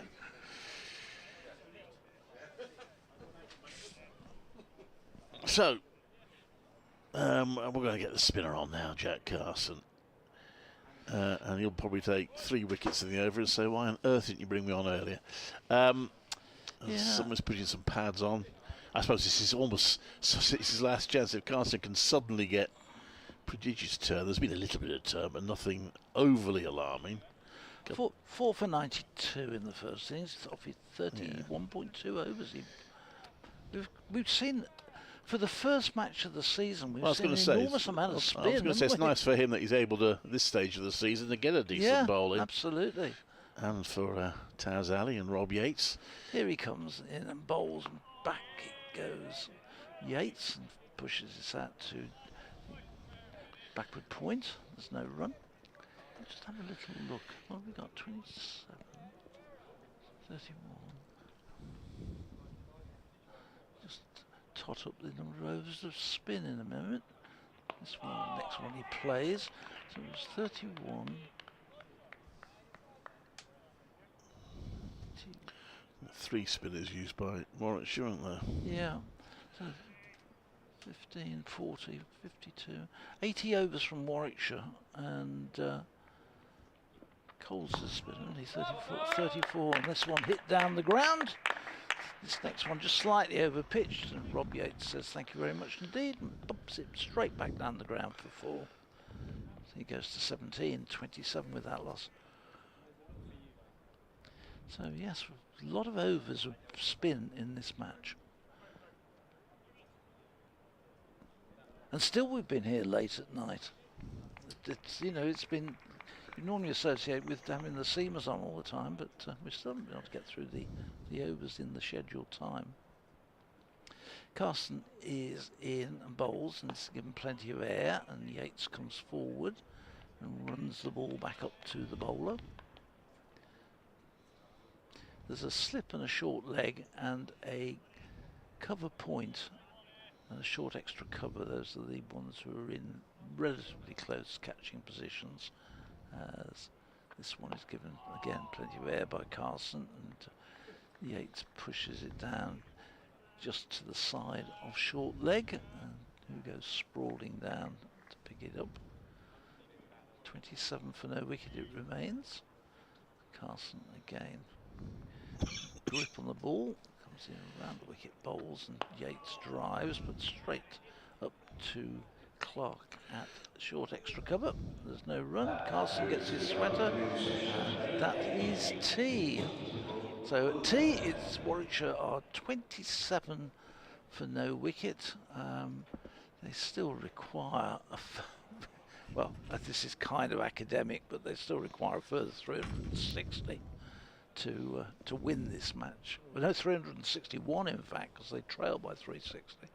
So I don't think that's going to happen. And the damn thing is they get exactly 360. They get the same number of points that they got. Yes, exactly. And 10 wickets for Sussex. So I think this game is heading for a draw without needing to be a Mystic Meg to say that. So there we are. We will be back. We'll probably get about an hour's play in after tea to finish off this match. But Warwickshire 27 without loss at tea. And we'll be back fairly soon.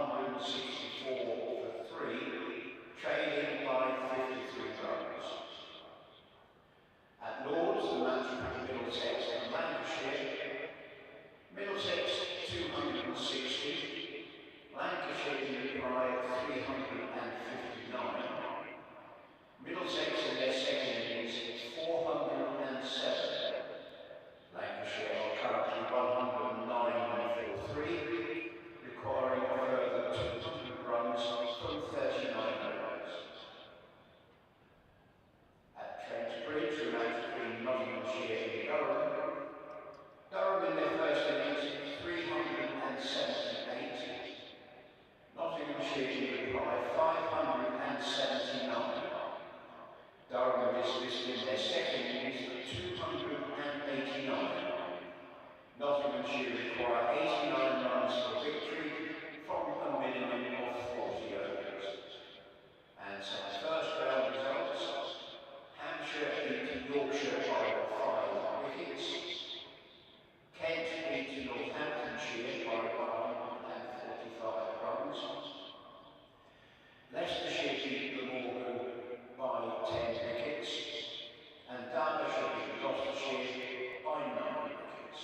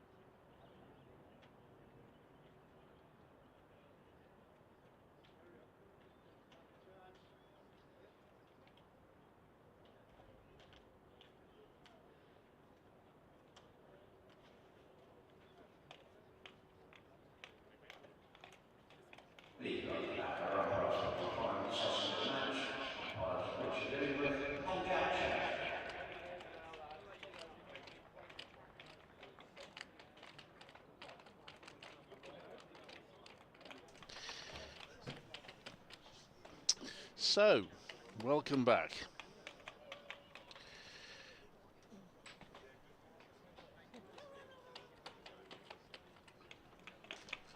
The final session of this match between Warwickshire and Sussex. I mean, if you're still with us, well done, to be fair, because we're trying to talk up the game. And there has been a lot in this game to enjoy. However, the result is not unpredictable, I wouldn't have thought. Still, theoretically possible that Sussex might win by bowling Warwickshire out, but that's as far as it goes. Warwickshire need to score at 10 and over from here to win. If they did that, then, that will be a lot of fun. Yeah. And Sussex still need 10 wickets, so they've only got 36 overs left to get them.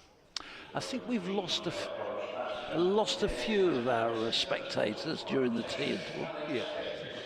There weren't a lot there, but it's thinned a little bit. Probably not a huge number of taking advantage of the free admission at this point. I shouldn't think so. It's not like they rushed in to see Lara's 501. So Rob Yates and Alex Davis walk out to the middle. And one last hurrah, I guess, from Sussex.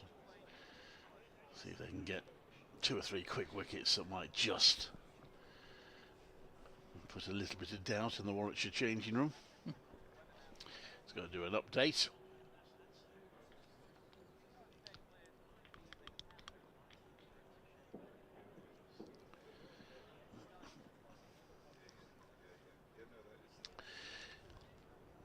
Jaden Seal's going to start their bowling.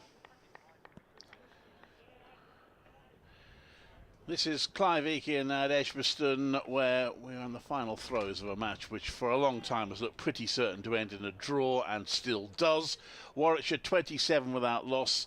They need another 360 to win. They'd have to score at 10 and over to do that. So that's clearly not going to happen. Still an outside chance that Sussex could bowl them out, but there's been no real sign of any problems for the batters. The batters have been, for the most part, on top throughout this match. Rob Yates is on 17.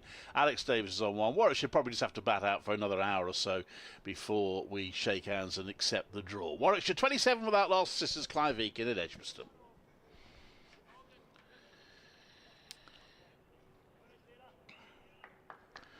Well, 2 slips and the gully waiting. So see his perhaps LBW and wicket, and that is the end of the Warwickshire captain. First ball after tea. Davis is out. LBW to Seals, and goes on down on his haunches, and Warwickshire have lost a wicket. Well, as I was saying, it's going to be a thrilling final session here. That one seemed to keep a bit low for Alex Davis, didn't it? Sort of. He went down, he's sort of sank down, but he got hit on the pad and immediately sort of went down. I think he knew he was in trouble because, as I say, that ball didn't give him any chance at all. Well, 27 for 1, who knows? The Warwickshire captain, is that he'd been at the wicket. What did he face? 25 balls he faced, yeah, so... I know Worcestershire did get to tea at Taunton. They've got to bat out the whole of the final session with only 3 wickets left to pull off what would be an absolutely incredible save. It's still up against it, but they are trying hard there. Notts have lost a wicket as they try and complete what looks a likely victory. Against Durham. Lancashire 3 down, 110 for 3, chasing 309 to win their game against Middlesex in the 2nd division. So still good. Surrey look too well on their way to saving their match, 164 for 3 against Essex at tea, 53 behind. Well, there we go. They get another 2 or 3 very quick wickets. Sussex might suddenly spring to life again. May not be shaking hands at no, quite as early as we thought. Hamza Sheikh is the new batter in. An opportunity for him. He did spent a bit of time on the crease in the first innings, but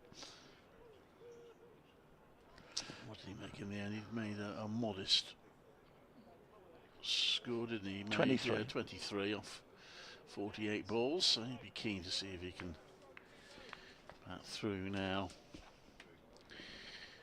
There are 3 slips and a gully on this short leg. Seals in, and this one is going to be runs for Sheikh off the first ball. He'll get a couple as it's chased down towards the third man boundary. It's picked up just inside by Hudson Prentice, and not a particularly accurate throw there. John Simpson not able to take it cleanly at the return, but the batsman back for 2 runs. So Sheikh off the mark straight away.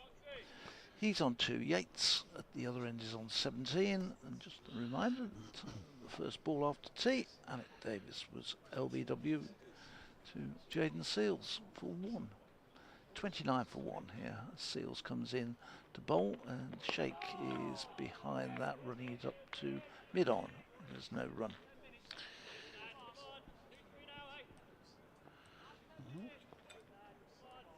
Sussex fielders trying to encourage each other.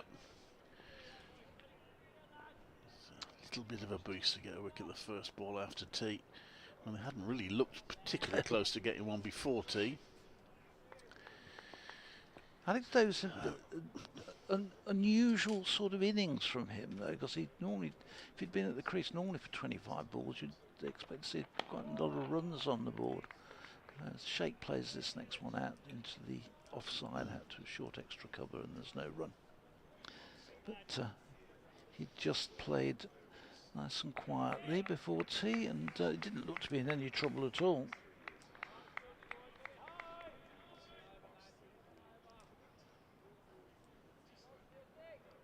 But another wicket now, and it would make it interesting. He probably came out planning to go for 10 and over from here, but now might have changed his mind. Seals in, bowls, and Sheikh is solidly defending that one out into the offside. Good opportunity for him to bat for an hour, hour and a half, whatever we play, and spend a bit more time at the crease. He looked fairly comfortable, I thought, in the first innings, and then went. He was dismissed by Carson. He was bowled, wasn't he? That one from Carson, which just turned a little and caught him. Carson's first wicket. Seals in, bowls. And, this one he ducks underneath, through to the keeper. End of an eventful first over after tea. It's 29 for 1.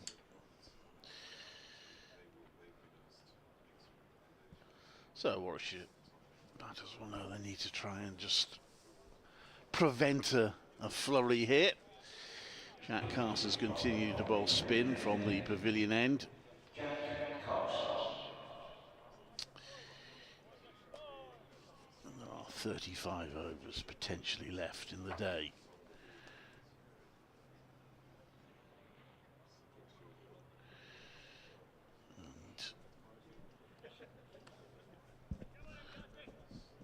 Slip and a forward short leg in place.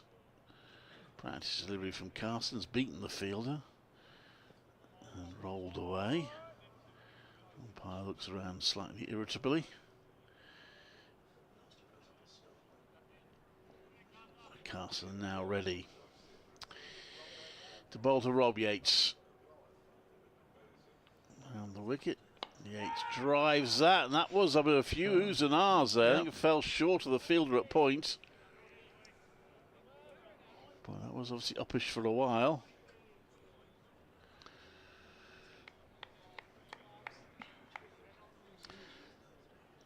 Yates. It was in the air for a while, wasn't it? Yates will need to make sure that he hangs around now. He drives that one away. That was got through. That's going to be probably 4. Sweeper is chasing it. Won't get to it. It is indeed 4 for Yates. He does like and does that area behind square on the offside gets a huge number of runs, waiting and cutting that ball away through backward point. It's usually times the ball very well. But a large proportion of his runs come from there. Next one is pushed out into the offside by Yates. The sweeper's gone back there now. Well, I suppose the sweeper's there to save time as much as anything else. I can't quite see why they need to defend that area in the current match situation, but maybe it's just so that he can get the ball back quickly if it goes out there. Yeah. 34 for 1. You could almost do with ball boys along that boundary. He's been called in now for Hamza Sheikh. Yeah, you'd think in real terms you'd actually put a few men round the bat. If you leaked 100 runs, does it really matter? If you get all your catches in place, you might just pick up a couple. Carson bowls. Oh, that's good pass outside. Is that out? Well, has he been bowled then? The bails came off. I thought the wicketkeeper whipped the bails off, but maybe not. He's out anyway, so 2 wickets straight after tea here. And Sussex may just be breathing some life into this match. 34 for 2. Hamza Sheikh goes for 2. I think he must. Don't think he was stumped. I think he must have just caught the top of the off stump. Yeah. Well, and that will be the second time Carson has bowled Hamza Sheikh. Yeah. So was nipped back, knocked off the bails, so just a little bit of a problem here for Warwickshire. They've still got 34 overs to go. Maybe we've written this game off too quickly. I've said for a while there was only one possible winner.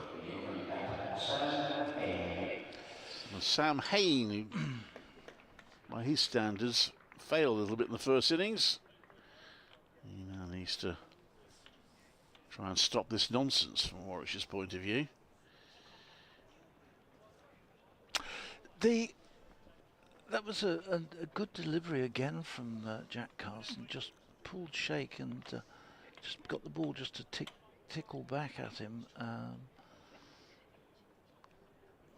For Hamza Sheikh, I wonder whether Hamza Sheikh is perhaps one place too high in the batting order at the moment.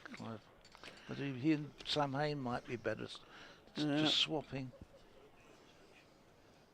It's a lot to ask of a young man to come in and bat at number 3 in the Division 1.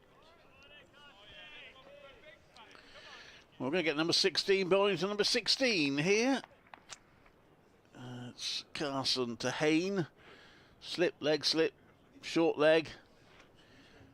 Hain, as is his wont, taking his time, marking his guard, coming down the pitch, prodding it a bit, keeping the bowler waiting.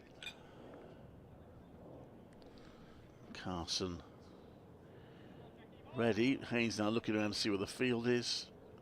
Now he's ready.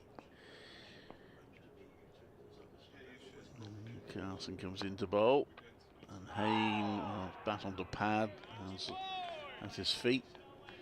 34 for 2, Warwickshire. Need to see off 34 more overs after this one. I get another wicket. It could be. Might be bowling most of them. Carson and gives it a bit of air. It ends up being a full toss because Hain comes down the pitch. Hits it well enough, but straight to a fielder, so he won't get any runs for it. 34 for 2, so a wicket in successive overs from Sussex. Carson getting the wicket there of Hamza Sheikh bowling him. And Warwickshire are 34 for 2. 34 overs left for Sussex to get 8 more wickets.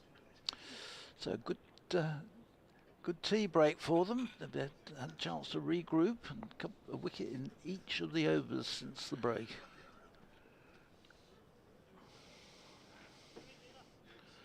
Just clipped the top of the off stump.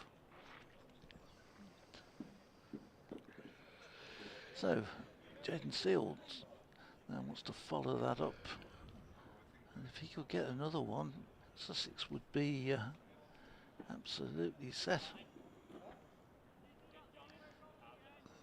just delay at the moment while he's scratching his run-up mark on the turf. Which Gary Barwell, the Warwickshire groundsman, will be delighted to see him scratching with his boot and taking the grass up as he comes in and bowls. And this first one has to be dug out by Yates. Goes across the stumps and fends it back to the bowler. But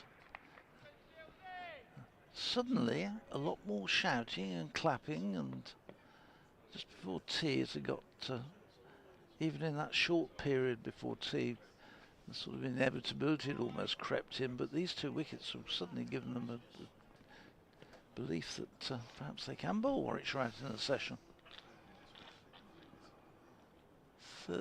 34 for 2.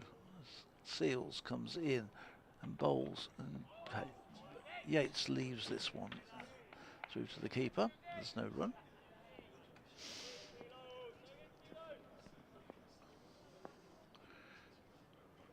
Excuse me. The Warwickshire management group over on the They spent most of the time doing the round of the ground. yeah, they've haven't been they? patrolling. I think it's so cold in the dressing room area, they've come out into the sun. They're wrapped up like it's midwinter over there. His Seals comes in and bowls, and Yates is looking to run that one away down through the gully area, but in the end gets a bit squared up and the ball drops out into just in front of square. Ollie Carter is on the field at the moment. I just wonder who he's on for. I wonder is Ollie Robinson on. I'll look around and see if we can spot who it is.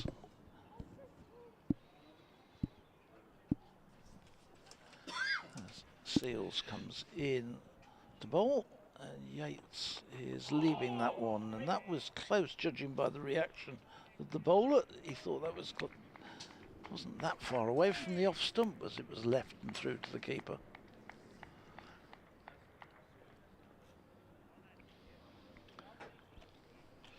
.34 for 2, and just under a bit of pressure at the moment. These two need to steady the ship from a Warwickshire point of view.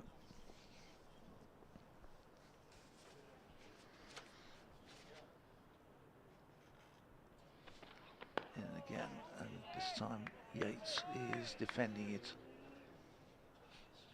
back to the bowler. There's no run.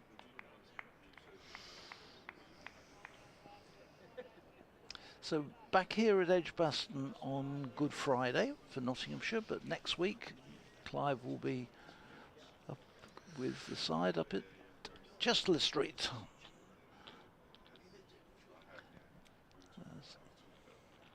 Seals in, and Yates defends. End of the over, end of Seals' 5th over. It's 34 for 2.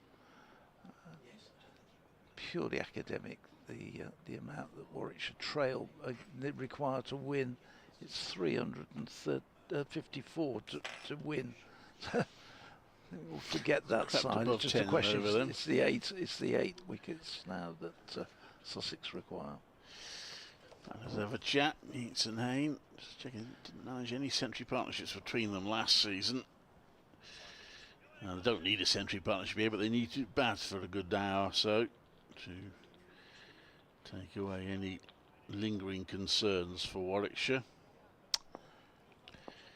And Carson to continue. And that one played down to the ground by Hayne. Just about 2023. They managed a stand of 166, these two, against Kent at Edgbaston. That was for the 3rd wicket as well. Worcestershire have lost an 8th wicket now. They still trail by 80 runs. Next one is clipped round his pads there by Hayes. Got to be careful, those fielders close in. He thought about going for a run, but declines that.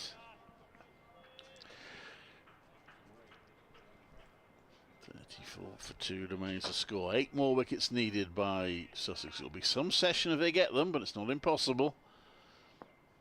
Carson with 3 around the bat. Bowls, and it's defended out to the offside by Hayne. Signed a new contract this year. Sam Hayne, married in the winter over in Australia.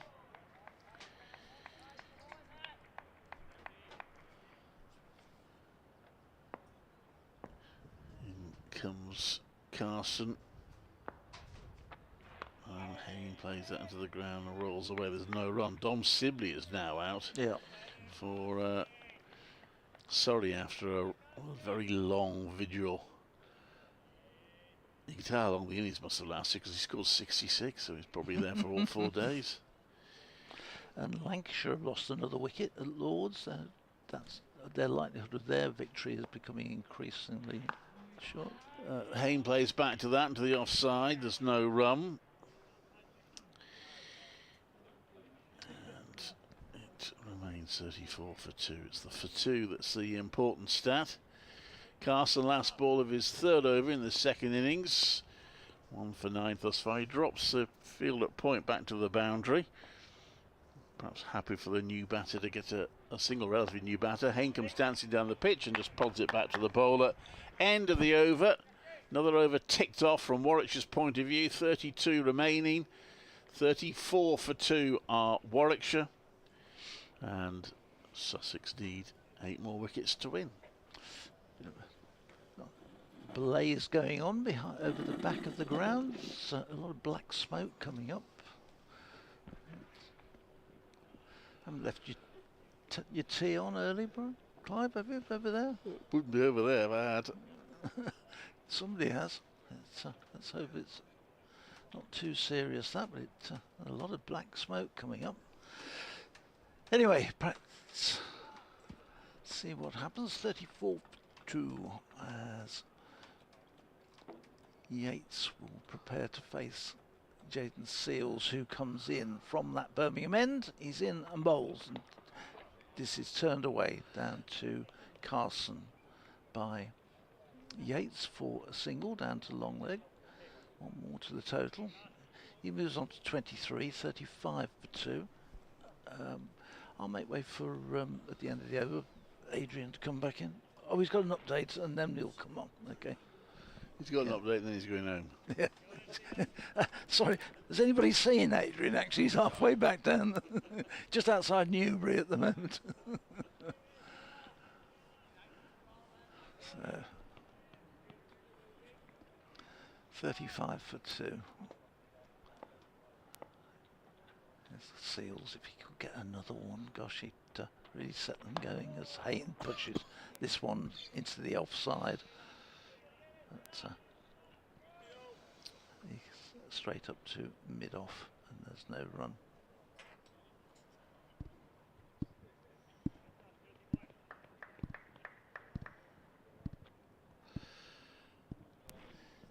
The Sussex players continuing to try and encourage one another.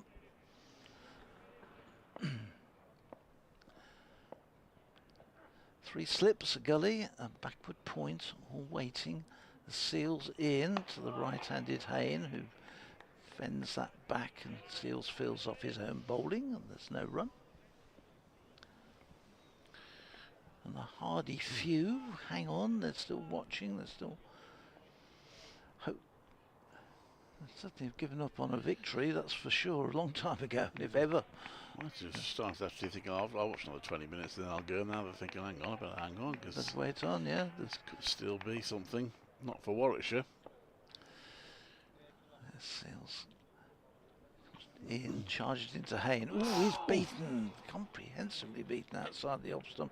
He was looking to play across into the mid-wicket area, and in the end it was straight through him, and that wasn't far away from the off stump. Really good, quick delivery. And, Rob Yates pops down to have a word with Sam Hayne. I guess it's a difficult situation for the batters. They've got nothing really to gain in the sense that the run scoring isn't in the equation. It's just about survival, but They've got to maintain their concentration. They've got to make sure they don't take it for granted that they're going to get this draw. Seals in. Hayne is hurried into that one again. Just coming up at him a little, and he sort of jolts into pushing, almost square on, pushing the ball to mid-wicket. Doesn't look particularly comfortable at the moment, Sam Hayne. The field spreads. So man back on the square leg boundary, man out on the cover point boundary. Perhaps going to bowl him a short one and hope Hayne might go in and try and pull it. As in comes Seals, and this one is clipped away by Hayne down to deep backward square leg, where they will get a single. Hayne will keep the strike. And it's 36 for 2. If they get a couple more wickets, Sussex might be thinking maybe we should have set them a target. Maybe we should have got them in for 310 or something, 320, and give them a chance, because that would have increased their chances of winning. But it's easy to say that now, of course.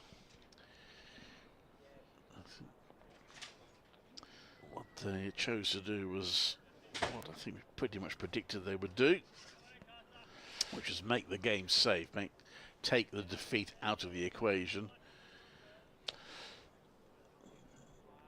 So it's coming up to 4:30. We think that if they are going to sort of shake hands, it could be at 5 o'clock. Carson in, and that's a full toss at the end. It's swept by Hayne, and he'll get his first boundary of the innings through mid-wicket for 4. He's on to 5, 40 for 2. He hasn't bowled many like that, has he, in this match, Jack Carson? He's kept a really good line, but it's one of the few which have been full.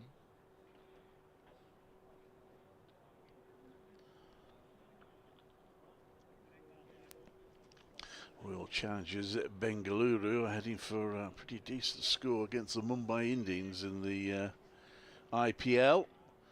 With 3 overs to go, they're 192 for 4.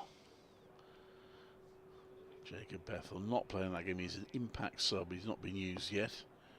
Virat Kohli scores 67. This next one he plays back to just Hayne. It is a strong squad, that though, isn't it? It is, yeah. To get into it, he's going to have to. There's a few, I think, still ahead of him on it.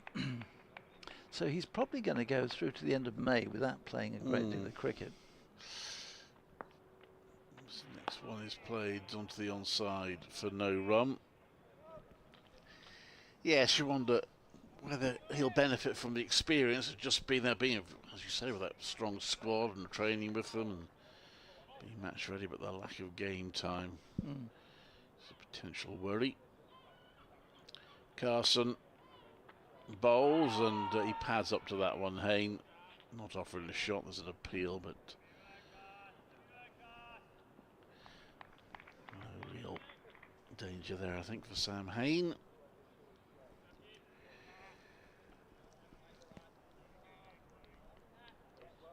And Carson poised. Comes into bowl. Hayne plays back to it. Think about a quick single, but big shout of no after Yates had initially come down the pitch.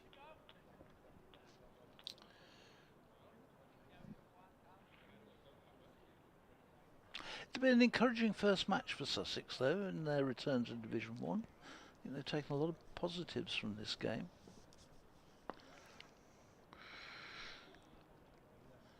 Carson bowls, and that's around the back of square leg for no run.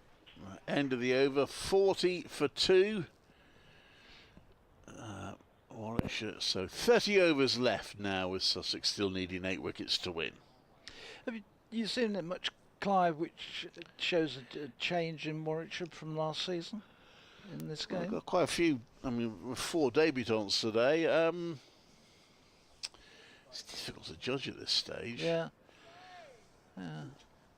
Still think. Well, I hope the bowling unit is more successful in terms of bowling teams out. Bamber looks decent.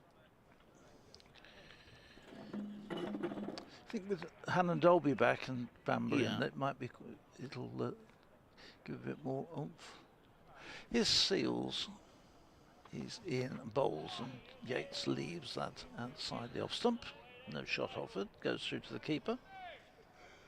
In fairness to Warwickshire bowling attack, they didn't get wickets easily, but neither of Sussex. No. So No. it's not as if I don't think they've been outplayed in this game. I mean, Sussex yesterday to get a first innings lead, but there wasn't much to choose between the two teams in practice, I think, with bat or ball in the first 2 innings.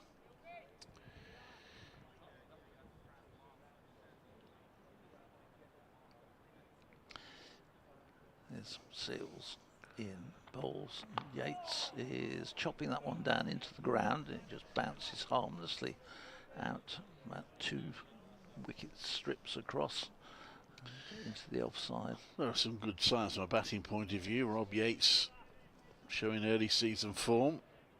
Has to be good news. Dan Mosley and Ed Barnard both producing decent innings. And Taz Ali, I think, has had an encouraging debut. Yeah, he's got, what, 4 wickets in the match, so you'd think that's very acceptable on debut. He's over the top of John Simpson, and they come through for, it was dug in short, and Simpson jumped up, got a hand to it, but Tom Alsop had to come running back to do the tidying up.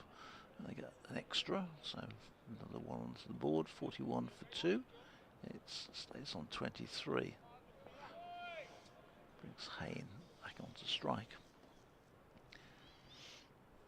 I think from Sussex point of view, all of their batsmen have made runs in this game, which is very good. And as I say, the opening pair, Robinson and Seals, look good. This one is clipped away nicely into the onside. Oh, and misfielded by Carter. So 1 more to the total.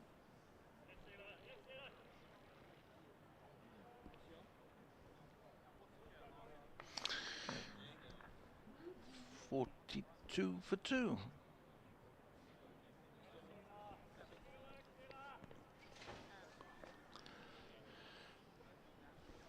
Floodlight pylon shadows beginning to come across the outfield. Yeah. Seals in. Yates waits and plays this one defensively back to the bowler, who fields on his run through. So 1 ball to go. 42. Yates is 23. Hayne on 6.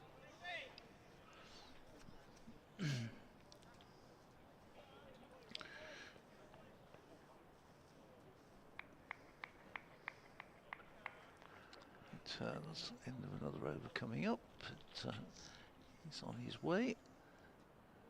Past umpire Edgeworth bowls. And, Yates ducks underneath it. End of the over. 42 for 2. And I've had 15 overs. I shall make way for Adrian to come back in.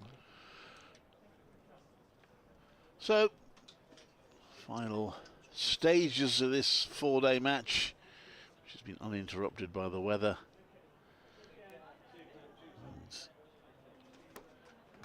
Only question really which remains is, can Sussex somehow get 8 wickets in the next 29 overs? It would be some effort. I think the after-match dressing room meeting for Warwickshire might be quite long if they get bowled out here. Yeah. But it's possible. I suppose it does beg the question, should Sussex have declared early? Well, but then it's you know, hindsight, isn't it, to some extent. You know, it's Well, they could have taken a bit of a go. They could have. I don't think they were ever likely to give Warwickshire a very chaseable target, but they could have given them something that might just have tempted them. Knowing Warwickshire, they probably would have gone for it if they'd been set, say, 320, 330, with a view to shutting up shop if they needed to later. So they could have done that, but then if it goes horribly wrong, well, you're on a bit of a hiding. I think, as we said a couple of hours ago, I think both sides would take the fact that they've got a decent haul of points. They've picked up wickets and The bowlers have picked up wickets. A lot of batters have made runs. We've got a delay here. I presume they're going for a helmet to get someone in close, are they? It's taking a while to bring the helmet out. It shouldn't really take that long. No, there's already 3 fielders around the bat. I'm never quite sure whether it's 5 o'clock that we can shake hands or whether you have to wait till 15 overs to go, because there's still 29 overs remaining in the day. Don't think you have to wait for... No, I don't think the overs to go comes into it. Right, okay. I think you can come out at 5. Doesn't necessarily mean they will, of course. No, of course. If they get No, 2 if more they- wickets, they probably won't. Yeah. A couple of emails have come in. Andy Beale's been in touch. Hello, Andy. He says, with 4-day cricket in a vulnerable state, I personally find this very frustrating. We need to be producing games of cricket where a winning result is encouraged.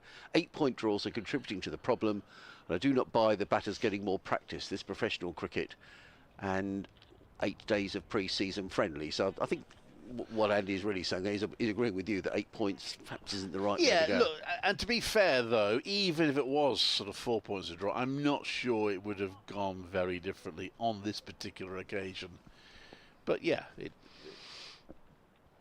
Carson, Sorry, comes into bowl to Hayne, who's forward, plays to short leg, no run. I mean, I do think a win is worth more than double a draw. That's the point. But I'm not sure, as I say, it would have been much different in this particular match if draw points tally had been lower. Carson, 4 men around the bat. He's in the bowls, and Hayne turns this wristily through mid-wicket, and he's going to pick up probably a boundary. The ball's racing towards the boundary edge. Finn Hudson-Prentice gives up the chase. The ball rolls over the ropes. 4 more to Sam Hayne. He goes to 4. Has that got up very quickly? Let's just wait and see. Yeah, Goes to 10, yeah. Total to 46 for 2. I think, I mean, clearly what Sussex have decided to do is to make the game safe and then try to win it. Whereas they could have gambled a bit more and offered Warwickshire a little bit of a chance of a win in the hope that that would increase their own chances. They've opted not to do that, possibly because they don't feel there's a great deal in the pitch still. Carson in the bowls. Hayne defends down the offside of the track, no run. Yeah, and as I say, I think having taken... I mean, to an extent I see Andy's point that you want exciting county championship cricket, and clearly today has been a day when it's always looked like it was going to be a draw. Carson in bowls, defended by Hayne, who obligingly then uses his bat to pass the ball to John Simpson behind the stumps. I mean, some people might have argued that the captain should have got together and set something up so that we could have had a run chase at the end of the match. I personally don't like that very much.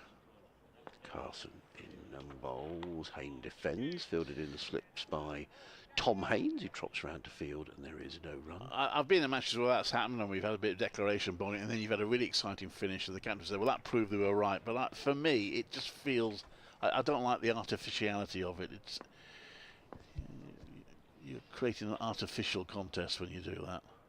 Carson in and bowls, gives up plenty of air, and Hayne drives pleasantly through the covers for 4 runs. Gave that a bit of flight, did Jack Carson, and Hayne was up to the cask and drove the ball through the covers. 50 up for Warwickshire. Hayne to 14. Yates on 23.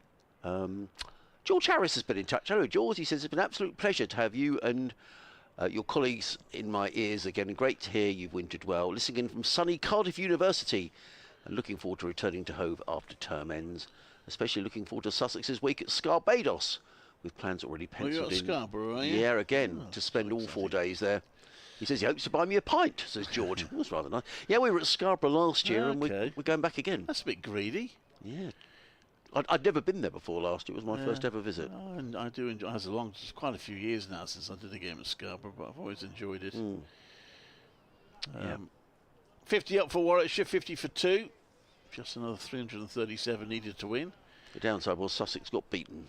There was one. I don't think it was the last time. There was one time Warwickshire played a championship match there where they got absolutely hammered.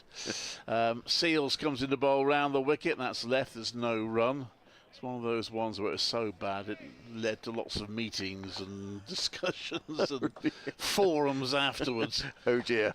Ah, dear, that was a tough one. But luckily I wasn't at that one. Phil was, yeah.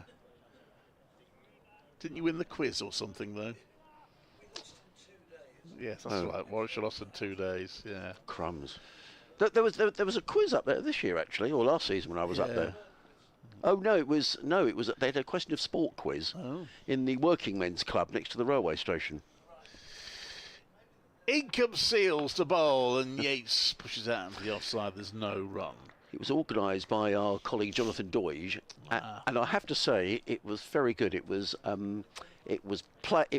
dads v lads, so it was 4 of the Yorkshire players and 4 of their dads, and they did it at the end of the first day. And I thought fair play really, because they'd finished a day's cricket, and it was a room in the club, and it was absolutely rammed. They did it for charity, for the Yorkshire Supporters Club or whatever it was, and it was really good. Right, okay. That was excellent. There are now 4 helmets behind the wicket-keeper, so here's a chance to watch him try and score 20 runs by bouncing the ball off each helmet. That one from Yates is played to back of square leg. There's no run. Would that be 20 runs? No, it wouldn't, but it's fun to... just to be clear, before anyone writes to me and says, it's only 5. I know, but I'm just I didn't. jesting a bit.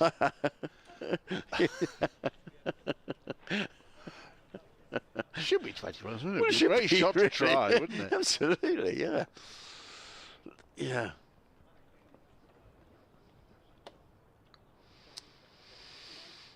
Oh dear. 51 for 2. There's a leg slip in place. A 4 slip's gone out and moved to leg slip instead. Seals comes in from the Birmingham end to bowl, and that's left by Hayne. Oohs and ahs, but it was a bit of pace, I think, from Seals, but it was an easy enough lead from Hayne, although he has gone down the pitch to prod it, which suggests... Although I don't think it bounced there, Sam. No.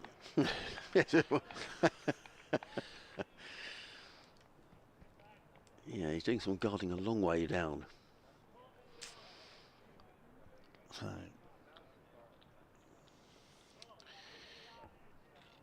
Well, you should see when we shake hands. There's been 2 occasions I think I can think of. One where Warwickshire were batting, and one when they were fielding, where the handshake came a bit earlier than one team expected. Oh, that one, did that keep low, Hayne? Might have just got bat onto pad. Hayne puts his hand up to tell Yates not to run. Maybe a little bit of variable bounce now. Probably too little too late in terms of the pitch. Yeah, Warwickshire, I think, were at Taunton, I think, and came off a bit. Somerset were quite surprised at Warwickshire. No, Warwickshire were in the field, I beg your pardon. And Somerset were quite surprised, I think, that Warwickshire agreed to a draw when they did. And then I think the opposite happened when Warwickshire were batting, possibly at Old Trafford a couple of years ago. That's a bouncer. It's taken by the wicketkeeper. There's no run. 51 for 2. You do get the occasional stubborn captain who insists on carrying on. Yeah. We might get 8 wickets yet. Well, we'll carry on. They've lost another wicket, Worcestershire, 451 for 8. Yeah, that was a little while ago, it was. So they are resisting. Yeah, it was.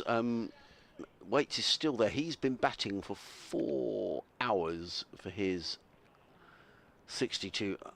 I mean, just in terms of what would be one of the great escapes in county championship cricket, I'd rather like Worcestershire to do it, actually. I would, but I just feel it's one of those you almost know what's going to happen. They're going to just fall just short. Just short. But there we are. Well, they're still in there, though. They're still trying. 172 overs they've batted. Yeah. So they'll be... Oh, no, they've gone past the second new ball. Third new ball. Yeah. It's officially 12 overs to go there, but obviously they're going to get a lot more than that, and they must have got through their overs very quickly there. Yeah, I'd imagine the spinners have been doing a fair amount. Just so to show they can do it when they want to. No, they totally. 16 overs an hour, it should be possible. Jack Carson, talking of spinners, is coming in around the wicket to bowl to Rob Yates, who drives to mid-off, fielded there by Daniel Hughes, who moves quickly to his right to prevent a single. 51 for 2, the score is largely irrelevant, really. 26 overs left after this to be bowled. We probably won't get anywhere near that if wickets don't fall reasonably soon. The clock ticks round to 4:45. Carson in again, bowls. Forward comes Yates, plays to... Who's that who comes jogging in? Tom Clark. Sorry, I've lost Ben Folks for 50. They're 198 for 5, so that's still a bit of jeopardy there. There is. What are they? They're still 19 runs behind. In comes Carson again, bowls, and Yates strokes handsomely into the covers, fielded there by... Who's that at backward point? What point? He threw me by throwing left-handed, actually. I don't think that's James Coles. No, it definitely isn't. You know, it's a dot ball. Slip and a short leg, the only close fielders. Carson's just brought up his deep backward square to... Why are the fielders on the boundary, Adrian? I don't quite know. I mean, the only thing I could come up with is to get the ball back quickly if it's hit out there. Yes. See any other reason for it, really? He's not... Well, I suppose he might top edge one now to the boundary and they've been proven right, but I'd be surprised. I can see Ollie Carter's on the field, so I'm presuming Ollie Robinson's off. 'Cause I can't see him out there. It's taken an awful long time to set this field. And I think the umpire's just coming in and saying something, actually. Both umpires are looking at each other, and John Simpson is now looking in the direction of Jack Chantry. What do you think that's all about? Discuss... they can't, I don't know, actually. No, I don't know what's the issue here. Or maybe they're discussing whether... Because the slips are quite close now. Are the umpires querying whether they need to have a helmet, Yes. I wonder? Yeah, quite possibly. 2 slips and a short leg in place. Neither of the slips have got helmets on. Carson in bowls, and Yates plays firmly into the covers, no run. I mean, what is the rule on that? Is it a certain distance? I think it is, yeah. I'm never quite sure. But clearly they must have decided they're just about okay from where they're standing. Carson again.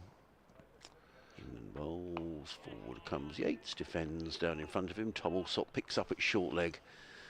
And there is no run. You can clearly see the sort of the drainage pipes across the outfield. I presume that's what they are, Clive, down in front of us. Sort of the brownish lines on the outfield. Comes Carson again, bowls, and Carson fields off his own bowling. There is no run. Another over slips by, 6 overs, 1 for 21 for Jack Carson. So the time ticking up to 10 to 5. Still got 26 overs to be bowled, or a maximum of. Now you see, if Sussex have battered on, we could all go home now. Yes. But because they're declared, we've got at least another 10 minutes. Not that we mind. No. It's lovely to be here. Nice sunny day. I've had to switch the commentary box heater on though, because it was getting a bit nippy. It was. Yeah, I'm glad And you yet said that. I thought it was just Mel me. turned up in a t-shirt. What's all about? Worrying about the Yes. cold for 3 days, and when it's the coldest it's been, she turns up in a t-shirt. Who's coming on here? Finn Hudson-Prentice. So, Sam Hain on strike. He's on 14. Yates on 24. It's a big positive for Warwickshire. Rod Yates, particularly if he can get an asterisk now in the second innings to go with his century in the first innings.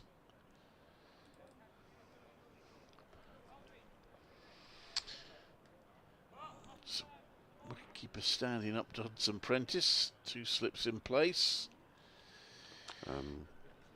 So Notts are going to win, aren't they? 65 Yes, they for are. 2. Just need 24 to beat Durham. Some good games around the country, though, in this first round of matches. Hopefully that'll be back-to-back defeats for Durham then. Yeah. Long trip for you coming up later this week. Hudson-Prentice coming from the Birmingham M bowls, and that's clipped round by Sam Hain. He will get runs here. It will be cut off, so he'll just actually get 1. Had Warwickshire been chasing a victory, he would certainly have got 2 there, but You would. Hain does have his aches and pains these days, so no point in overstretching himself in this particular situation. 52 for 2.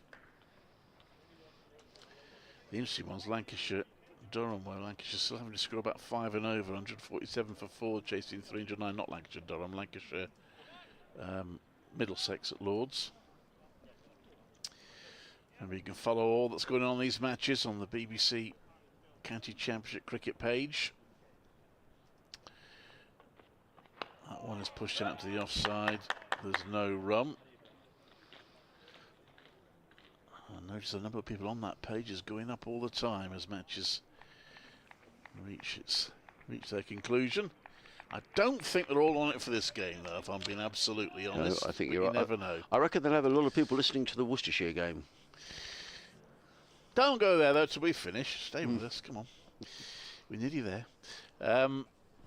Hudson Prentice round the wicket to bowl to Yates, who carves that into a gap. That's a perfectly placed by Rob Yates. 4 more runs for him. He's on to 28.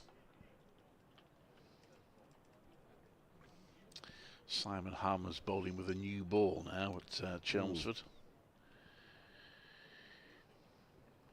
They need 5 more wickets and haven't quite got the rest of the day to get them because Surrey will eventually get ahead.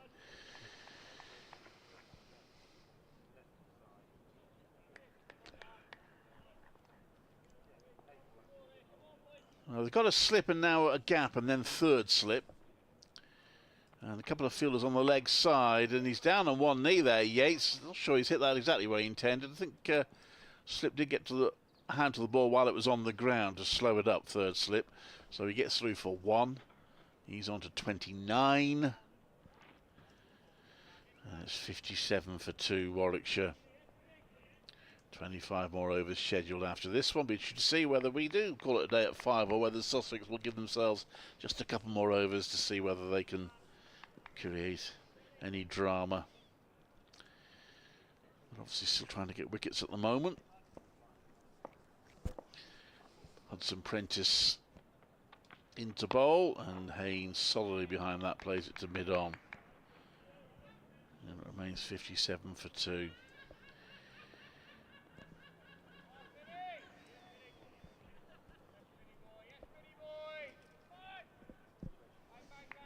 Say our thank yous now, just in case it does finish fairly shortly. So, thanks to Adrian, thanks to Phil, to Mel, we had the first 3 days, to Brian as well, and to Warwickshire for all your hospitality and looking after us. But most of all, thank you to you for listening. Indeed. Because without you, we wouldn't do this. As Hayne plays that down the pitch and there's no run, 57 for 2. We have a minimum of 25 overs scheduled to bowl today, which, by the way, does mean we're quite well behind, doesn't it? If it did go the distance, it'd be quite a late finish. Yeah, Crumbs would be looking at, well, get on for 7 o'clock. Yeah. No, and thank you for making me very welcome, Clive and Phil and everyone. I was saying earlier on about the how you arrive at the car park, and they're all very pleasant on the car park and lovely lunches. So it's been a very enjoyable 4 days. So thank you. We look forward to you coming to Hove later on in the season. Jack Carson with 2 slips and a short leg. Waits, as in comes Carson and bowls, and forward comes Yates, plays into the offside, and there is no run. Well, Jed's asked me a question, and he's listening, so I can answer on air. He was just looking for sort of team news for the game at Chester Street. Carson and bowls, and flicked by Yates. That could well roll all the way down to the boundary for 4 runs. They're in hot pursuit down there. That's very keen, chasing it at this time. I hope no one does some sort of silly dive and hurts their shoulder or something. No, they don't. 48-61 for 2. All I know, Jed, is I believe Ollie Holland-Dolby was expected to be out for about a month with a quad injury, so he certainly won't be back at Chester Street.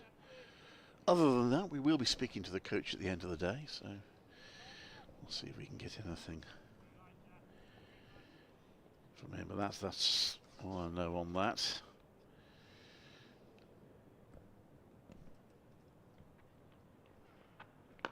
That one's carved away into the offside by Yates, who will get a run. 62 for 2. Oh, he's actually asking respective likely lineups. Any news? Yes, I did see an email come in actually then. What do you reckon? Current listening. I'm not aware of any. Henry Croker missed this game. We'll have to ask Paul Farbrace what the situation is with Henry. Paul Farbrace is standing on the boundary edge. You shout out to him now. I would imagine the Sussex will probably go in with an unchanged side. I'm not aware of any injuries. I mean, I'd have thought that Jaden Sills is only here for 5 games, so I want him to play all 5, I'd have thought. In comes Carson, bowls, and forward comes Hayne, plays onto the onside. There is no run. So I'd be surprised if the only possible change might be whether Sean Hunt might come into the side and one of the all-rounders would drop out, but that's about all I can think of. In comes Carson, bowls. Oh, lovely bit of bowling. Beautifully bowled. Beats Hayne outside of the off stump. Through to Simpson. Lovely piece of bowling by Jack Carson, who's taken 5 wickets in the match. Nice start to the season for Jack.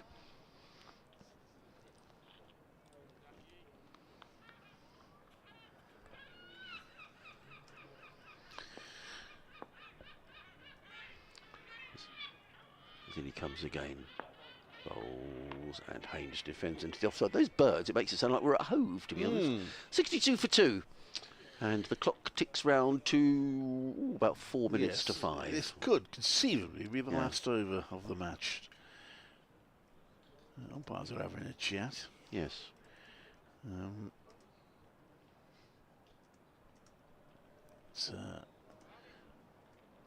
Obviously the match were to go on, they'd get to 16 overs to go, and then you'd have an hour or 16 overs, whichever is longer, but I think that's unlikely to reach that stage. Yes. Hudson Prentice from the Birmingham end to bowl to Rob Yates. Will be keen now to see this job through, and he's going to get 4 more runs down to fine leg, just glancing it down, just straying a little bit down the leg side. Hudson Prentice, he has got those 2 fielders at sort of mid-on and mid-wicket, so I'll be hoping to induce Yates to steer the ball to them, but instead he played it down to fine leg to move on to 38, and Notts need 1 more run to win. So they are going to get a win. Hampshire getting a win. In fact, Notts have won now by 8 wickets. As that one is played to square leg for 2. Yates having to sprint a bit with the second. So Durham much fancied by many people. Yes, a good win for Notts, that. I think that is a good win. By a Notts side that have tended to struggle times in the last few years. So a big win for them.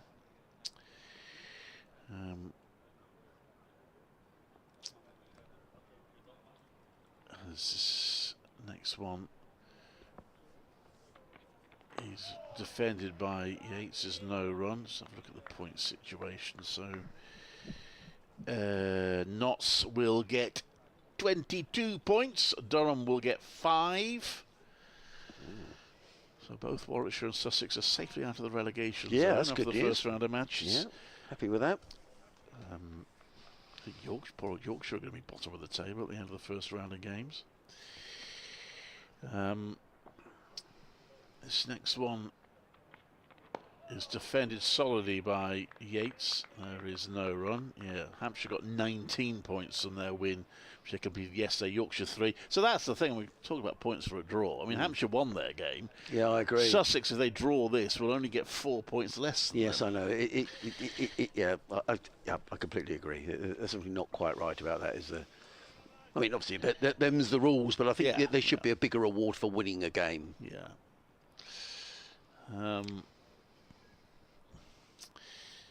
This next one, Yates defends, is no run. Yes, Sussex will be above Warwickshire in the table by 1 point, assuming this is a draw.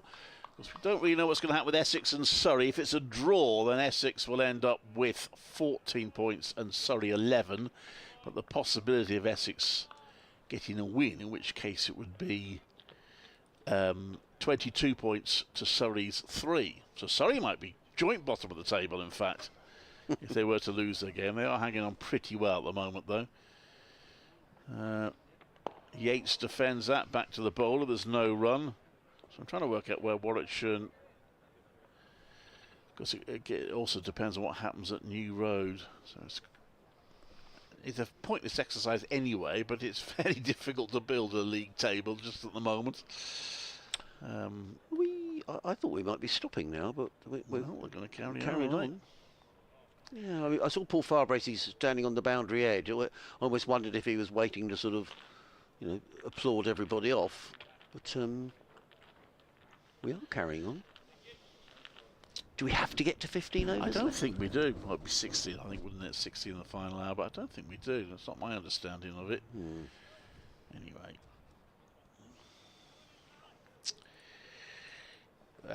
I mean, if Worcestershire lose their game, they'll only get 1 point, which seems a bit mean, given what a effort they put in.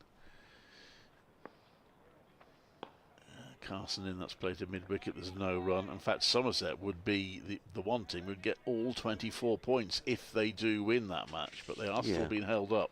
I mean, that does 456 for 8. That seems very unfair, doesn't it? 24 to 1. That just wouldn't seem right. That's all based on first innings, I suppose. But they did have a rather large first innings lead, in fairness. This next one is clips to short leg. And it's stopped. There's no run. Well, we presume they would shake hands at 5. Yeah, Brian's wanting them to. He's well, maybe Brian's got his energy drink. They want to get another 8 wickets here. I assume that, again, we don't see it on the scoreboard, but you reckon they were all right for over 8, so I assume that's yes, not the they were this morning. Yeah, so I'm sure they are now. Carrying on. So next one, Hayne plays it for no run. Maybe they're waiting for my bulletin so they can finish the match while I'm reporting.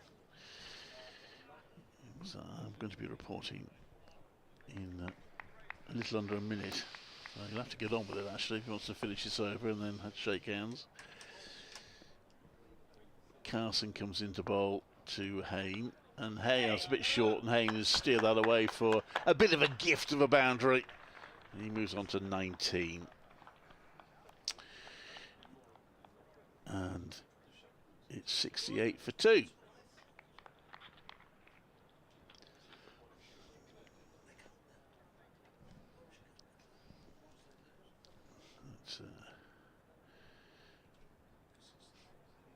Do an update in a moment. And this is Clive Eakin at Edgbaston. We're expecting a finish in this match any moment now. Warwickshire 72 for 2. They were set a pretty much impossible target. They did lose 2 quick wickets after tea. Alex Davis going LBW to Jaden Seals, and then the spin of Jack Carson doing for Hamza Sheikh. So there was just a little bit of jeopardy then, but nothing since. And with Sussex still needing 8 wickets and only 22 overs left of the day, the 2 captains may well agree on the draw very soon. Rob Yates having a good match after a century in the first innings. He's 40 not out. Sam Haynes on 23.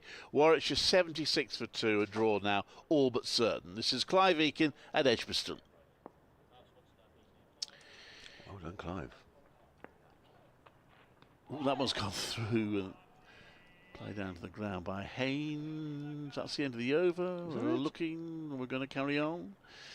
There we are. Well, maybe, but you get nothing for giving up, and Sussex have decided not to give up. Well, I just wondering whether it is this 15 overs thing. I don't know. We're all looking at each other. I mean, the rules are ridiculously complicated, aren't they, on the last day? But I'm pretty sure it isn't. I know I sometimes get some rules wrong, but I'm pretty sure it's not the case that you have to wait until the last 16 overs.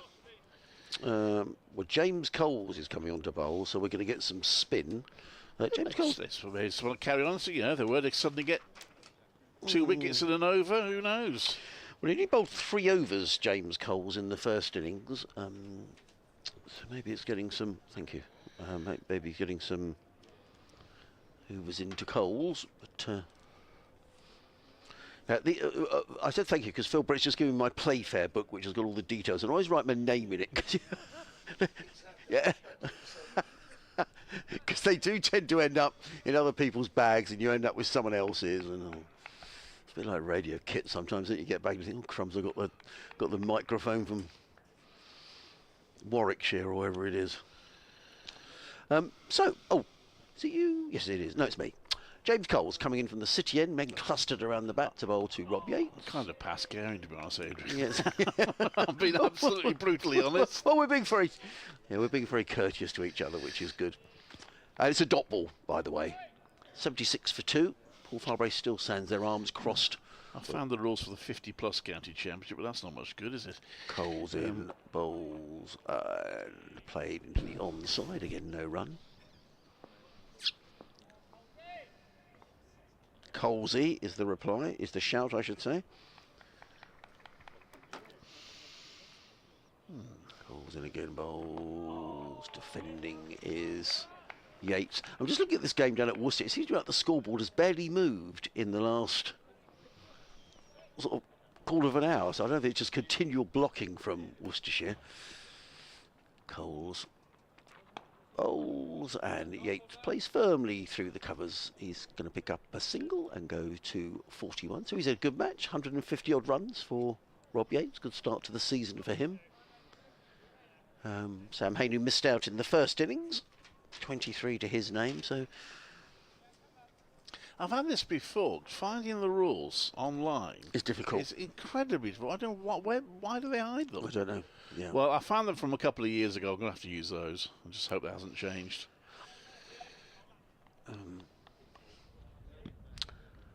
So Hayne waits. Foreman clustered around the bat, and comes James Coles. Hayne defends out into the offside, and there is no run. 77 for 2. Thank you everybody for listening. If you've just sort of tuned in, we are in the dying embers. We think we're just trying to sort of work out when the captains can shake hands and everybody will go home, because the game is going to end in a draw as Hayne plays forward. Down the track, there is no run. End of the over. Well, we're not stopping just yet. Right. So I have cleared that up.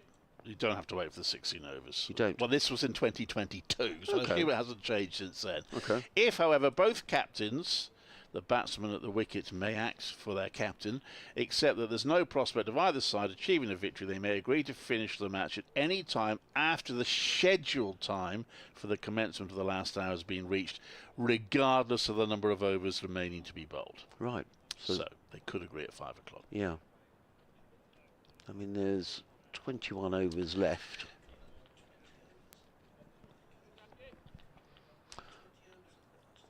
$16 in the last hour, but they don't have to wait for that to agree, no.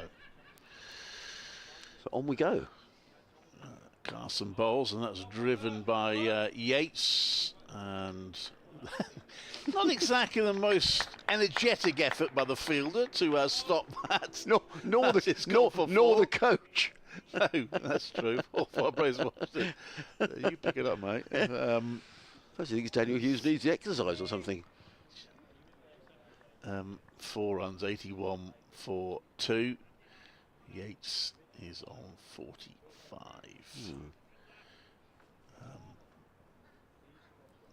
In comes Carson, 2 slips, short leg, and that's driven, and that's gone to the same place. This time Paul Farbrace is going to field it. He is. Well, we don't let it go through his legs. No, it's 4 runs. No. So Yates is, well, he can get a 50 here. So Rob Yates would be grateful they've carried on. He can notch up a 50. I'm sure that's not the reason, but gives him a chance to notch up a half century to go with his century in the first innings. I wonder if they've sort of going to get to 20 overs, Sussex, and call it a day. I wonder if that's that was their objective. I don't know. Could be. Carson to bowl to Yates. Ooh, there was a few oohs and ahs there, but he's got his half century. Just beat the fielder at point. He's through for a single, and after scoring a century in the first innings, Rob Yates has followed that with what he'll hope will be an unbeaten half century. 50 off 69 balls, 10 fours. He's at the non-striker's end, so he may not have to face another ball. No. Well, Paul Farbrace was clapping wholeheartedly on the boundary edge, so of course he'd know Rob. He'd know a lot of these Warwickshire lads from his time. He championed the young players while he was here. Very keen to see them break through.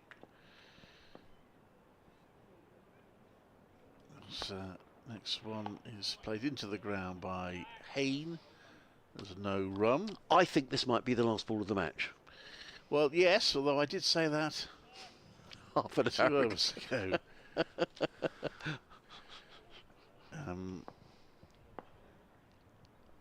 In comes Carson to bowl. And that's a forward defence of the Doran. There's one slight flaw in your conclusion there, Adrian. There's another ball It to wasn't go. the last ball in the over. Although you can't stop mid-over, as far as I know. Yes. You don't have to wait to the end of the over. 4 round the bat now, plus the wicket-keeper, as Carson comes in to bowl to Haynes, who pads away. This is where a bat will be really irritated if he gets out now, when the match is about to end. But it looks like we are carrying on a bit longer. Well, there's a natter going on between John Simpson and one of the Sussex players. I wonder if this is a... I think he's talking to Daniel Hughes. I think they've decided that's it. I think Richard Ewer's coming across the same. I got dinner booked tonight. I think they're calling it a day. Yep, that's it. I think. Are they? I don't think we are. No. Oh, well, it's just the way he tapped Richard Illingworth there, as if to say One more. Maybe saying one more. Jaden Cole's the bowl. Right, 4 men gathered around the back. Slip, short leg, silly mid off. In comes James Coles, left arm over the wicket. Bowls, Yates is forward. Plays defensively into the offside. There is no run. Listen, I'm not going to complain. We get paid for this. And No, there are totally. still spectators watching it, and they'll be enjoying the cricket. So good luck to them. Yeah, totally. And how many times have we sat in April in the pouring rain and said we shouldn't be playing cricket this time of year? In comes Coles, bowls to Yates, who plays it very firmly through, point for 4 runs. Lovely shot by Yates. He goes to 54, and Warwickshire to 90 for 2. I think that's going to click over to in a moment. Well, unless there is an issue with overs, that might be what John Simpson was checking with Richard Illingworth. Possibly. But anyway, I'll be surprised because the spin has been on so long. Lancashire have lost a 5th wicket, 174 for 5, chasing 309 to win. So I'm going to struggle to do that, you'd think, now. In comes Coles, and Yates is at it again. 4 more. He's rather enjoying this. He's Rob taking Yates. full advantage, isn't he? Yeah, another boundary. He goes to 58, 94 for 2. Sorry, I've got 30 more overs to see off minimum. I suppose looking at the time, it could end up being more than that, but they're only 13 runs behind, so That's a good draw once for they Surrey, get really. ahead, that will knock a couple more overs off effectively. Yeah. Coles. In again. Forward comes Yates. He's at it again. Is this going to be 3 4s in a row? Oh, well fielded. Right out on the boundary edge. I think that's Jack Carson out there. Prevented another boundary, but it's 2 more to Yates. He goes to 60, 96 for 2. Oh. Comes Coles again. And Yates turns this to mid-wicket. There is no run. Hampshire are going to be enjoying today. Yes. With, this game being a draw, it looks like Surrey and Essex are going to draw with each other. After Hampshire's win, and even Somerset's are still being held up by Worcestershire. Coles in again and defended by Yates onto the leg side. The umpires look at each other. John Simpson is nattering away to Tom Haynes and various others out there. The Warwickshire batsmen are looking as if to say, well, is that it? Are we calling it a day now? They're all gathered round in a huddle. Carson, Haynes, Simpson. Carrying on. Are we? Oh, yeah. We are. We're still going. Good for them. Yeah, we're still going. Good for them, I say. Because it's cricket and we're enjoying it. Look, the spectators out there. Yes. Well, they want to watch it. Anyway, where were we? So it could well be that Hampshire are the only winners in the first division in this round of matches. Oh, Nottinghamshire, beg your pardon. Hampshire and Notts be the only winners. It's a defensive shot, there's no run.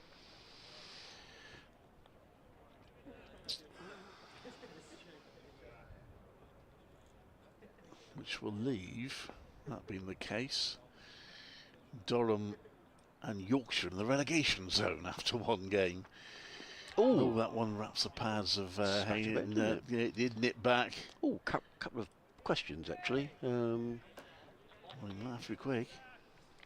This is going to finish. Terry in Arundel says, been watching quite a lot of the match today. There was never going to be a result other than a draw on that pitch. It was important not to lose from the Sussex point of view. Looking forward to Hove and Somerset, says Terry in Arundel.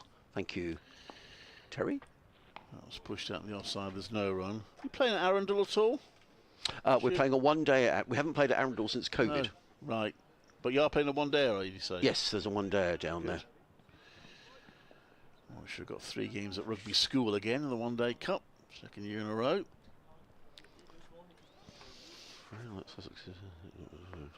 Oh.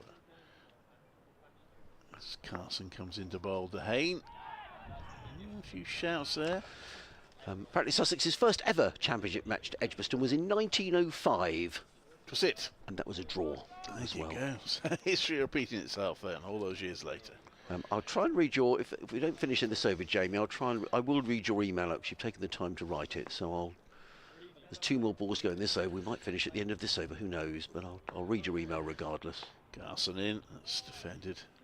And there's no run. Jamie's a lifelong Sussex fan living in North Yorkshire. Like George Harris, I'll be scouting you out at Scarborough so I could treat you to a swift pint of Timothy Taylor's and a packet of Scampi fries. There you go. I haven't seen Scampi fries for years. They still do them. This next one. Oh, he's Hayne up a little bit. It's gone through everything, I think. It's going to go down towards the boundary. It will be pulled in. They will get to something. I think they've gone to Sam Hayne. So 2 more runs for him. He's on to 25. 98 for 2. Is that it? No. The umpire's going to square leg, so he's not carrying been given, and the cap's handed to Richard Illingworth. Well, here we go then. So once we get 2 more overs in, the umpires will signal we're in the last hour, in which case we have to have a minimum of 16 overs. Yes. From there. Just carrying on Jamie's email, he says, thank you for your kind comments, by the way, Jamie. He goes on to say, on Jack Carson's all-round performance and sharp turn, do you think he's on England's radar whatsoever? Versus Leach and Bashir, he seemed to have more control and is far less than one-dimensional. Paul Farbrace was asked that question at the media day, actually, Jamie, and 'cause he didn't go on any Lions tours this winter, Jack. In comes Coles, played beautifully away by Yates. That's another boundary. He's rather enjoying this, is Rob Yates. Yes. He picks up another boundary. He goes to 64. Probably thinking we're carrying on this lot. We keep going get on. 100. Get a century yet. Warwickshire got 100, by the way, now. 102 for 2. Jamie goes on to say, I'd hate to lose him to international cricket, but he seems destined for higher honours. Is he a candidate to break the system of patronage and loyalty so synonymous with the Bazball setup? Well, they have shuffled the spinners around a bit, haven't they? I think spinners in contention. Yeah, I mean, certainly he has to be in the frame, doesn't he? I mean, he has to be sort of on the radar. Coles is in. Yates again plays firmly into the covers. Fielded there by Daniel Hughes. No run. I thought he bowled beautifully here. The slight frustration has been the open admission, really, by Rob Key that they don't really take much notice of county championship cricket. No, which, yeah, I don't agree with that at all. In comes Coles. Oh, Yates was able to play that shot again, but plays it back to Coles. I suppose over he didn't quite word it like that, but that was the implication. Yes. Which, yeah, I'm with you. I'm not sure that is the right way to go, however. Coles in again. I don't know whether they're just staying out there. Sorry, I don't know whether they're just staying at that party because, you know, Carson's bowling well, letting bowl a few more overs, do him no harm at all.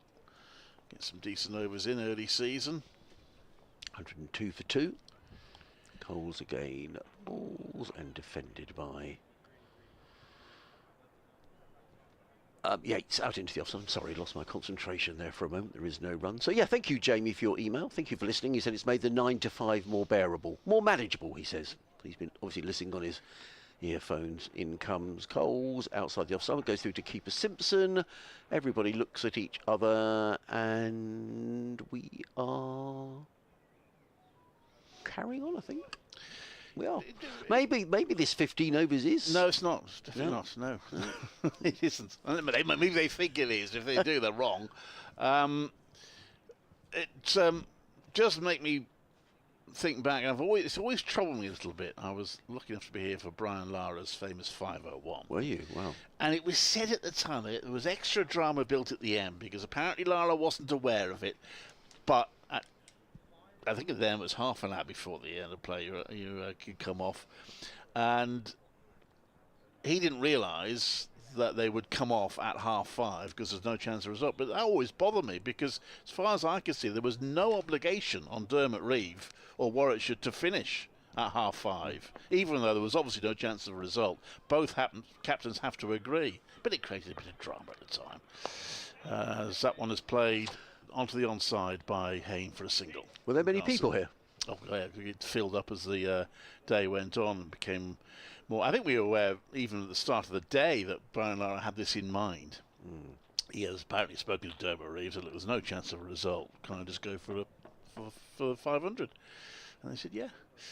This one is carved out to the offside for a single. Yates moves on to 65. So, yeah, more and more people were coming in the ground. There's a very good film about it, actually. Is there? Yeah. I don't know where you see. I can't remember what it's called, which is bad. But I was there for they showed it at the Mac here, just around the ground when it was first released, and it talked to a lot of the supporters who turned up later in the day and watched it. And that one is pushed out to the onside. There's no run. 104 for 2. Gets a bit low, that. I'm always scared to click on this Worcestershire. They're still 8 down. They are still 8 down, yeah. Which is remarkable, really, what they must have about.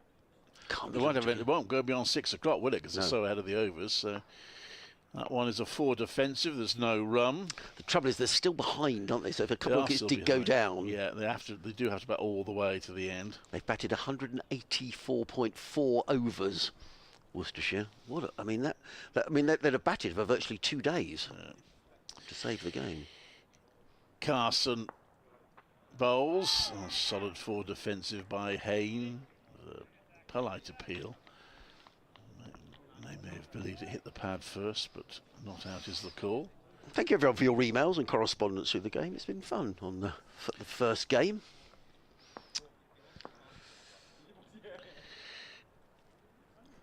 In comes Carson. That's pushed back down the pitch. There's no run. Well, that's the end of the over. Again, we all look around. I think John Simpson is going to square leg again. Simpson is currently having a natter to Daniel Hughes, being, I guess, the elder statesman in the side. I think they're going to shake hands. Yep, they have. That's it. Yep. So that's the end of the game. It has finished in a draw. Warwickshire 104 for 2. With Rob Yates on 65. So he scored, 183 for 1 in this match for him personally. Sam Hayne, 26 not out. Sussex take 15 points from the match. Warwickshire 14. Warwickshire versus Sussex has ended in a draw. Thank you again for being with us. There are a lot of games reaching thrilling conclusions. If you want to follow them on the BBC website, don't forget you can ask your smart speaker to play them as well. Just say ask BBC Sounds to play and then choose whichever match you want them to play and add day 4 at the end. Thank you very much again for being with us, and we'll be with the respective counties' next games next week. From us all, a very good evening with the news that the match has been drawn.